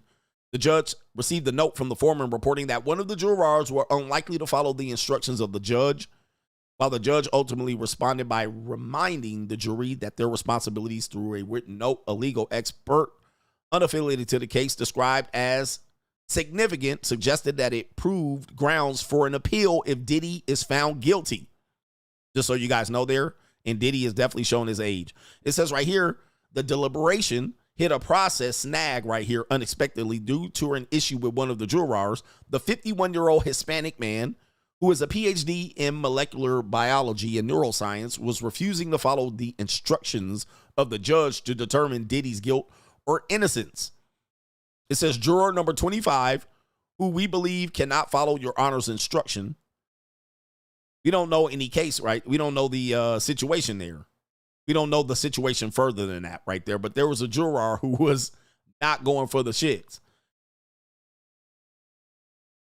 Okay, so there's that right there. All right, and also it says right here, witness tampering, bribery, arson, forced labor. Some of those charges were dropped. Just so you guys know there. Okay, but yeah, if he didn't have $100 million or $400 million, Diddy would be fried and cooked. He would be fried and cooked. So they were trying to get up out of there. They knew what the case was, and juror number 25, 51-year-old Latino Tio, was not having it. Was not having it. The bottom line in this case, and we'll conclude it, is for men, you do have to understand that the wagons are being circled. We have the Me Too movement. We have women, essentially being able to come up there and claim that they were out here jock sniffing. They were out here with married men who were famous. They were out here doing certain things, and they chose to be in that lifestyle, only did not get the outcome. They didn't get to marriage. They didn't get to have the financial windfall from these relationships. And the men, yes, they lured them in. They used them for sex. They partied. They gave them drugs, mollies, quaaludes, or whatever you want to call it, alcohol. And then later on, the woman, with a little bit of introspect or retrospect, can say, I was a victim. All right, hey, this guy used to fuck on me. He used to come over here and do this and that, and he would cheat on his wife, and I was a side girl. I demand that I be restored. I demand that there be a reward. I demand that he goes to jail for this. Well, in many of these cases, they weren't the same. This case is nothing similar. It's much similar. It's nothing different. It is the fact that they're trying to punish men who have means to be able to get women to actually make a decision to volunteer for these services, right? Volunteer to put in these positions. Cassie said, if I can't date Diddy, who can I date? The next available guy is Jay-Z, and he's married. So there's nobody out here. So I got to get this one. That's a choice. And what you're not changing, you're choosing. So these women made a choice. The other Filipino woman made a choice to get dotted out and slutted out by Diddy, and that was the entire relationship. She thought there was a romantic relationship. She literally thought there was a romantic relationship, and all she was doing is getting slutted out. That's it. Right here. Voluntarily, through text messages and emails, she's agreeing to get slutted out. But because she doesn't get the outcome, the romantic relationship, right? Guess what? You guys got to go to prison. You got to go to prison. Let me see here. Okay. All right. I got a text messages that I need to honor here. I need to check out if that's exactly the case. All right. So yeah, that's what you have. And I just think it was a frivolous way to prosecute him. But of course, the powers that be wanted to take Diddy down, and they definitely got him. And I think it stemmed from that Ciroc lawsuit. They had to give him his ninja wake-up call, and they certainly gave him his ninja wake-up call. Anyway, if you want to hear more about that case, we broke it down earlier in the stream. I'm a little bit hungry. I do got a fitness session to get to. So I'm going to do the super chats and get the fuck up out of here. But the case was BS from the beginning. I called it. By the way, the media called me out for it. The so-called media called me out for it. This guy right here, Andrew Lawrence, wrote an article and threw my name in there. All right, there's my name right there. Just so you can see. Y'all don't say, Coach, I thought you said Diddy was going to jail. Where's my name at? Oh, there it is right there. All right, he called me a YouTuber. All right, that's all good. That's all good. But I ended up being right. There's no accountability on Cassie's part. If Cassie was in the right chair, she should have been prosecuted. Okay, that's what she should have been. I've been saying that for a minute. I was like, what? There's no way, bro. There's no way. She was taking the drugs, right? She was the one. Now, I think she's an idiot, a victim, meaning she's a victim of circumstance, right? She meaning she victimized herself. She chose to do that. But dude, you guys, we got to stop with the idea. We got to stop with the idea that women are just so dumb. They just walking out here like it's a fairy tale. Like, oh, I didn't realize the big bad wolf was out here, and I went here and I was doing this and having a party and doing the drugs, and all of a sudden it just got. No, not in 2025. Maybe in like 1948. Maybe like 1955, where dudes was doing it to like minors. You know what I mean? Like, okay, I'll give you that. Maybe in 1980 when they were doing it to jailbait. She's my cherry pie. All right, that maybe. All right, I can see that. But we talking about grown-ass women, 19 to 28? Nah. When a woman wants to give up sex, we need to stop making it a confusing thought process. Damn, why did she give it up to him? She keeps giving it up to the wrong guys. No, she didn't. She gave it up to the right dude. She gave it up to him because she wanted him to have the pussy. It wasn't like she thought, is this the right decision? She made the decision, the choice.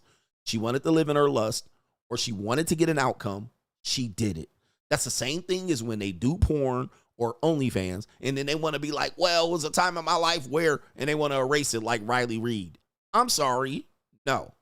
Or what's the other girl's name? Mia Khalifa. You shouldn't judge me for it. No. Right? I'm sorry. Listen, we've all been doing things in our past that we were judged upon. But you did it. And that's what it is. Now, you were told at the time of doing it what the repercussions were. And you said, fuck it, I'm going to go ahead and do it. You did it. Have you guys ever committed a crime? When you were committing the crime, not saying sex is a crime, but when you were committing the crime, you knew what the consequences were. You knew the risks you were taking, but you saw the outcome. What's the outcome? I get to keep this thing. I get to steal this from the store. I get to get the reward. I get to sell this. I get to steal this car and sell it. I was just watching Gone in 60 Seconds.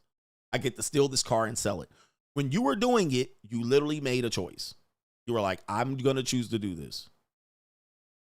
But then the repercussions came. The negative effects came. You got the money. You stole the car. You got the money. You spent the money. Now you ain't got no money left. All right. Or you got caught. Or the thing you stole, the little toy you stole when you were in the 5th grade, it don't mean shit to you now. So in that case, you do have to understand that that's part of the process. That's part of the process. Cassie, it was part of the process. You still got married and $30 million. But to come out here and claim you were a victim was ridiculous, right? Beyond ridiculous for him to be prosecuted for that. It's beyond ridiculous. And by the way, for people who disagree with me, I'm right. All right, the jury even found this to be the case. The jury even found this to be the case. She was dead ass. No, they should not even wasted a dime on that particular trial. But they did for whatever reason. Shout out to our brother Rusted Junk. He says, thank you. No, thank you. Suave Genius says, Jaden Daniels' mom is sick as F, represents an entire generation of women who didn't need a man because they birthed one to leech on. Basic son husband. Is Jaden Daniels' mom married? Let me see here. Is she married? If she's not married, we got a son husband here. Okay. Okay. Let me see here. She reveals her relationship status. Okay, what is she here? Okay. She's okay, let me see here. She's okay. Damn, where is it? Jesus. It's in the article down here. There she is right there, girls. What's her relationship status? Okay, Jackson would rather her son mingle. Okay, where the fuck is her goddamn relationship status?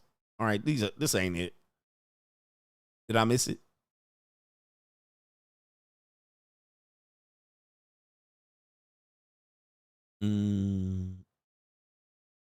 Oh, that's his relationship status. Okay. I want her relationship status, not his.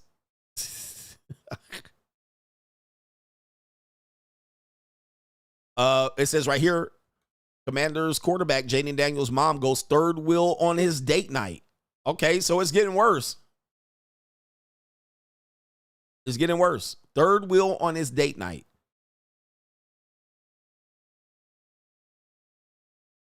Yep. Okay, there it is right there. It says Daniels then hit up Formula One in Miami this past weekend, where it looks like she actually allowed him to have a date, but with her tagging along as the third wheel. All right. Anybody still defending this woman? So he went on a date. She actually allowed him to date, but tagged along as the third wheel. Y'all still defending this shit? Y'all was defending this shit earlier. Okay, here it is right here.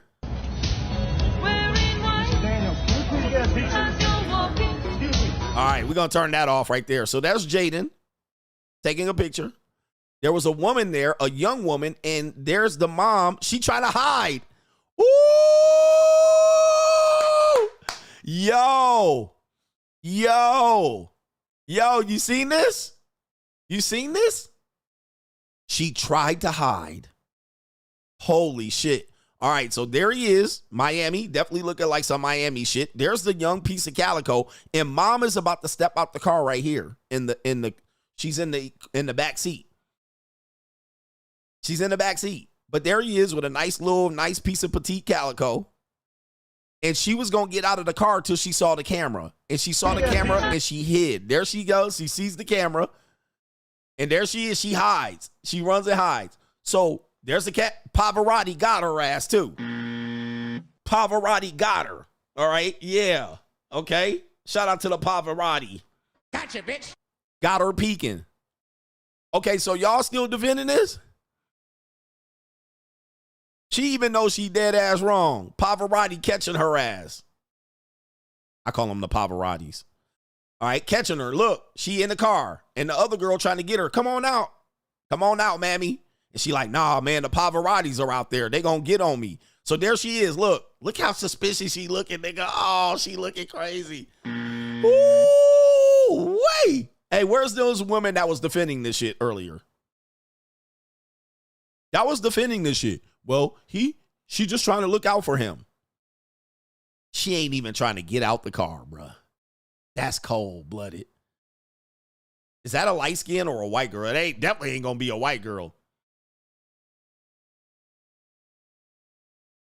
No, he said Jaden probably invited the moms. No, he didn't. The mom said, I'm going, and he can't say shit. That's what happened. He couldn't say no, mama. Nah, mama, don't come. Mama, look at that. Look at that. Why she hiding if it's okay? Why she hiding if it's okay? She definitely single. All right, as far as I'm concerned. Disgraceful. All right, and let me see what's going on PayPal. Disgraceful, man. That's cold-blooded. The man can't live his life, but I get what she's doing here. It makes sense to me. I mean, let me see, who do I got here? Let me see here. We got somebody that is donated with a co-sponsorship. It is Nikolai Volkall says, Coach, you called it. Hence, why we refer to you as Coach Stradamus. Cassie is an official Super 304. 11 men spat their DNA on her face. And she is about to have a baby. Good Lord. The kid has a simp for a father and a Super 304 for a mom. The kid is in serious trouble. If we only knew how many of our mamas was like that. That's a co-sponsorship.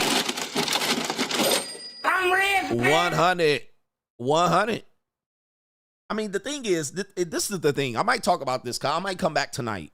All right, because I need to get back on my hustle and grind. And I got some more super chats. But I need to talk about this. This is a very, very difficult thing going on in our world. For young men, women 18 to 24, 25, 26. 18 to 26. We always call it 18 to 28, 14 to 24. What women are doing with themselves. And women have always done this, but it seems to be giving a pass now. Women are doing something with their lives, and then men got to clean up the bullshit. We're expected to be the bigger person and swallow the pill. We're expected to look past it. We're expected to be like, well, she different now. We're expected to assume she was a victim. This is the hardest thing men have to deal with in the dating marketplace. Not just getting dates. They're having to look at their female counterparts out in these fucking streets. And then a woman, that same woman, is like, but I love you. I'm different. I've changed now. And don't judge me from that. And it was a difficult time. And I was going through something. But when they were doing it, they were happy to be doing it, bro. Here's the problem. They were happy to be doing it. In these streets. They knew what they were doing. People told them what they were doing. They hid it from certain people. Or they were wide open with it if they have social media. So then what happens is men are caught in a tough predicament because you have this woman maybe love bombing you. You have society saying, well, you know, you can't judge her from it. Yeah, bitches getting golden showers and shit. And I mean, now, listen, I don't mind women doing this, but what the problem is this is not relationship material. So they'll portray themselves as relationship material. This is why I'm critical on cold approach guys. Because cold approach guys will do this to the regular group of women and then claim it's bad for them. Oh, there's no good women left. But you guys are doing it to this group of women. Like, there was a time where those group of women were somewhat segregated from the romantic choices. So women that want to live their life, they chose to live that life, and that's what they did. It was hard for them to go back, transition to regular life. So prostitutes, brothel workers, sex workers, and bitches like Betty Page and these bitches, they was over there. So you had a chance to go over there and pay a couple of dollars to catch some fucking clap, right? So that you had a choice. But what men have done is they've allowed this to go on with the regular generational population of modern women. And then they say these women are worthless. But you did that. You contributed to that. You aimed at basically corrupting the morality of the modern woman. And now society allows these women to corrupt themselves by choice. And then you're not supposed to use it against them. Okay, so this is problematic. Super problematic. People want an answer. The problem is men have one answer, women have another answer. So you guys can't agree. It's not like you have to agree with me. You have to agree with each other on what the social contract is. What are we going to do with this? What the women are saying is, well, fuck it. I'm going to find me a guy that's just going to overlook it. So fuck y'all. Fuck you in your judgment. Fuck you in whatever you think about me. F you. F you all if you guys can't handle this. That's basically what they're saying. There's going to be one guy that's going to overlook it, and that's all that matters. And so as they proceed to live this life, they proceed to believe that they have that as a fallback. At the end of the day, I just need one guy to somewhat be strong enough to actually have the stomach to deal with this. Oh, it ain't going to affect him. A real man will accept it. This is it. This is tough. Okay. It's tough. Shout out to our brother Lameek says, welcome back, coach. He says, but don't ever leave us in these YouTube streets like that again. How dare you all? Jokes aside, I'm glad you got a much needed vacay, even though you were still working. Shout out to my favorite African-American niggy and to the coach gang who held it down during the struggle streams, trying to find a Wi-Fi build more better for you than yours. Shout out to you, man. Shout out to you. And yeah, of course, we do have the guys that end up marrying the woman, right? So there's going to be a guy, and they're going to uplift that guy. Alix Fine is the best guy ever. Why? Because every woman wants to be a 304. They just don't want to be caught doing it. So what happens is, if they can still go, Alix Fine is the savior of all men. Russell Wilson. But then when the men are going, well, he's a simp and he's basically being humiliated. And what man would go through that? This is the difference between where men stand and where women stand. And I don't think we're going to have a bridge to meet. I don't think we're going to have a intersecting point. Not anytime soon. Not if women and feminism continues to tell these women, just go out there and have fun and don't have babies at 21, go fuck and be free and whatever. And yes, I was better as a... It's gonna be difficult. And don't ask me for the solution. I didn't start this fire. I didn't fuck it up. I'm just a commenter, and I provide men an alternative lifestyle to live, to not depend on that. But you're definitely trying to just make men out to be settling for less. Not what he deserves, but there's no more virgins out here anyway, guys. Now, if women just want to be out here getting smutted out, fine with me. I don't have a problem with that either. I'm not a moralist at all. But if women want to come out here and slut their pussies out and get ran through, cool. Fine with me, bruh. I don't have no judgments on that. What I then have judgments on is you want me to trust you and be in a relationship with you later on. And 2 months ago, you were slutting that pussy out. Like, I can't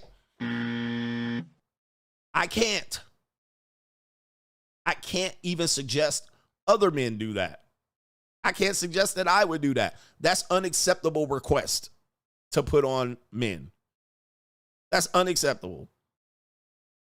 But if you want to slut that thing out, well, give me a chance. Let me slut that thing out too.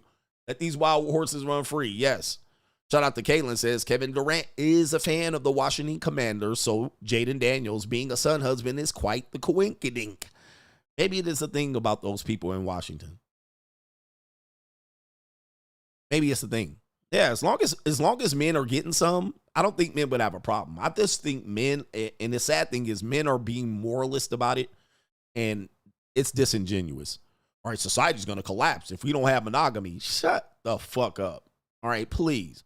All right, men should never buy something from a woman because then the woman won't respect them. Shut the fuck up. Like, none of that shit matters, bro. None of that shit matters. That shit don't matter. All right, we need monogamy to have a stable society. Man, shut it the fuck is up. That don't even make no sense, bro. That's all wish. That's wishing. It made sense after World War II. Okay. It made sense. It made sense to rebuild a world where millions of people died. Right. And they needed a stable society to sell suburban household appliances to. All right. It made sense then. Today, it don't make no sense. It's a worldwide fucking pussy for sale. All right. It don't make sense today. And we need to save the world, and women don't have an idea to save the world. We need to save the world and have 2 and 3 babies. Bruh, bye-bye. Okay? That ship has sailed. That ship has sailed. All right? We're not coming back. And to put this onus on women is absolute delusion. Women have never cared about the survival of a community or a society or a culture or nothing. They have never cared and they never will. So you men have to understand this. You know who have cared? Men. Have they always done the right thing by caring? No. But they've done this by having this particular form of dominance. But what have women said? We ain't trying to be dominated like that. We got our own ideas of how to make shit work. Okay, let them work it then. Now, if they blow it up, it ain't my fault. Put them at the head of the hemp. If they blow it up, it ain't my fault. But we are not going back to that time. That time is gone. So any man supporting this particular idea, I feel bad for you because you stuck. All right, you stuck between a rock and a Mickey Ficky hard place. You stuck between a world that existed and a world that doesn't exist. It ain't coming back. Anyway. Yeah. Anyway, it ain't coming back, bro. Good luck. Good luck. And if you want to actually try to find out if I'm lying it out, go to my locals. You'll find out. CoachRickAdams.locals.com. He says, women need to stop taking money for sex. He says women, he says right here, he says they need to stop taking money for sex. All right. I bet you they lost their mind. What? Again, they're doing what they want to do. They just want the outcome to be the way they want it. When they do something, they want the outcome. Meaning that if they done something bad in their past, they want the outcome to be they don't get judged by it. In their world, that makes sense. Okay? Now, it can't happen. All right? Telling them to stop making money out their vaginas, all right, that shit ain't about to stop anytime soon. But when you tell them that you happy that Diddy didn't go to jail for that exact same thing, they lose their mind. All right, so you ain't stopping it. You ain't stopping it. They have done it, and they have a culture. Basically, look, he said they need to make it legal. They do, but the problem with legalizing it is that you're going to put the government in charge of it, and it's never going to be good. Number one, the women that are going to be doing it most likely are not the women that you want to get your rocks off on. They're not going to be the beautiful women that are hiding behind husbands and boyfriends and lifestyles and shit like this in Instagram portfolios. Them women going to not be in demand. All right, they're going to get priced out. Right? There's no taboo around it. But legalizing is going to put the government around it. And anytime you do that, you make it bureaucratic and you make it less fun. All right. So you make it less willing, like for a woman to do it. Now, pretty bitches got to work at typewriters and shit. All right. And that ain't going to happen. All right. Because how a woman going to be able to do it and charge you $1,000 and $2,000 for it when you could go down to the red light district and get it for a cool $1.50? I don't see it as I don't see it as I don't see it as I don't know. Yeah. So it's gonna be like the red light district. You're just gonna have women in the window. All right. And I think once you remove the stigma of it being illegal, you're not gonna have people willingly doing it. They're not gonna be that the women that are doing it now, they won't be able to do it. It's going to be some knock knee, cock eye, bitch smoking in the window, a pack of cigarettes, food pop print, 39 years old, cesarean section scar. All right, you be like, all right, let me, and young men will get their free jollies and rocks off of that woman. They'll go over there and bang on her and slap her around and nut on her, and you'll have less young, frustrated men because those men will go over there and get their samplers off. They'll take their little lunch money that they save from school or their student loan money and go get a couple of nuts. All right. And now they can focus on class.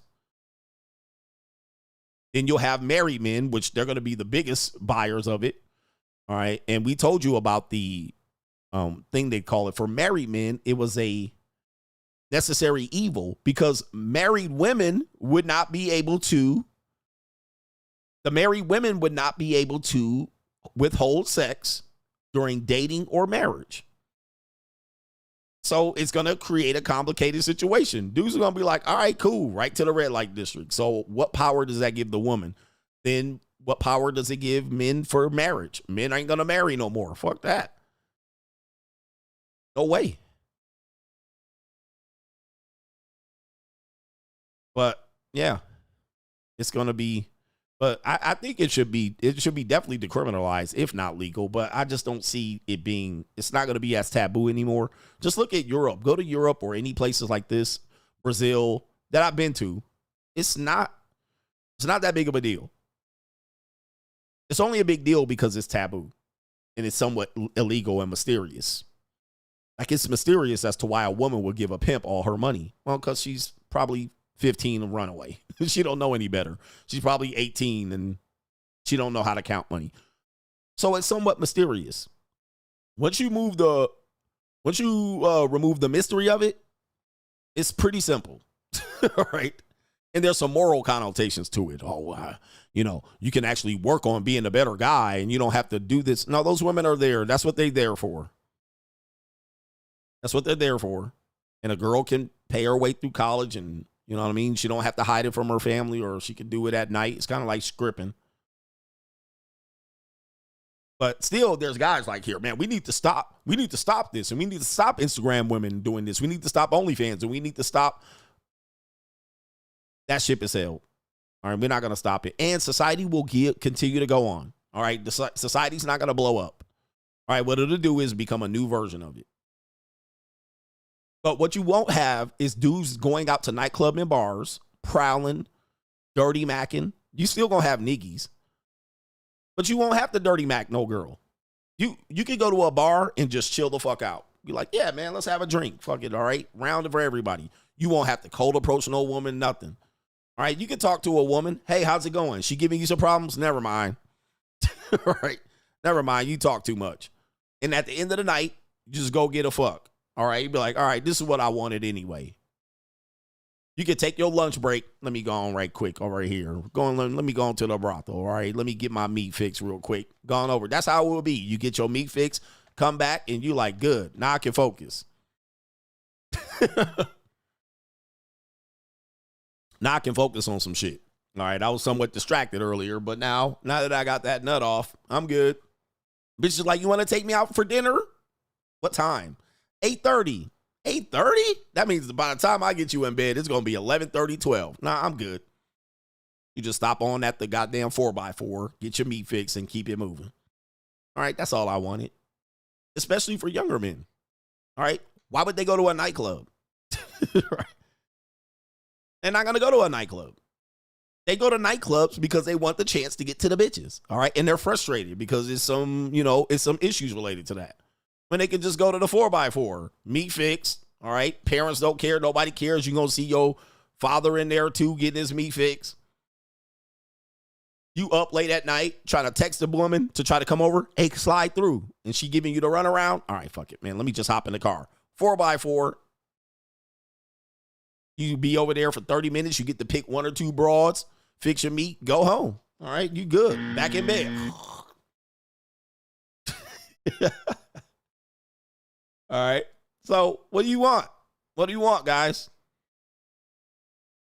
Yep. Take a night drive. It's kind of like going there, go to the titty bar, fill on some. Okay, that's all I wanted. All right, there you go. Rub on that. Okay, I'm good. All right, I just needed a little bit of. All right. People don't want to hear this part of the show.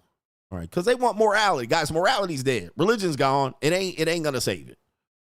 By the way, religion is gonna probably do more damage to it. Just so you guys know, the current reason why this situation exists today is because religion and feminism attacked it. All right, it was doing fine without them. All right, anyway, right here. Yep, dudes will stop playing the waiting game. It would just really get back to the point where women would have to be that much more valuable. All right, they can't be like, well, you're going to wait on mine. Okay, not really. I'm not going to wait on it.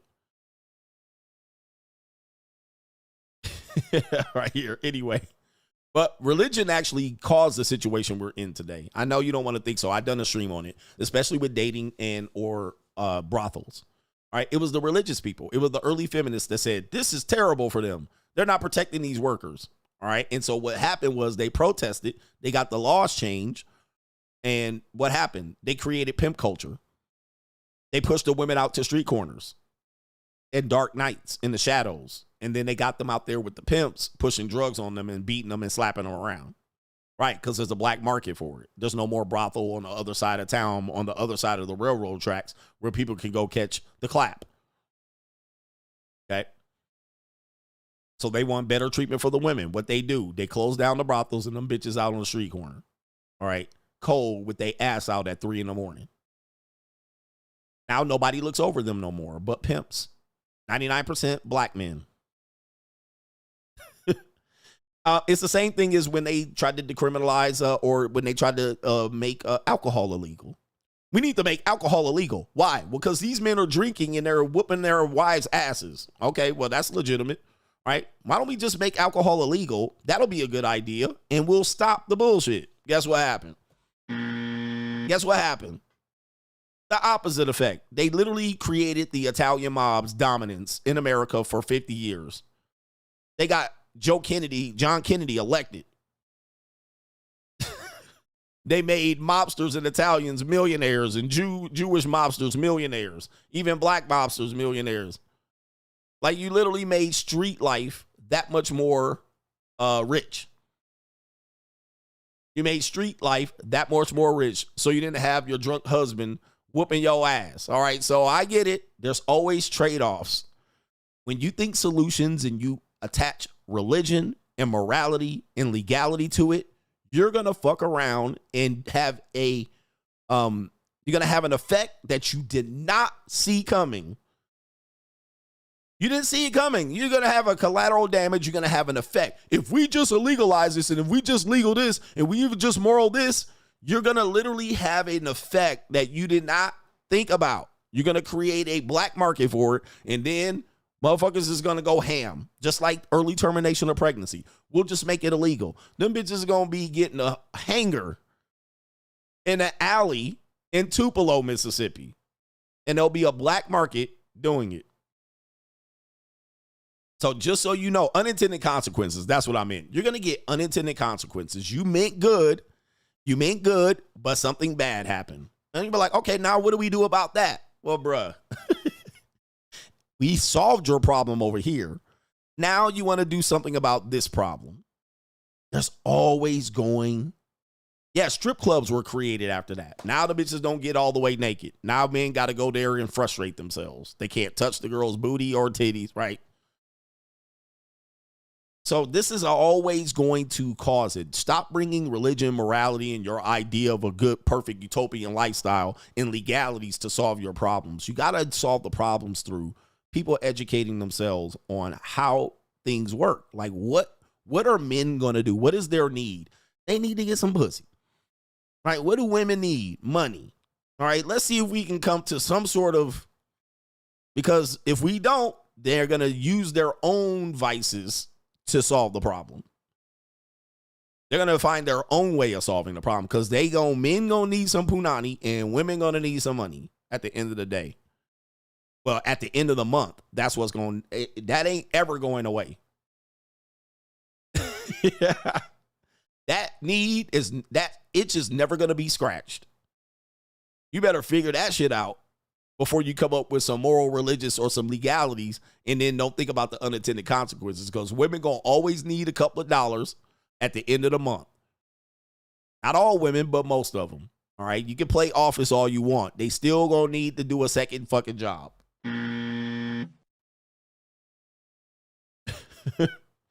Men gonna always need they meat fix. Whether they married, whether they a virgin, a incel, a red pill, a blue pill, a simp, they gonna always need they meat fix. So something needs to happen. Telling them to get married and end up in a sexist marriage is counterproductive. That's a morality. That's a moral crusade. Because getting married does not guarantee that your meat is going to get fixed. It's going to guarantee you that that bitch going to not need some money some more. She solved her problem. Your problem is least likely to get solved. Right? Because she can get the money and then still say, I owe you no punani. Now, how moral is that? I don't have to give you no punani. Why? I'm married to you, but that don't mean you can have it when you want. How is morality or religion working out now?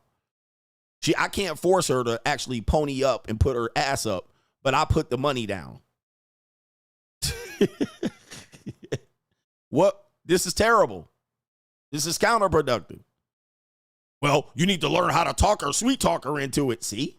Why did I just say single if I'm sweet talking bitches in the pussy? All right, shout out to King Porter. Everything you said about if they legalize prostitution is true.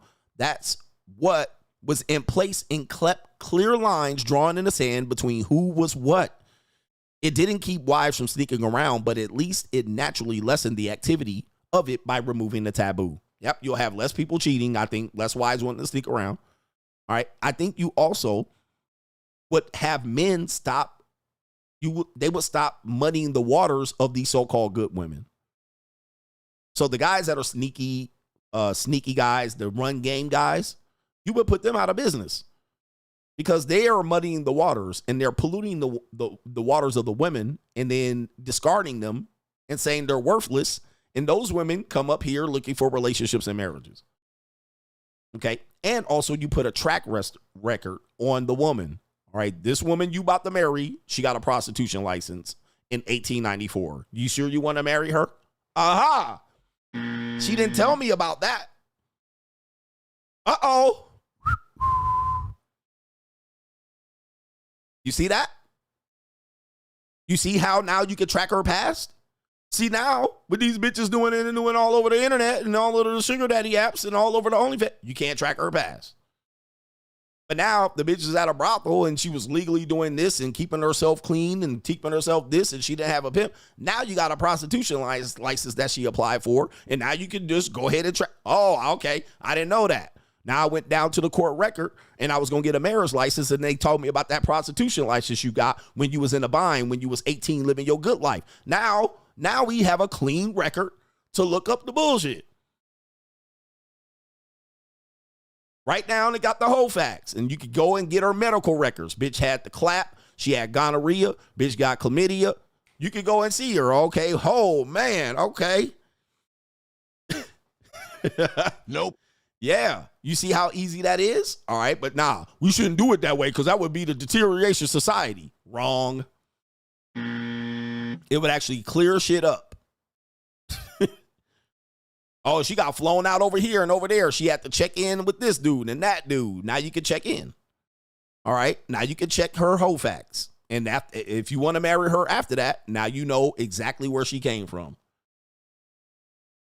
All right. But no, y'all don't want to do it. All right. Just to let y'all guys know here. Let me see here. Let's see here. So look, this is it right here. Look, you see that?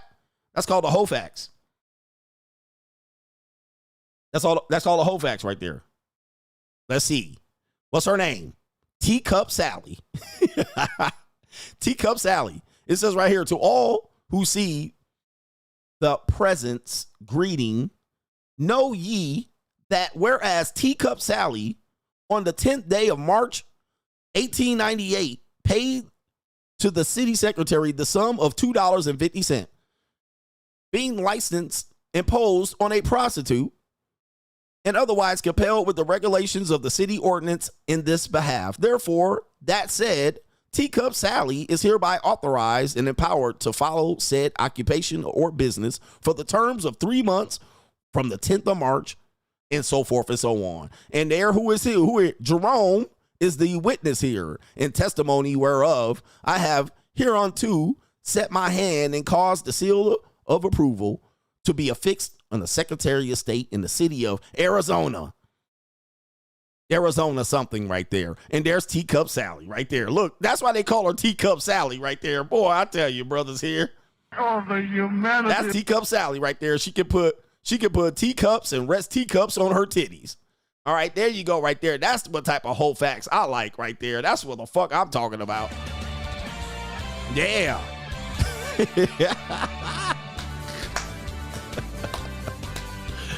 Woo, Teacup Sally, where you been all my life? I need to go visit this. Maybe just to get my meat fix out of curiosity. Hey, you ran into the right folks. What's your type?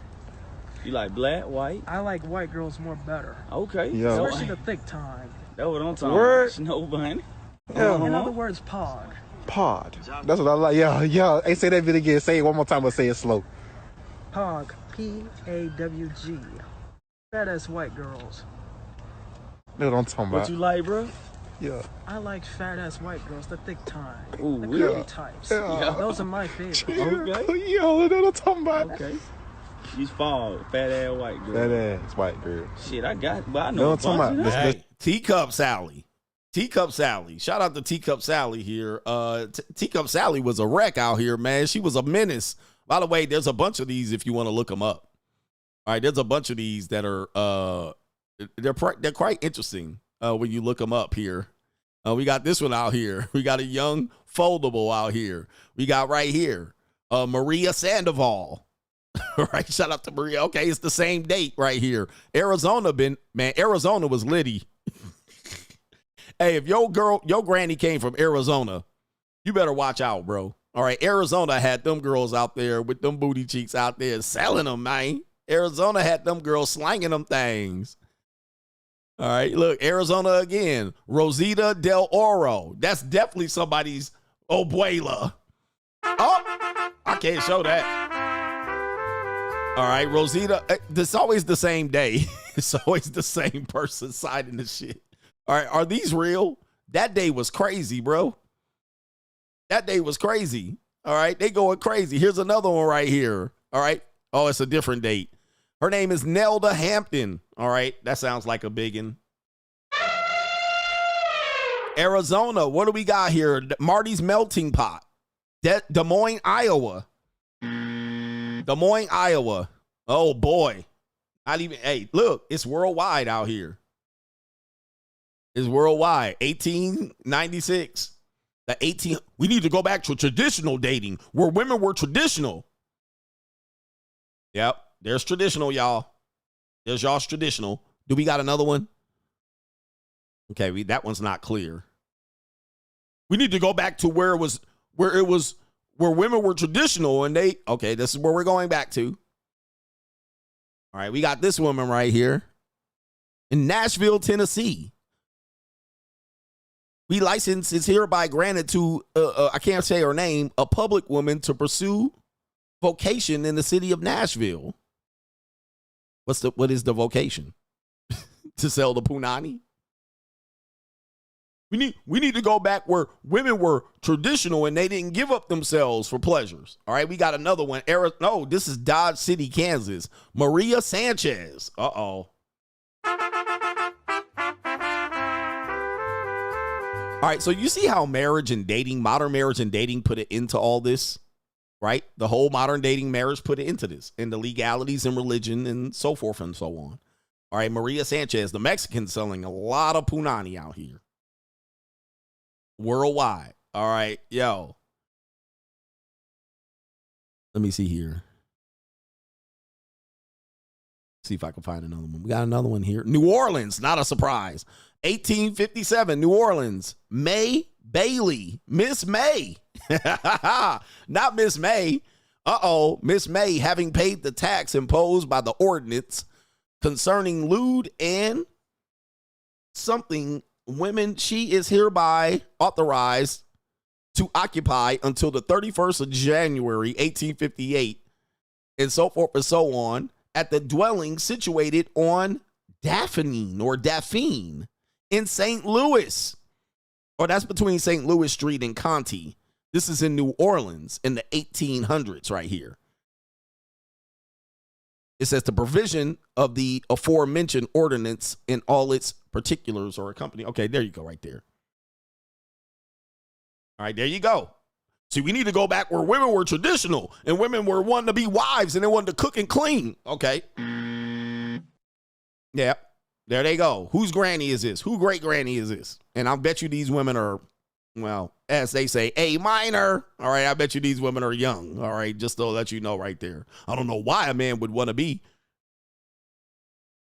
with a woman that age. It doesn't make any sense. You see how your morality and the way you view life is completely skewed? I mean, you don't have historical facts. We got Nellie Gray, Miss Nellie Gray. Where is this at? She paid $2.50. I guess that's the going rate. Being the license imposed on a prostitute, Nellie Gray is hereby authorized and empowered, to follow said ordinance for 3 months. 3 months. They giving them some shorts. These licenses are too short, bro.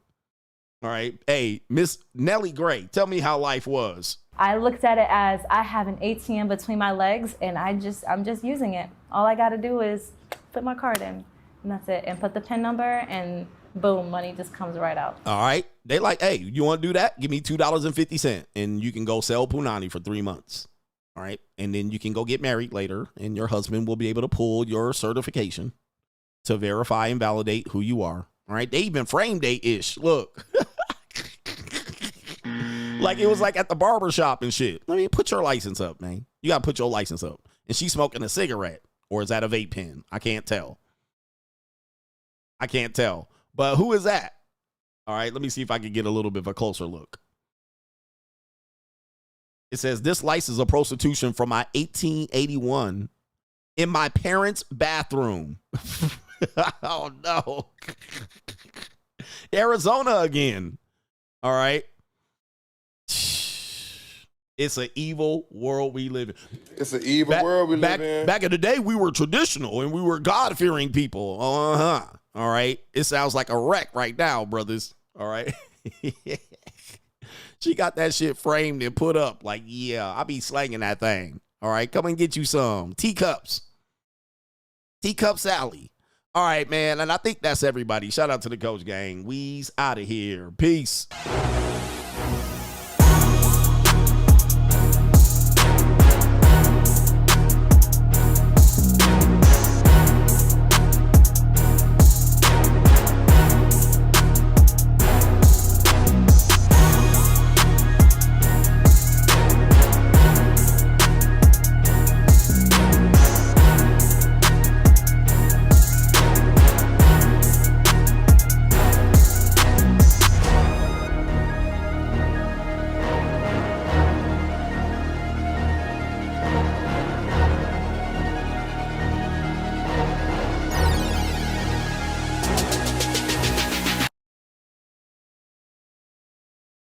Better boss up, nigga.